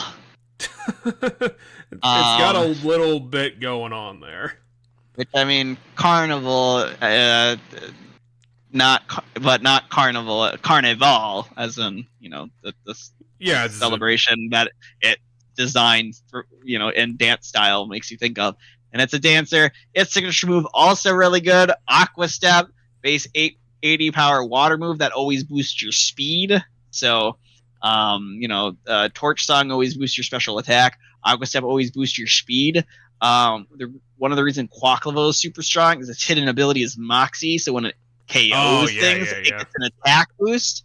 When it KOs things, it gets an attack boost. So now you combine the two with Aqua Step. If you KO something with Aqua Step, you get an attack boost and a speed boost. So you just set yourself up to sweep by killing stuff with Aqua Step. So yeah, really, really, all 3 of these are just really strong Pokemon. I'll agree that I'm not a huge fan of Quackleval's design. I think with that in mind, I'd probably say I'd probably have to like dunk this down to like 2nd or 3rd of the favorite starter sets. It's just there's some not great stuff in there, but they're all really great. I would still say. At least it's got the mechanical thing to back up some quacka. Yeah, the weirdness that's Quackle. I was gonna say the weirdest designs out of all of them, Quackleval's the worst design in my opinion. Then it's Quaxwell, the middle design for that line, and then Crocolore is kind of a goofy looking Pokemon, but other than that, it's fine. That's the middle one from the fire line. The Fuecoco. Yeah, the Fuecoco. Fuecoco is definitely my favorite of the first forms of the starters. I think he's that little dum-dum. That's what his look makes me think of. It's like, you're not very smart, but I like you. He's very dopey, but when I got a look at Sprigatito, I kind of had the same reaction to the fire bunny that I can't remember its name. I was like, Score Bunny. I was like, you are so adorable. I need you right now. You are such an adorable Pokemon. Yes, no, it was difficult. I mean, I like out of the 3 main ones, I think Fuecoco's the cuter one. But like as I said, fully evolved now, it's tough decision between Skeledirge and Masquerada. Masquerada is so like. I played through this game twice now. In one game I did Skeledirge, and the other game I did Masquerada. And like, man, I just like both of them so much. And like competitively, they're both super good. Skeletor's hidden ability is unaware, meaning it ignores stat changes of your opponents. So it's a really strong, tanky Pokemon that can ignore your opponent's setup, and then its main attack sets it up because every time it uses its Torch Song, it gets a special attack increase. So it's just really good all around. I mean, I personally think Gen 9 just has a lot of good Pokemon, like good designs. I'm a big fan of a lot of the Pokemon in Gen 9. I think Gen 9 really knocked it out of the park. Design-wise, I think, however, that sadly the game itself has some issues. We'll get to that, and we'll probably have to set up a part 2 at some point since time. But let's get through this guessing game. Yep. So what's the next one? This one's gonna be interesting. This is Hades, the Fire Blades Pokemon. Okay, that's a dope one, and now your team is starting to look like literally my current team on my which game did you say you were playing? This was a Violet run. Okay, so yeah, my Violet team has these 2 Pokemon on it. The next one is Ceruledge. Yeah, good old Ceruledge. Which is I can see what they're trying to do. Is just kind of a wonky name, but like Ceruledge, not Ceruledge. Yeah, you're adding a syllable in there. It's Ceruledge. It's trying to be Edge and Cerulean at the same time, and it's kind of weird to say, but I like this Pokemon on my team a lot. Like Ghost Fire, I was like, this is gonna be a good one. Oh yeah, no, it's super cool. It's one of the members of my team currently. I forget all of the members of my team in that run. I'm gonna do the DLC still probably with that run, so I'll continue using those Pokemon. Ceruledge was one of my Pokemon. My starter in that run was Masquerada, and then my third Pokemon that I used and was super enjoying. So I'm pretty sure at one point it was these 3 Pokemon plus 3 dogs, but the 3 dogs didn't all make it. Because I think I had 3 dogs and then I had these 2 Pokemon. But I know I had Ceruledge, I had Masquerada, and then I had Gallade. Were my three of my Pokemon, and the dogs, I think I had Mastiff as one of my dogs, and then I think that dog stayed with me, but the other 2 dogs disappeared. So, you want to keep going about your benched Pokemon? Nah, my first run of this game was my team was. I can tell you what my very first run of this game was. Which was I did Scarlet as my first run, and I did Skeledirge. It was Skeledirge, Tinkaton, Skeledirge, Tinkaton, Parafarig, Annihilate, Clogspire, and what was my last one? You know, it took me because I just completely threw the Pokemon out of my mental space forever. It took me until Fairy Giraffe to realize that Girafarig was a palindrome. Wait, really? Yeah, because I'd never fucking thought about Girafarig before. That's its whole gimmick, is that it's palindrome. Yeah. I don't remember what my last Pokemon was. It'll come to me, I guess. But yeah, so it was the Toucannon of this game. No, it wasn't Kilowattrel. I know it was gonna be Palafin, but then like the way you evolve Palinfim or like Finizen was like really wonk and difficult to use, and it just died every 2 seconds. So I like switched it out for something. And then whatever the Pokemon is that I'm forgetting, I'm pretty sure I switched it out for Great Tusk in the end. Because I didn't know it at the time, but you can catch Great Tusk and Iron Treads, depending on the version of your game, before the Elite Four. All the other ones you have to wait until you do the thing. But Iron Treads and Great Tusk, after you do the trial where you fight them, they one of them, only one, will spawn in that area in a crowd of Dawn fans. So then you can just go up and catch the Great Treads or the Great Tusk. It's trying to hide amongst its own, and very badly. I grabbed the Great Tusk, but I grabbed it in the post game, and I don't remember what it replaced. And my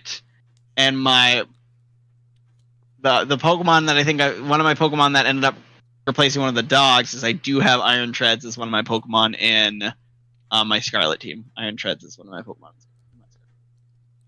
Oh yeah. Anyway, what's the next one after Sailage? This is Kevin, the Embrace Pokemon. Embrace.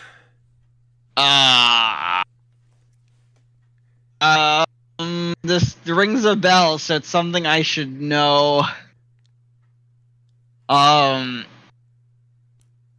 Is Gardevoir the Embrace Pokemon? Well, you instantly got it. Okay, because I was like, I know that I recognize the Embrace Pokemon, so it's like a Pokemon I've heard enough discourse about that I immediately know its thing, and I'm like, I'm pretty sure Gardevoir is the Embrace Pokemon. If it's not Gardevoir, then it's Hatterene. This putting this Pokemon on my team was a weird story. Because I found a Ralts in the wild somewhere. I think it might have been in very early on. I know it was at least like in the first half of the game. And I was looking at it, I was like, fucking, I'm finally gonna get a goddamn Ralts on my team to take revenge on that fucking Gen 3 where I never got one. Yeah, And the other thing was, I was looking at Ralts and I'm like, eventually I'm gonna make you a Gallade. And then I fucked it up because I forgot about it. And so it hit level 30 and it became a girl. So your team would have been 3 of the same members of my Scarlet run had you gotten a Gallade. In the end, I'm actually glad that I didn't. Gardevoir. In the end, I'm actually glad I didn't get a Gallade for something else that we'll talk about soon. But, like, Gardevoir wasn't like the MVP of my team, but definitely real goddamn solid. Huh. Hatterene is the silent Pokemon, because then I went to look what Hatterene was, because my brain with Embrace Pokemon was either Gardevoir or Hatterene. Hatterene is apparently the silent Pokemon. Shh, or she'll run away with her hat stock. It makes sense knowing something about her Pokedex entries, because her Shield Pokedex entry says, if you're too loud around it, you risk being torn apart by the claw on its tentacle. Okay. This Pokemon is also known as the Forest Witch. That makes perfect sense. This Pokemon can read emotions of creatures over 30 miles away. The minute it senses hostility, it goes on the attack. Imagine something 30 miles away from you senses hostility in your emotions and comes to kill you. That's Hatterene. It's a shame about that one. But yeah. Let's get on to number 4, which is going to be Oregon.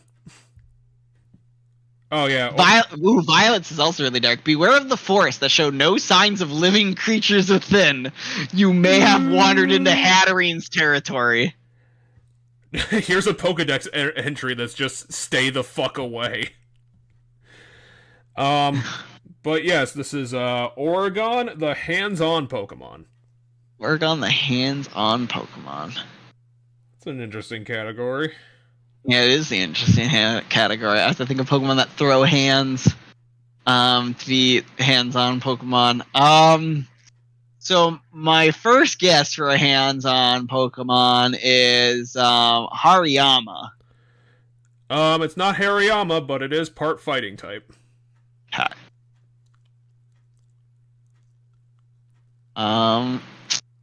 Let's see here. Hands-on Pokemon.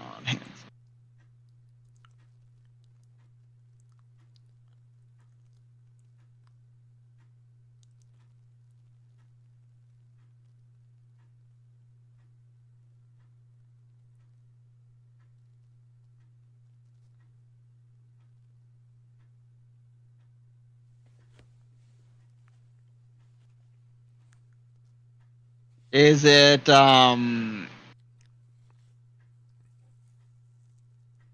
Is it Passimian by chance? No, it is not Passimian either. Is it Palmot? Oregon was my Palmot. Okay. In So, Palmot, the reason I was like, maybe that's the hands-on one is its Pokedex entry mentions something about it rubbing its hands on its cheeks. That's how it like generates electricity. It wasn't interesting, just like Serial Edge. It's a fighting electric type, a bit more interesting. Yeah. Out of curiosity, did you go through the run with Revival Blessing? Like, did you use Revival Blessing? Probably not, because it's not coming to my memory. Okay, so Revival Blessing is a move it learns upon evolving into Palmot. I remember it. It's a 1 PP move that's a full revive. Yes. Which I was like, I mean, it's really good. Not a full revive, it's a normal revive. It's half their HP. I mean, it's good, but like it's 1 PP. It's gonna take up a move slot, and I didn't think I'd get that much utility out of it. Yeah, Palmot is one of 2 Pokemon that learn that move. The other one being Rapska. Both of them are new to that gen. So I never used Palmot, but that's one of the things that I was curious about. It is a really wonky evolution because you have to do the battle alongside feature for a specific amount of time. Oh, do you? I think it was something like that. It was like 1,000 steps in that system. It was really wonky, but I managed to make it proc eventually. I was gonna say I've never used a Palmot, so I do not know. Okay, so next is Sally, which is another no-brainer probably. Sally the Rock Salt Pokemon. Oh yeah, it's 1,000 steps in the Let's Go feature. The Rock Salt Pokemon? Wow, these categories made this one really easy. So this is your Rock type, which this was on. Oh, this is the Pokemon I was forgetting from my my very first team, and I wasn't planning on using this Pokemon, and then I fell in love with it, and I cheesed the ever-living fuck out of a million things with this Pokemon. But I used this in my Scarlet run. This is Garganackle. Sally the Garganackle. Garganackle is just... Well, Knackle Stack. So, I don't know your experience and what order you did things in, but something you might not have known is the Iron Treads or depending on your version, the not Iron Treads, Great Tusk, trial comes really early on the map for how high level it is. So you're like 20 levels low level when you first walk by it. And I did it not realizing, on my first playthrough of Scarlet, I did it not realizing that it was that way. And I was able to beat it because I could cheese the ever-living fuck out of it by using a combination of Toxic from Clogspire and Salt Cure from Knacklestack. And then it just became a keep my goddamn Pokemon alive long enough to survive. And the only Pokemon that could take a hit and survive was Knacklestack. So I was able to heal Knacklestack over and over and over again with healing items while the Toxic plus the Salt Cure chipped it away. Because Salt Cure is a busted Pokemon move. Yeah, if you can get it going, which is, kind of a shame that it didn't work on the special Reviv rooms. I think it was something that they didn't work on. Like they have some weird like boss level resistances. Which I have no idea. I don't remember. But maybe the Titans didn't have those resistances that the Star Reviv rooms did. Maybe not. But yeah, because Garganackles.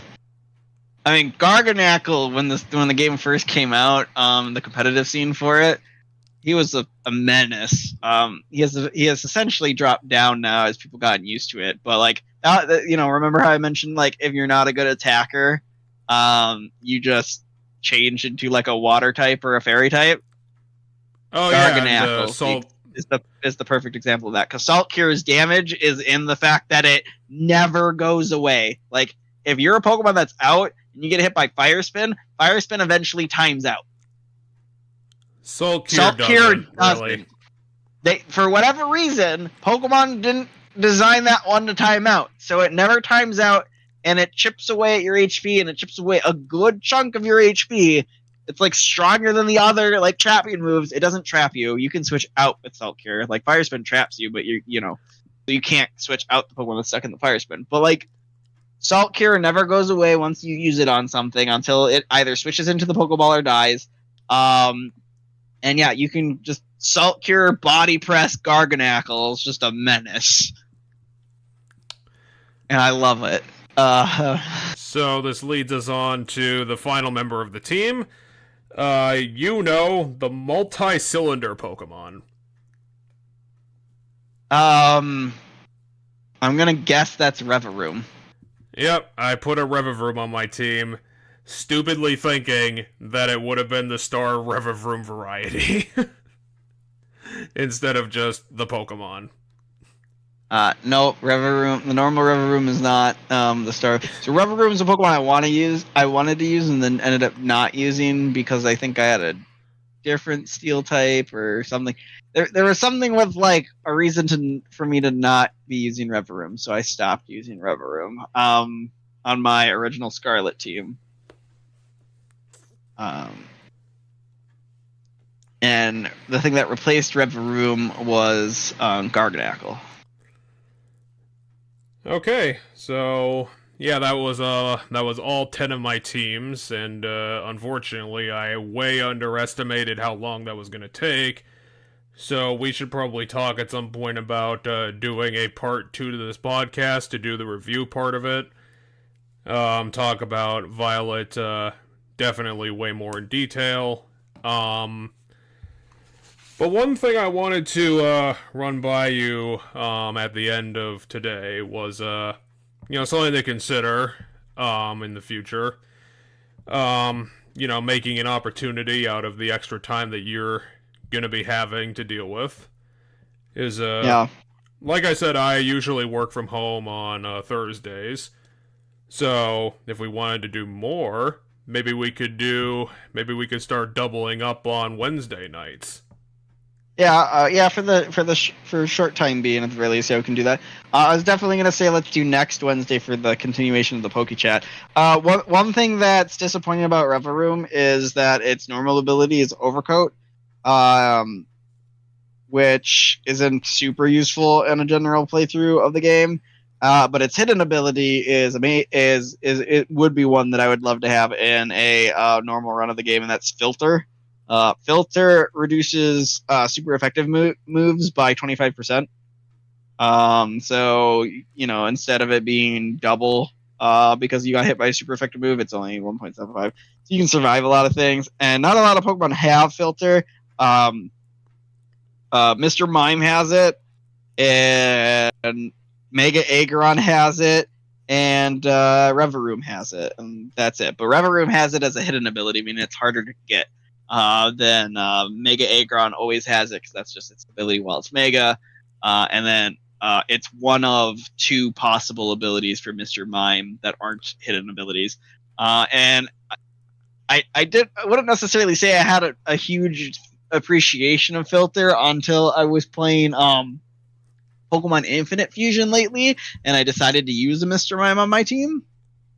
And I have physically noticed how more survivable the Mr. Mime is due to the Filter than other Pokemon. So it's really nice to have. And I'm excited to see where that team goes once I finish it. Sadly, the problem with my team currently in Infinite Fusion for my current run I'm doing, which is like my 4th run, I think still, is I was going to use Seaking. And like in a normal run of the game, Seaking's easy to get. But I'm playing in a mode called Modern Mode, which kind of Gen 6's all the routes. So you have no idea where it is. Well, I know where it is. It's just it went from being a Pokemon you can catch with a fishing rod to being a Pokemon that you like need the super rod. Like essentially, I need to get like Surf and Super. Like so, it's gonna come much later in the game than originally expected. So at first, I was gonna have it a lot quicker, and now I don't. So right now my team, and I think I showed you this team. But my team is Mr. Mime fused with Jinx, but I want to eventually fuse Mr. Mime with I want a Water Fairy type with Mr. Mime and Sea King. And then I have a Metang that I haven't fused with anything yet. Just hanging out. Yep, just hanging out. I have Butterfree fused with Oricorio. Oh, that'd be an interesting mix. I have Rose. Well, it will be Rose Raid eventually, but right now it's Roselia. I have Roselia fused with Primplub. It'll eventually be Rose Raid mixed with Empoleon. And it'll be a water poison type. I have Absol fused with Lopunny. Oh, that look a bit odd. And I have Gardevoir fused with Arbok. And it looks like because of an update, a thing changed, and I need to go fix that. So that's interesting. I didn't realize that the updates to the game could cause those things to reset. So the sprite for my so they every now and again they add new sprites to the game, and there's an update. And my Arbok with my there needs to be. Is there like a search function to the?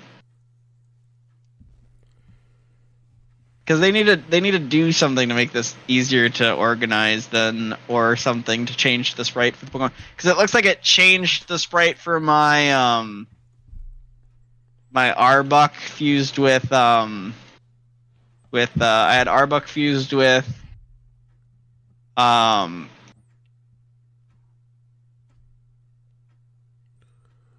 Gardevoir, and it appears to have changed the sprite to a crappier sprite, in my opinion. So I want to go and I want to change that sprite now that I booted up the game to look.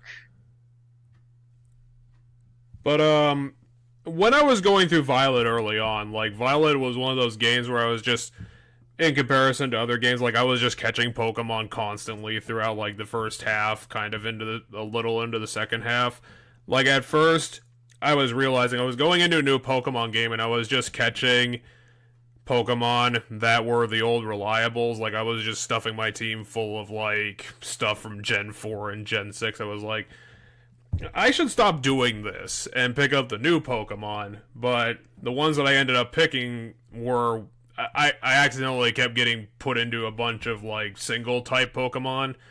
And I checked their evolutions, and they would have still been a bunch of single-type Pokemons even fully evolved. So I had to redo my team another time, and eventually I got to this. Gotcha. And you kept the single type in Garganacl at the very least. But yeah, no, I as I said, like I have used, except for Palmot, I have used or wanted to use every single member of your team. And as I said, your first three are dangerously close to what is currently my team. And had you evolved your Gardevoir correctly, or the way you originally wanted to, your team would be three of the same members as my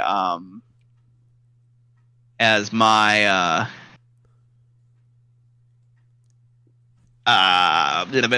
Scarlet team, or not Scarlet team, my Violet team. Like I said, I was glad that in the end, I accidentally evolved my Curlia wrong, because I ended up having a Palmot on my team, so I didn't need a second Psychic. I didn't need a second Fighting type in Gallade when I had a Fairy type in Gardevoir. Right. And I know that Gardevoir is kind of... I think she's all special attack, so... She was definitely good at that. I mean, she could take a hit or two, so she would, like I said, she was a pretty solid addition. And my final revenge against that fucking Wally kid who got a Ralts instantly. Shoulda curb stomped him and stole it.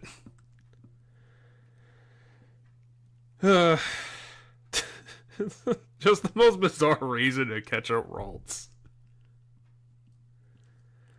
So yeah, unless you got some final words on my Gen 9 team, we probably should call it. And I think if we're gonna go with the plan, we probably should plan for Tuesday. Okay, Because Tuesday. I got plans for Thursday night, so I'm gonna have to push my work from home to Wednesday next week. Okay, we can do Tuesday next week.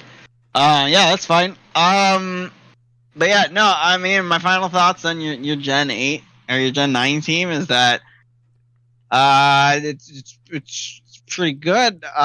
You do have a very big weakness to ground again. I noticed.